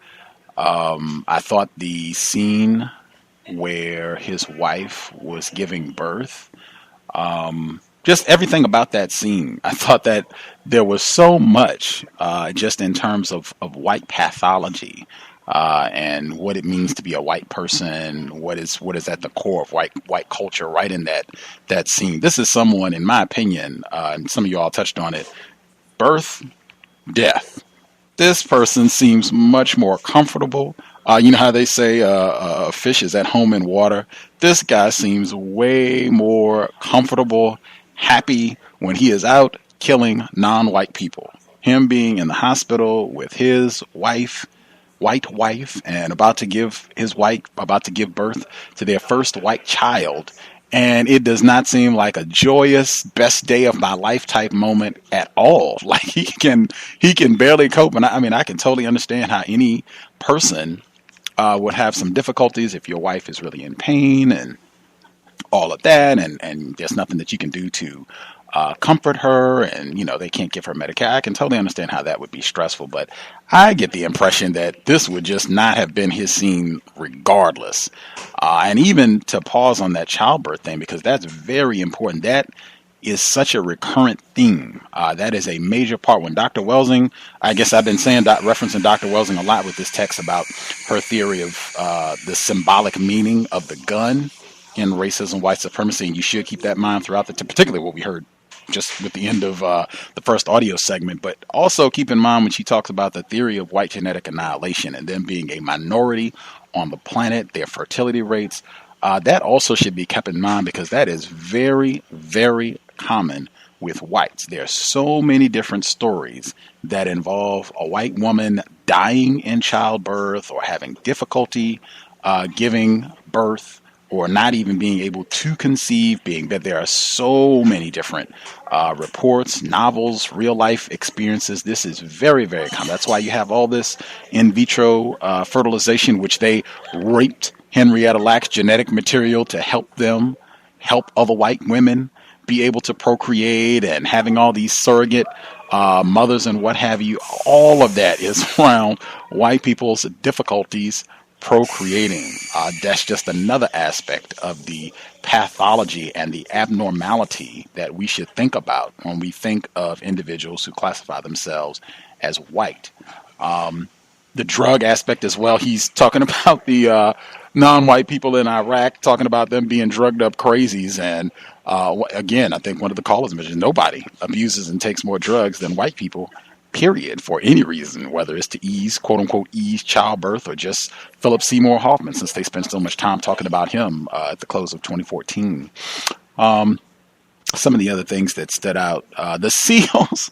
I was a little confused at first because I was like, wait a minute, are they talking about like real SEALs and sea lions and everything? Like when Mr. Fuller, when he was on the program, his fourth visit, when he said white people go to the bottom of the ocean and study a grain of sand and figure out how I'm going to use this to further stomp on non-white people, that is the first thing that came to my mind. They have trained the SEALs to attack. And that's just a whole different level in terms of when Dr. Campbell, when he talks about whites are methodical scientists. We're not talking about one-tooth third grade education white person in the class. That's not what we're talking about at all. That is the force, the foundation of this global enterprise of terrorism. I also thought as well the homoeroticism, because I had wrote about this before the program. We talked about this last week and the week before when they were the golden showers, when they were urinating on each other out in the beach and talking about what a blast this was and their training exercise.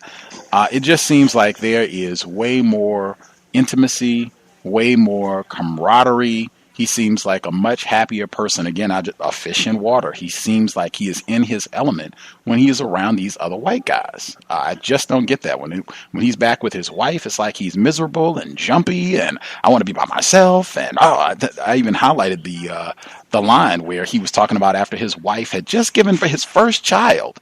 And he said that for me, this is on page 197. He said, I felt bad about leaving Taya. She was still healing from birth, but at the same time, I felt my duty as a SEAL was more important. I wanted to get back into action. I wanted to go to war. He wanted to go kill non-white people. I think just that right there. And I need to watch the film. I'm going to watch it at some point. I don't know if that comes across in the movie in terms of him going out and killing non-white people is the primary motivating factor for him that is more important than anything else, takes precedent even over being with his wife after she's just given birth to their first child. I don't know if that comes across in the film, because someone asked me about the trailer. The trailer that I saw, he was on the phone talking to his wife, so I don't know. Maybe they changed some of that around. And I even read a review today where this was a white person who had the same critique, saying, hey, they've tried to turn this guy into some sort of patriot that we should all love and admire and worship, and maybe we should all go join the Marines or some branch of service, out of our respect and homage to this guy. And they're saying this guy is a killer. This guy is a ruthless killer, according to his own words. Let's see. Trying to start family. I also thought, I think Mr. Demery was touching on this, the part where he goes into so much detail, and there's more to come, about all of the different instruments of death. And he talked about it in a manner that to me suggested a large chunk of the white readership for this book, they are likely have some sort of familiarity with the different brands of firearms that he's talking about. I don't know. Exactly what Mr. Demery said. I don't know if black people would have that same sort of familiarity and even access to firearms. Major discrepancy. And I think that's a huge aspect of white culture. All these white people that you've seen running around the street for the last 2-3 years with their open carry demonstrations, where they've been going to like Target and Chipotle and different places with their huge rifles on their back and everything. I think there was an incident in Virginia as well where somebody went to the grocery store with their rifle and freaked everybody out. They called the police and they said, oh, it's nothing we can do. The person is legal, that sort of thing.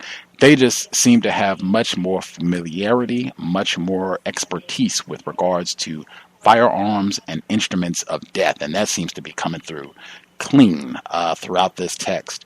Anything else I want to make sure I get to? The piss and vodka too, since that was the subheading for the type. There it is again, this urine thing. To me, that's just another form of homoeroticism, where he's talking about all this bonding that he was doing with these white Poles and drinking great vodka and just having a grand old time with them. Same homoerotic theme undertones for me. Because he says the paragraph at Holiday, he says, and this is in that same subsection, Buffalo Piss Vodka.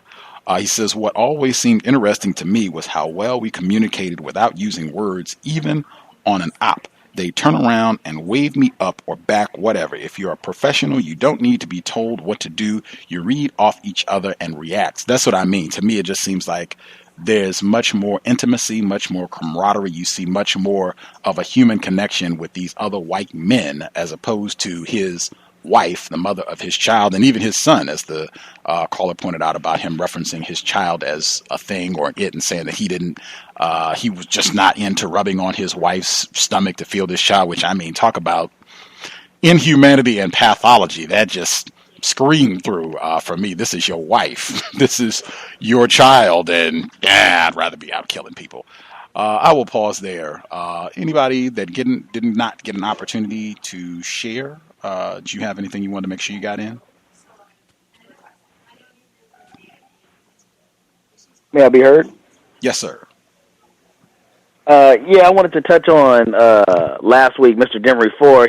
I thought he had something profound that he was saying when he was saying how the text sounded like they were trying to make like some kind of, how they were making like a hero, like it was. He said to effect like it being like a western. You know what I'm saying? Like an old western shoot 'em up, and that reminded me of, for some reason, like him, and when we read the Immortal Life of Henrietta Lacks, it was like I keep drawing this correlation, because they're admitted to not being strong in academics. Like, you know, their education is in question, and it draws me back to when we were talking about ghostwriting. And I think we have to realize too that because they are admitted saying that they're not highly, as far as their education is in question, like there's ghostwriters behind them that are making this Hollywood story that is making, because some of it just seems like some of it seems, I can hear the truthfulness. You saying like when white people, they will admit to what they did, but then some of it just seems Hollywood, and I'm listening to it and I'm just like, you know what, there are always ghostwriters behind the scenes. I don't care if it's a movie, I don't care about if it's a book. There's always these additional ghostwriters, because either one of them, Rebecca Skloot or him, like they're not proficient writers. Like they're college dropouts and not doing good in high school. Then all of a sudden you can come out with a novel. Like I'm not seeing that. But what Mr. Demery Ford was saying, like how they just try to portray this like this Western, and I just think we need to keep in mind that there has to be some kind of like ghost writing in this just to boost it up.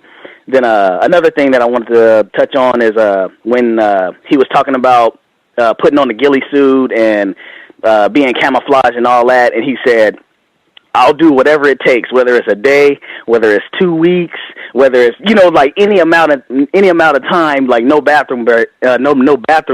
And Gus always says, like, man, white supremacy, they never take a break.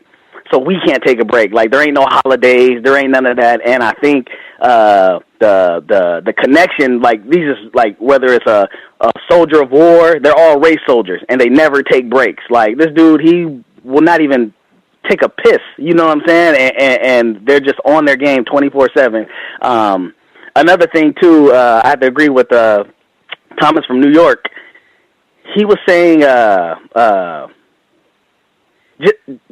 it sounds like some kind of like an advertisement. Like everything that they're talking about is like a recruitment. Like it does sound like a recruitment. And as we're reading the text, I'm Google searching like all these guns and all this ammunition that he's naming. And I do a lot of video gaming, and they got the one of the most popular games out is Call of Duty.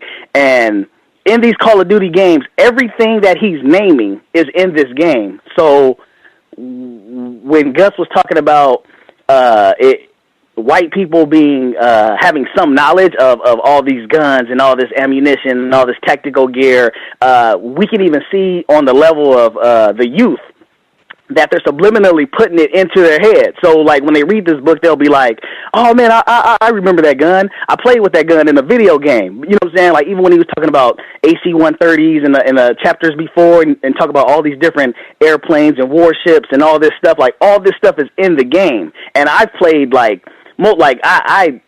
I had a strong interest in all these games. So when he's naming it, I'm like, it sounds familiar. And when I look it up, I'm like, yep, that's what that is. Like, it's not just something that's too foreign. So just checking out how, you know, the industries that are controlled by whites, like they're subliminally putting it into all the youth's head. It's out there. Like, you can just do a quick Google search and you can see how everyday encounters kids have with that. And then the connection, too, with the movies, the movie Shooter with Mark Wahlberg. A lot of the stuff he was talking about through all the Coriolis effect and all that, like all that stuff in the movie. Like, you know, and it's just surprising, like this stuff has been out there for a long time. The superstition that he was talking about that snipers have, and how, like, it just sounds like it's so closely related, like religion. And that's what you keep saying, like, man, killing is white people's religion. Like, that's what they do, man. They kill all day. But yeah, I just, you know, and the last thing I wanted to touch on was the training of the animals in the water, like the otters or whatever they are, the seals and the dolphins. Honestly, I wouldn't be surprised if they're also training the sharks. You know what I'm saying? Like, they got dedicated stuff on National Geographic talking about Shark Week. Like, the military has endless money. Gus just said it. Scientists, they have no end. The white science, they'll do anything. So if they're training sharks to attack people, I mean, they have the money, they have the resources to do it. It wouldn't even be surprising to me if you can train a sea lion, and you can train a dolphin. I'm pretty sure they found a way to train a shark. You know what I'm saying? So that's all I really wanted to say. I'll mute my line. The other person that had a hand up that hadn't spoken, you should be with us as well. I just want to say this book does have two listed. I don't know what I can't even say they're ghostwriters because it's on the front of the book.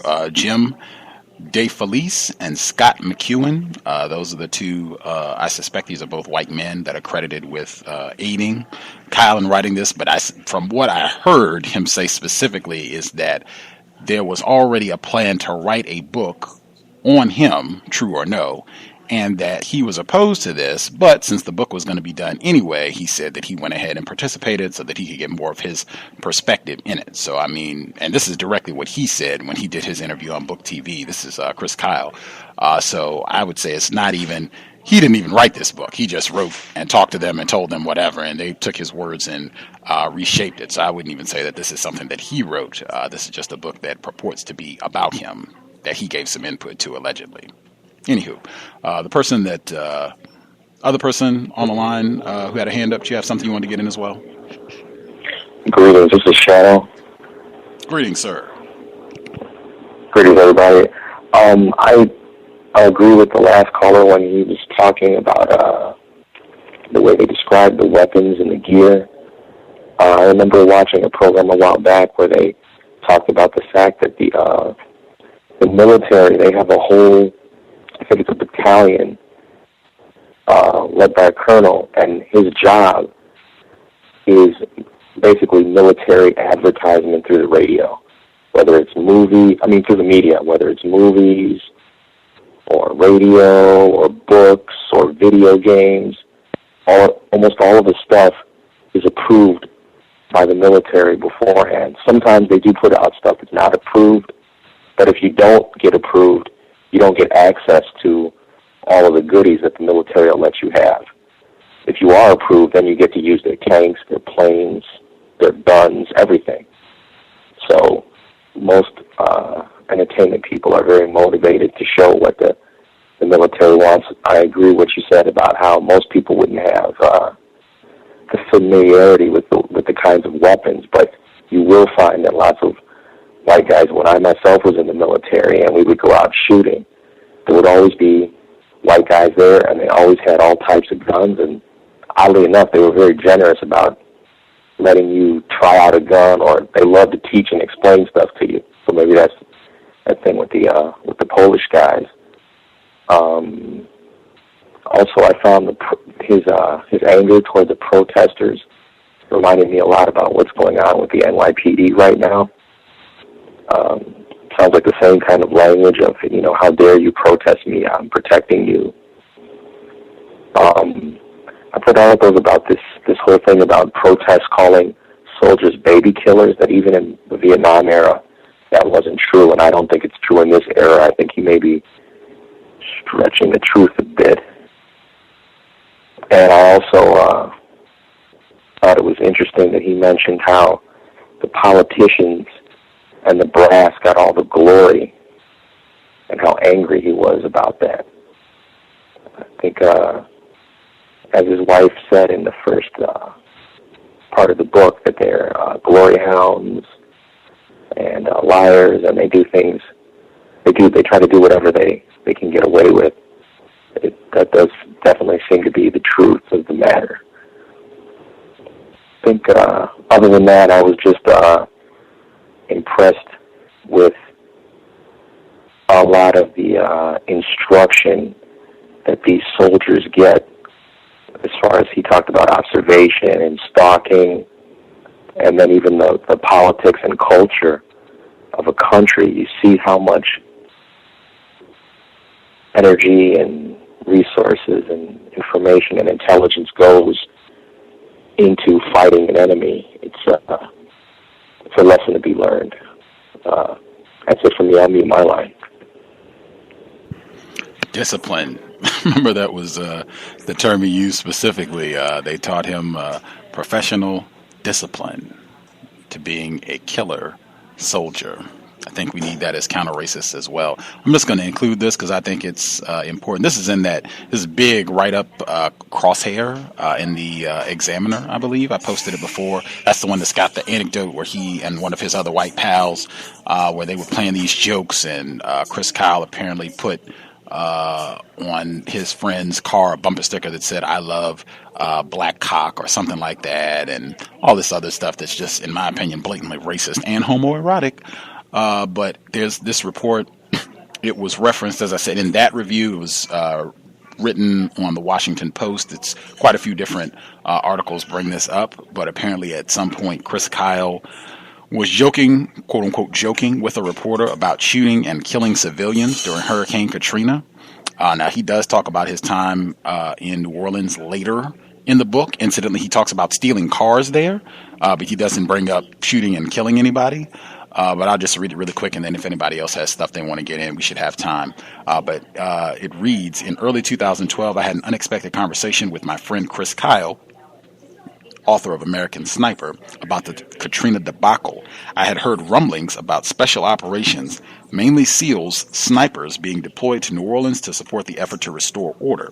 He confirmed the rumors and shared his own intimate knowledge that close contacts of his, many who were apparently still serving on active duty, took leave to work for the controversial PMC private military company Blackwater. Chris went on to tell me that the bulk of the guys he knew directly had racked up over 30 kills between them near and around the Superdome. I asked him about rules of engagement and asked who were they shooting at, and he gave me a big Texas shrug and smile. I figured out quickly that it was 180 grains of due process, usually to the head at 200 meters. And I will stop there. Now, there are quite a few sources who say that they think he was making this up, that this didn't happen. I balanced that with Cynthia McKinney's report that I think she said thousands of black people were killed during Hurricane Katrina. I think she was saying black people in greater confinement, prisoners specifically, that they were killed and their bodies were tossed wherever. She brought this up and people said she was crazy and making stuff up and what have you, but she said it was military personnel who informed her about this. I remember that, as well as A.C. Thompson's work about white vigilantes in New Orleans. There was a lot of this happening anyway, with white civilians just killing black people. So not that it would surprise me if this happened, but he did mention this. People have criticized and questioned whether or not he was making this up. As I said, a lot of white people have said that they think either parts of this book are fabricated and or other anecdotes that Gus Kyle has shared before his death also were malarkey and things that he just made up. But I just wanted to get that on the record. Anybody that's on the line, anybody else, period, whether you have a second comment or anything else you want to get in? Yeah, Gus, piggyback off of what you said earlier.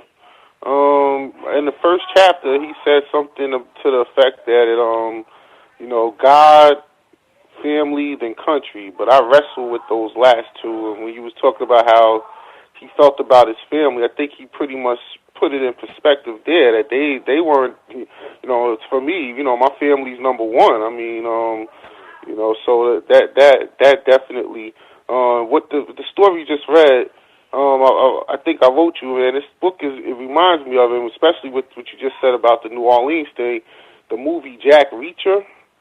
I don't know if anyone's seen that, but it has to do with sniping. And from what I remember when it came out, it had a little bit to do with this guy's, some stories he had put out there, the movie Jack Reacher. And that's the last thing I'm going to add.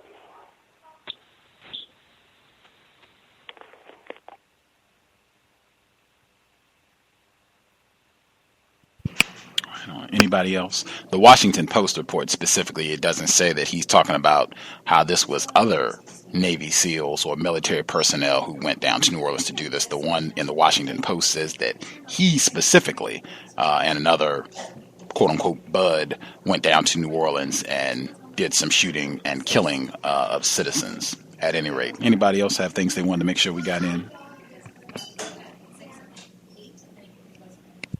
If I could say just one more thing. Can you hear me? Yes, ma'am.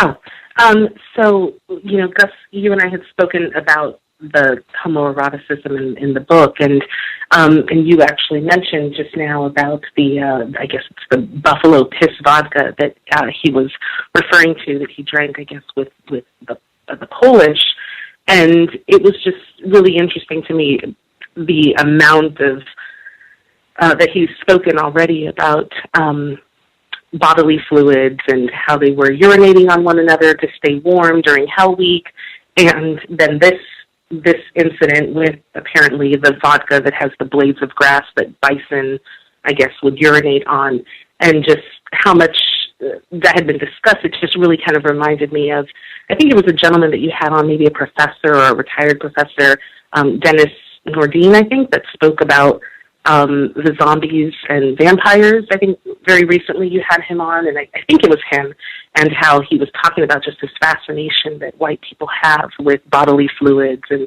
blood and things of that nature. I just thought that was very interesting how he brought that up. And just piggyback on what other people were saying, that yes, I totally think that this is a complete, recruitment device. This text isn't Mein Kampf or Adventures of Huckleberry Finn that would fall under, public domain. This is a fairly, relatively recent text, and, so it's very surprising to me that it would be so accessible to anyone, to find it as a PDF or, to be able to download the movie online or anything like that. I just thought that was very interesting.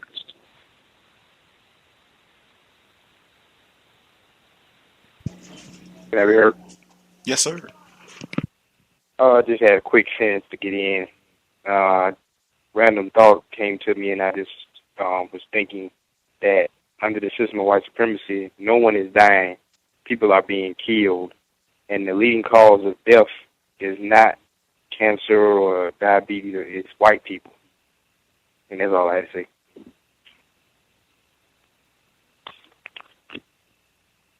May I be heard? Yes, ma'am.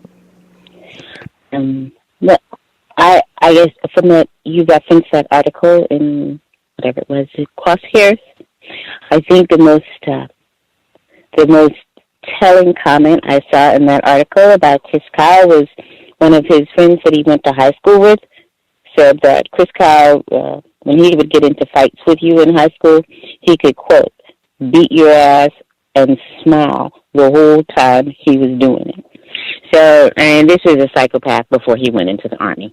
I used to think, Brown, he had those sadistic psychopathic tendencies when he was an adolescent, And the other thing is that it doesn't sound like they're rich. Most military people aren't rich. He probably never came into any real money till he came back and hooked up with some people, but while he was in the military, he probably didn't have any money. And yet he's got this sophisticated alarm system in his house. He doesn't have that, it doesn't sound like he has very much of a pot to piss in, but he's got this alarm system that tracks him throughout the entire house. And it's just a real case of misplaced priorities in my book. And then another thing I don't know if black people notice that, but he doesn't, when he's home, he doesn't seem to be comfortable in his own skin. He's only comfortable, like you said, when he's in his camouflage and his military gear and all this other stuff. But, and people out here in Texas, they wear that camouflage all the time. I just think that they're not comfortable in their own white skin. They feel like they're exposed. And he was saying that he never felt safe. He just never felt safe when he was at home. He was more jumpy when he was at home than he was in the military. And maybe some of that could be withdrawal. They do feed these guys drugs when they get out of the country, and it keeps them pretty jumpy and pretty tight. And maybe he's always going through withdrawal when he's at home. I'm sure they wouldn't mention that in the book at all. But those are some of the things that I observed. That just for comparison's sake, since I made such a big to-do about it during The Immortal Life of Henrietta Lacks, how they went into all of the detail about, every deed that any of the Lacks family got on their first grade report card, or any other trouble that they had with enforcement officers, or any crimes they committed, speeding tickets, dirty fingernails. In my opinion, you don't see that here. You don't get any information if his wife Taya, if she ever had any other than her vomiting from drinking too much on their first date. But you don't get all the details about problems and bad things that she did. They don't go through and he wasn't even arrested. He would go out and brawl in bars and what have you. And he said that they wouldn't even arrest him, or they would drop the charges. And that's what I mean about it. It's such a stark contrast when you're reading about a black person who's not a killer, a black person who is a victim, and we got to read every bad thing that they and their cousins and nieces and nephews and children's and great-grandchildren, every bad thing that they ever did has got to be included. They don't do that when it's white people. They might mention off here or there one or two things, but that's certainly not going to be the focus. You're not going to have a prison letter from Chris Kyle when he had some drunken brawl while he was. You're not going to have that in this book at all, and I see that consistently. Unless somebody has something they can get in like super quick, 60 seconds, we're going to get to the second audio clip. Anybody got something that they can get in quick? One last comment. This guy is always talking about being stressed in cyber school, being stressed in basic training, being stressed. He says we need this being stressed. These people, when they're not doing that, they're doing stock car races, base jumping out of planes, climbing the Himalayas. I think that eventually we have to reconcile ourselves to the fact that there is zero chance of peace with these people. They will not be able to abide by it. They cannot stand it. Right on. 60 seconds. We will start the second audio segment. Again, we're starting, it should be on well, for me, it's 213. The subheading is Body Armor and Rig. This is still Chapter 6, I believe. Body Armor and Rig. For me, it's 213 for the people that are following along.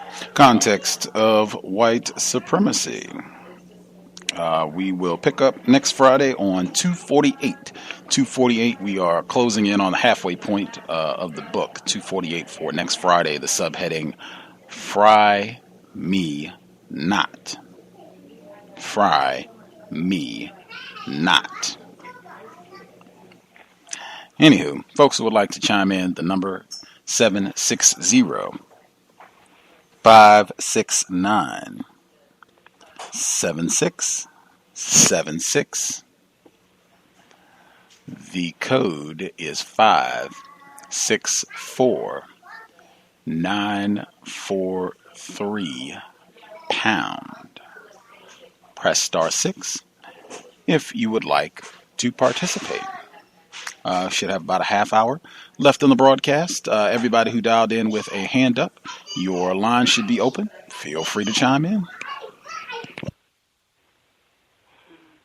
Good night. I was on this Scott McKeown, whatever, I can't pronounce his last name, this white man's website.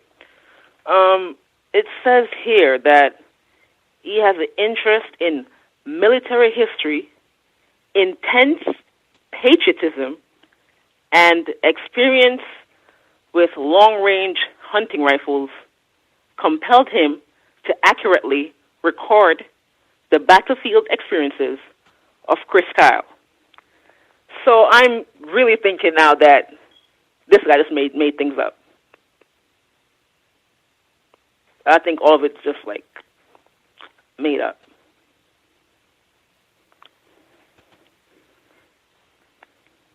Mr. McEwen, if folks check some of the other projects that he has been an author for, it's all of it. I think almost everything that I saw, at least, was associated with killing, warfare, battles, and it looks like some of it is fiction. Right, like it's advertised as a novel, so that people know that this is him just making stuff up. So it certainly seems like he definitely has a major interest and a skill set that would enable him to construct something where you can weave in some bits of things that did happen, and then anything else that you just want to add on to embellish and either aid the propaganda effort to recruit more folks to go out and be killers in the U.S. military. And or for whatever other purposes this book serves in reinforcing the system of white supremacy and promoting some of the core values in the system of white supremacy. But yeah, Scott McEwen.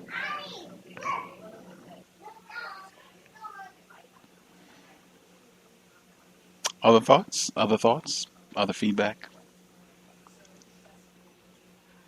Yeah, and he seemed very trigger happy. He said that at one point he just wanted to kill, like he just wanted to kill somebody. It's like it came right after he started to kill. It was like after he had the first kill, the second kill was much easier. He keeps saying that stuff. And he says stuff like, he always wish he could kill more. Like it was never enough. There was never enough dead bodies for him. There could always be more.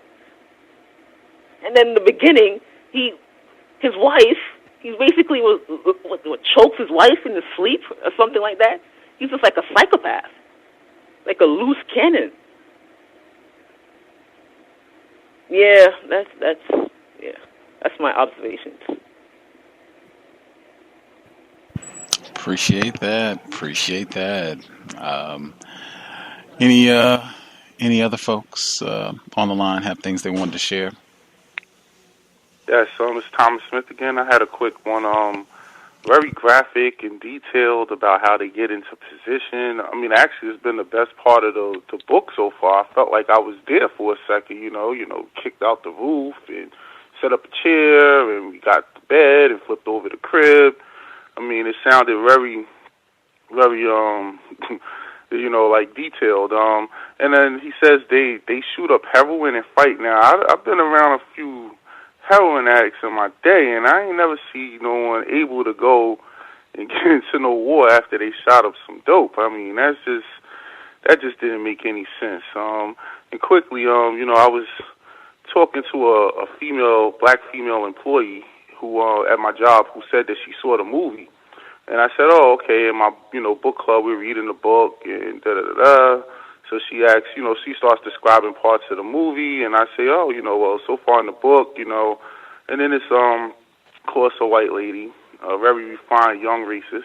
She jumps into the conversation, what you guys talking about. So we both kind of brush her off, and she says, "Oh, I heard you say you're reading a book about a sniper. Is it the DC sniper?" Now I'm thinking, now after reading, I mean, I associate sniping with white people. I mean, white people seem to now associate sniping with black people. I mean, I was like, "Oh, I'm talking about the sniper." Who, she acted like she didn't know what I was talking about. And I was like, wow, but the first person you think of is the DC sniper? So very strange, but that's my observation so far. Just real quick on that, I think, I'm not sure it was last week. It might have been the first week when it was released, back December 25th when it came out. A white person wrote a scathing review of this film and the book and all of it, with a whole lot, like I said, it's a whole lot of white people who think that this book is a fabrication. They just made this up, and it's a whole lot of white people taking that stance. This is one of the white people who wrote this review, but he compared Gus Kyle to John Muhammad, saying that we are glorifying a killer. It would be the same thing if somebody put out a movie and saying that John Muhammad is this great guy and is wonderful, and we should all try to be. He was a veteran too. We should try to be like him, and he was a patriot. And a lot of white were just furious, like, how are you dare compare Gus Kyle? He is a patriot, and compare him to some filth like John Muhammad. But that was just within the last 2 weeks. Somebody compared the two. Unbelievable. So they found something else to slander us with. Now when you think of sniping, white people automatically, first thing that pops in their head is not the Navy or the military or any of that stuff. It's a black person. And lastly, earlier the lady added that she didn't think they had a lot of money. And as far as I know, the SEALs get paid way more than the rest of the military to go on some of these crazy missions where, they might have to get a hostage for whatever. And I mean, as far as I've always seen, they always get like, maybe a few, a lot more than the rest of the military to go on some of these outlandish missions that we'll never know about.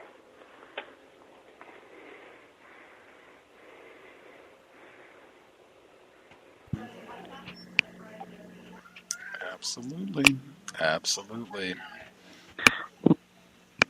Well, didn't am I just thinking of another book? Didn't he say something about he didn't make any money until they got a chance to join those mercenaries, like what was it called, Blackwater or something like that? I don't know, but I guess you could, and SEALs could get more money, especially any underwater stuff pays more per hour. But then again, those people don't last long either. So, but I like the fact that with all of, him looking through the scope and watching people's brains explode when he, shoots at them, being able to see all that blood and gore close up and, through the scope. I like the fact that they stopped and they repaired the holes in the walls that they made when they, unfortunately had to occasionally do that in the homes. And also the fact that they gave those people $300 as soon as they were sure that they hadn't participated in any fighting, especially the males who, from any fighting age males, they gave them money to get out of the area. But the ones who stayed, if they were fighting age, of course they were monsters. And I'm curious as to where are the dogs? I know there's got to be dogs somewhere. They don't go anywhere. Even on those pictures they showed when they were torturing those people in Afghanistan, they had dogs. They were torturing them with dogs. Does anyone know anything about the use of dogs during this military operation? They had to be somewhere.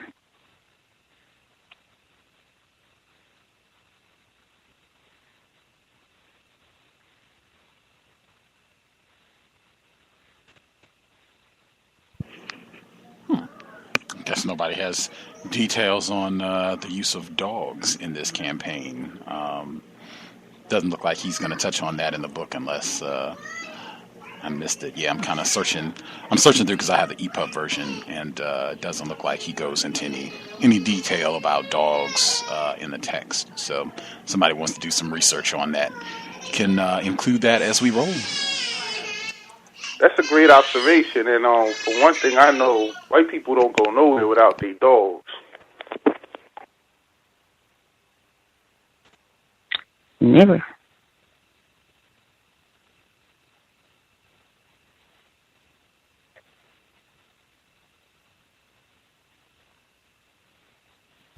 Other comments? Folks wanted to make sure they get in. Anybody else that's on the line?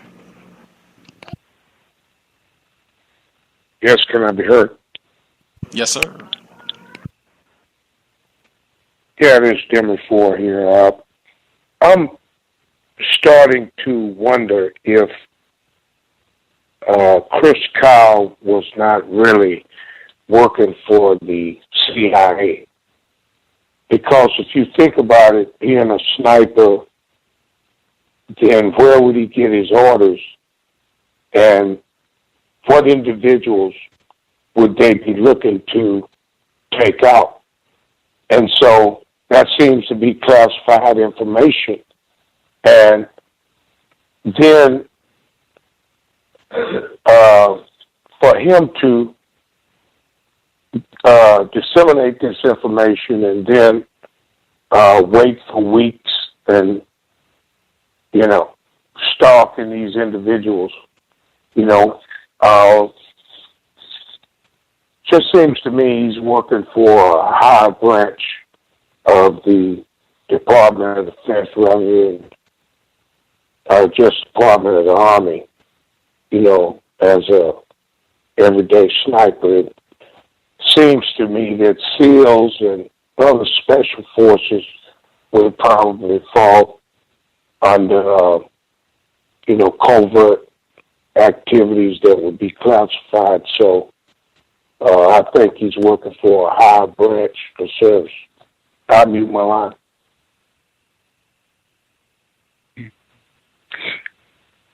I don't know if it was the book or a related article, but didn't they say that when he came back, there was a guy in Dallas who gave him a lot of money to start his own company,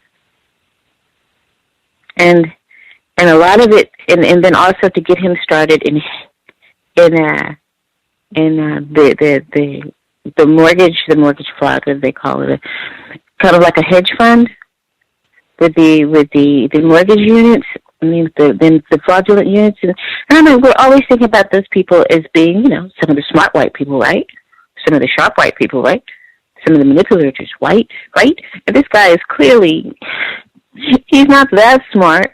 He's got his own company. He's touring around. He's getting all of these book interviews, coming across like some erudite, whatever.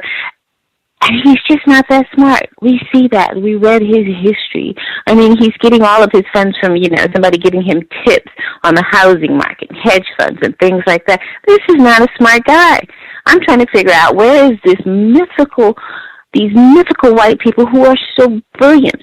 I've met the deans of universities. They're not that brilliant. They just have more time and resources. If I could sit around all day thinking of how to train SEALs and things, if you have all the time in the world, all you have to do is just sit there. If you don't have any pressures on you to produce and try to take care of your family because you have so much extra time and money, you can spend your time figuring out how to train SEALs. So I've never met these genius white people, and I meet movers and shakers a lot. But I guess I'm not meeting the right movers and shakers. I'm not really meeting the right people at BP. I'm just not meeting the right ones. They're not that smart. These people don't even just barely get out of high school, and some of them don't graduate. And they are ruling the world. They are ruling the world.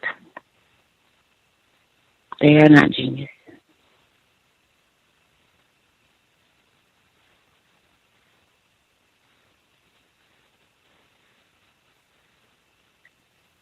Any other folks have a hand up? Make sure they want to get any comments. Anybody we hadn't heard from?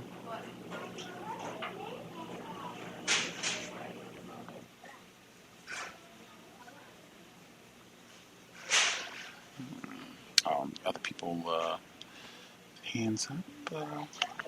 Everybody who has a hand up, line should be open. Hi, can I be heard? Yes, ma'am.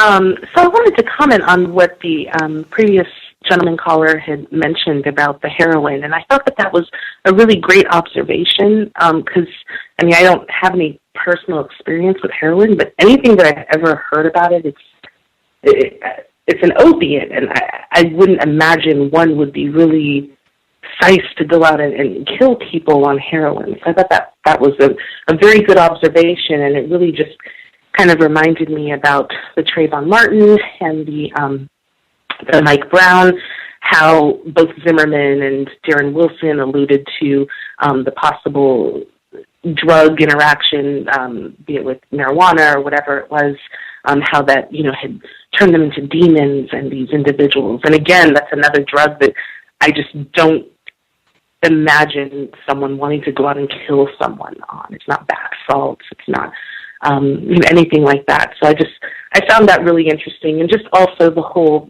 comment that he had made in the book about going into these houses and basically just pillaging, any guns or money or anything that was there, and this whole Tiger Woods game and sort of the wink that he does to the white reader that, if I had taken this, like, that he didn't take it, that he's innocent, that he's this, individual who would only do something that was upstanding. I just found that really interesting, and that's complete white psychology to me, this idea that, we don't do anything wrong. So that was just something that stood out to me that I just thought is completely in line with their behavior. Anyway, I'll mute myself. Thank you. Absolutely. I thought that was, and again, I would just contrast that with what we heard with Henrietta Lacks, where we can't even get, we're talking about a video game, right? We're not talking about embezzlement or rape or child molestation. Just, okay, I took a video game while I can't even get a clean, I took it. Well, if I did, and, officially I'd never do so. It's just standard practice of racism, white supremacy, and the way that these white characters in these types of books. I can't even imagine how this is going to play out in the film. I am definitely going to watch and offer my 2 cents or what have you on it once I make the time to watch the film. But I feel like that is a huge difference in the way that they portray and talk about white people and what they've done, particularly when you talk about criming while white, the way that it gets presented, drastically different from these savage, drugged maniacs that they're fighting against non-white people. And I thought for a moment that I was listening to Darren Wilson as opposed to Chris Kyle with the text towards the end there. Some of the other notes that I also, got all of that. The consistent dehumanization of non-white people, where he says that they made rat holes so that they could get from one building to the next without having to actually come out and be visible on the street. Where he talks about they were like a pack of rats, and once they moved from one spot to another, it's just consistently with their savages, their fanatics, their rats, animals, anything that makes it easier to, yes, we should kill them, they're vermin, we should kill all of them. Same type of propaganda campaign that Joseph Goebbels ran in Nazi Germany during the Third Reich. I also thought it was significant, in my view, it is very sexualized, the way that they're talking about killing, and that's something that's come on the program a lot. Dr. Curry talked about that, how practicing white supremacy and killing non-white people ends up almost being like an aphrodisiac. I'm paraphrasing, but he said that both his last visit, which was just a couple weeks ago, and his visit from this past summer, but just the phrases that he talks about, where he says he was looking forward to getting some action. We were looking forward to getting it on. He said from our first segment, he talked about lusting for his brother's gun. To me, it just seems very consistent, this sexualized way of talking about violence and killing. And that's something that I think is pretty consistent, ubiquitous throughout the entire system of racism, white supremacy, throughout white culture. The way that white people just seem to just have this insatiable appetite for killing and inflicting harm, lethal harm, on other people, especially black people. This rejoicing of violence, Mr. Fuller has talked about this, how it's so, the psychosis of bragging about kills. Like, I'm going to put another notch on my belt. You even see, I mean, that's the whole history of John Wayne and Patton, and it's rife throughout the system of white supremacy. But him saying, I got 3 that day, and Ray got 2. This kind of weird, keeping a tote board. Even though he says at the beginning, people ask me about how many people I killed, and, my response is, what does it matter? Is that going to make me more of a man or lesser of a man? And it's just obvious. It comes through almost every page. This bragging and boasting and desire to kill more. Got to kill more. I wish I had killed more, and I couldn't wait to kill somebody. And then to have the audacity and come back and say that the savages that they were fighting against had some sort of fanatical bloodlust. It's hypocrisy and projection. It abounds. Let's see.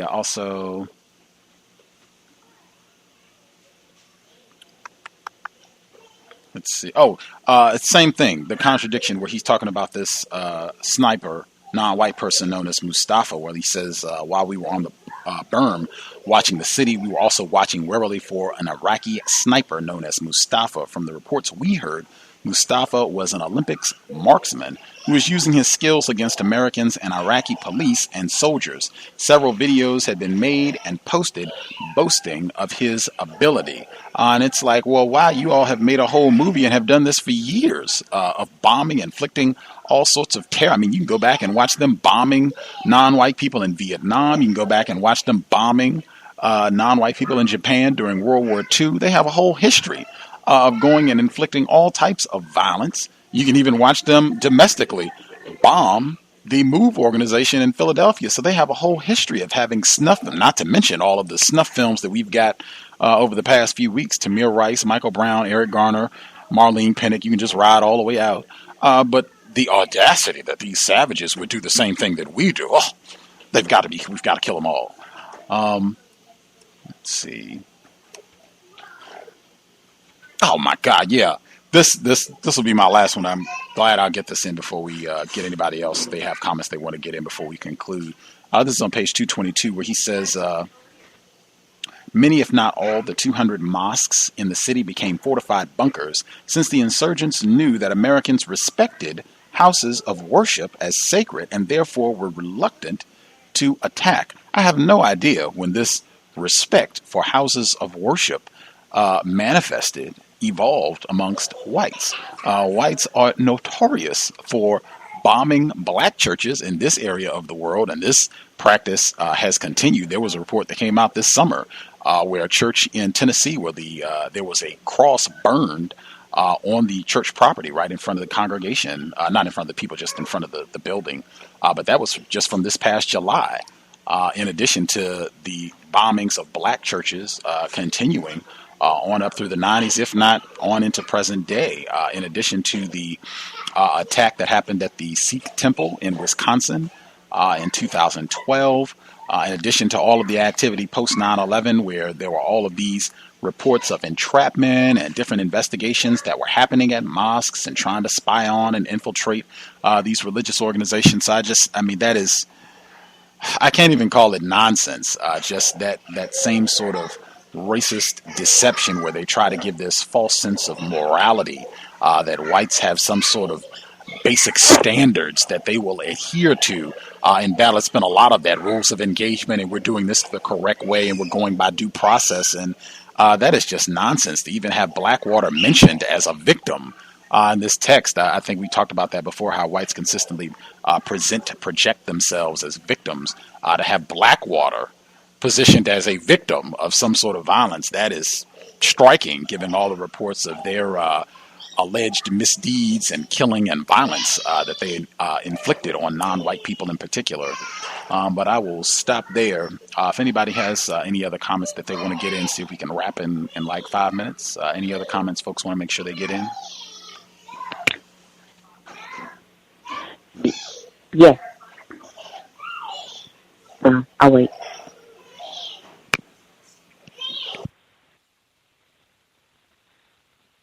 Was there somebody else? Did y'all hear somebody else?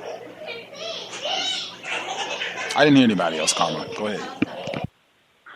I always wondered why the 100+ countries that offered to go in and do relief work and give aid to the people who suffered from, after Hurricane Katrina when the levees failed.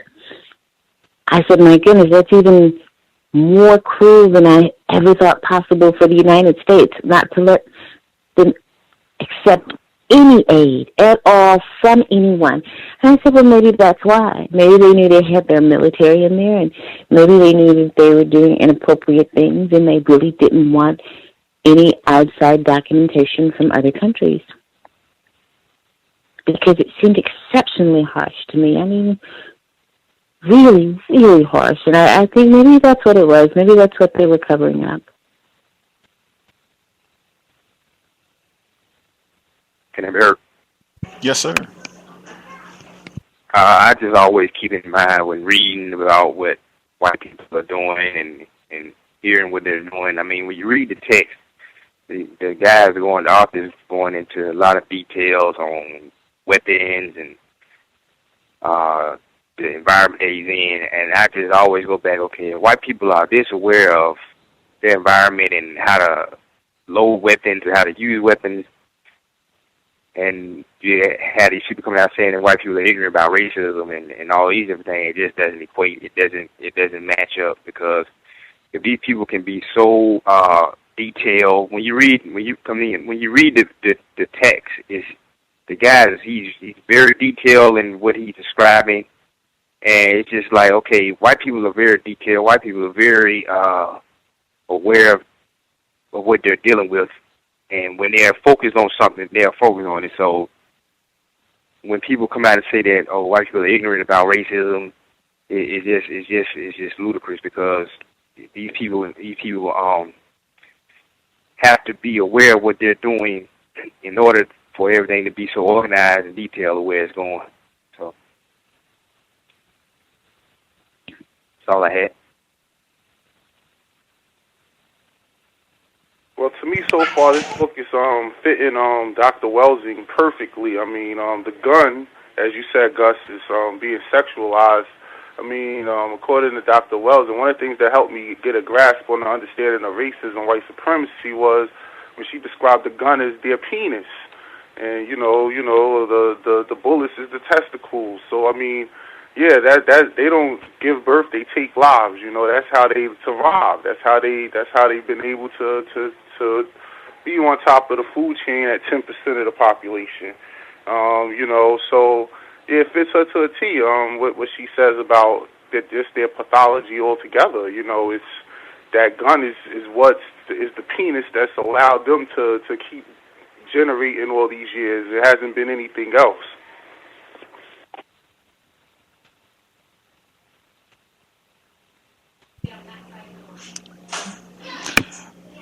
Anything else? Folks want to make sure they get in before we wrap up.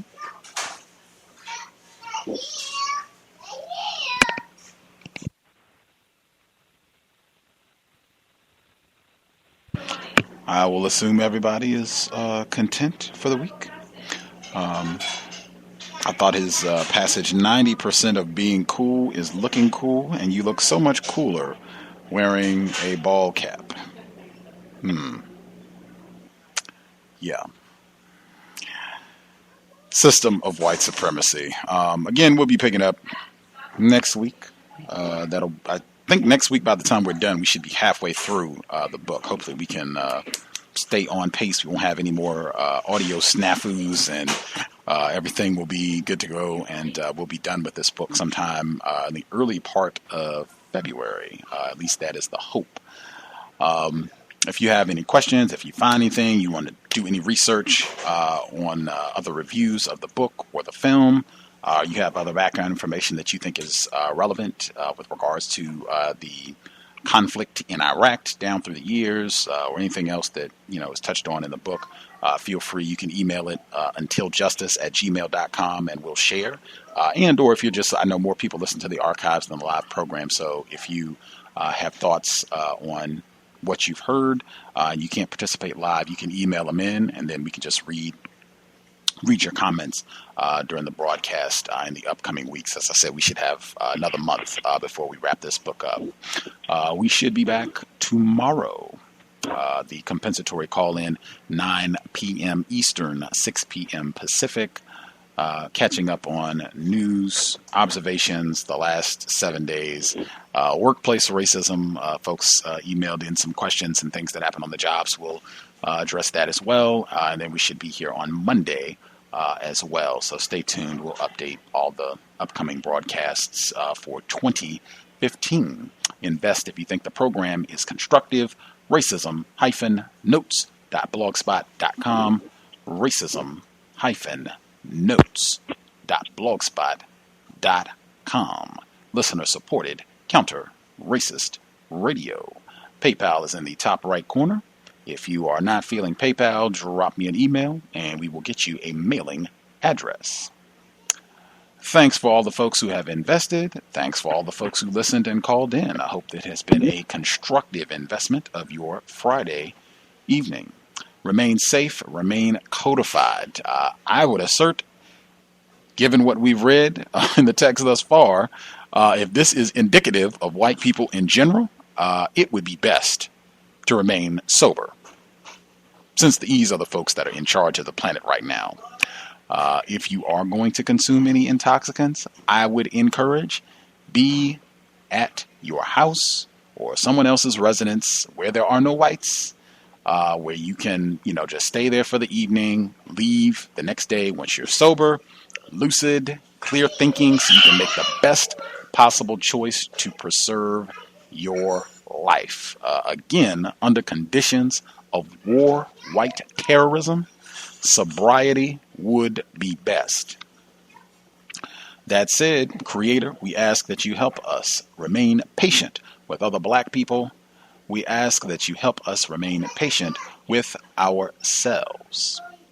Help us maximize black self-respect at all times, in all places, every area of people activity, and each and every time we are in contact with another black person.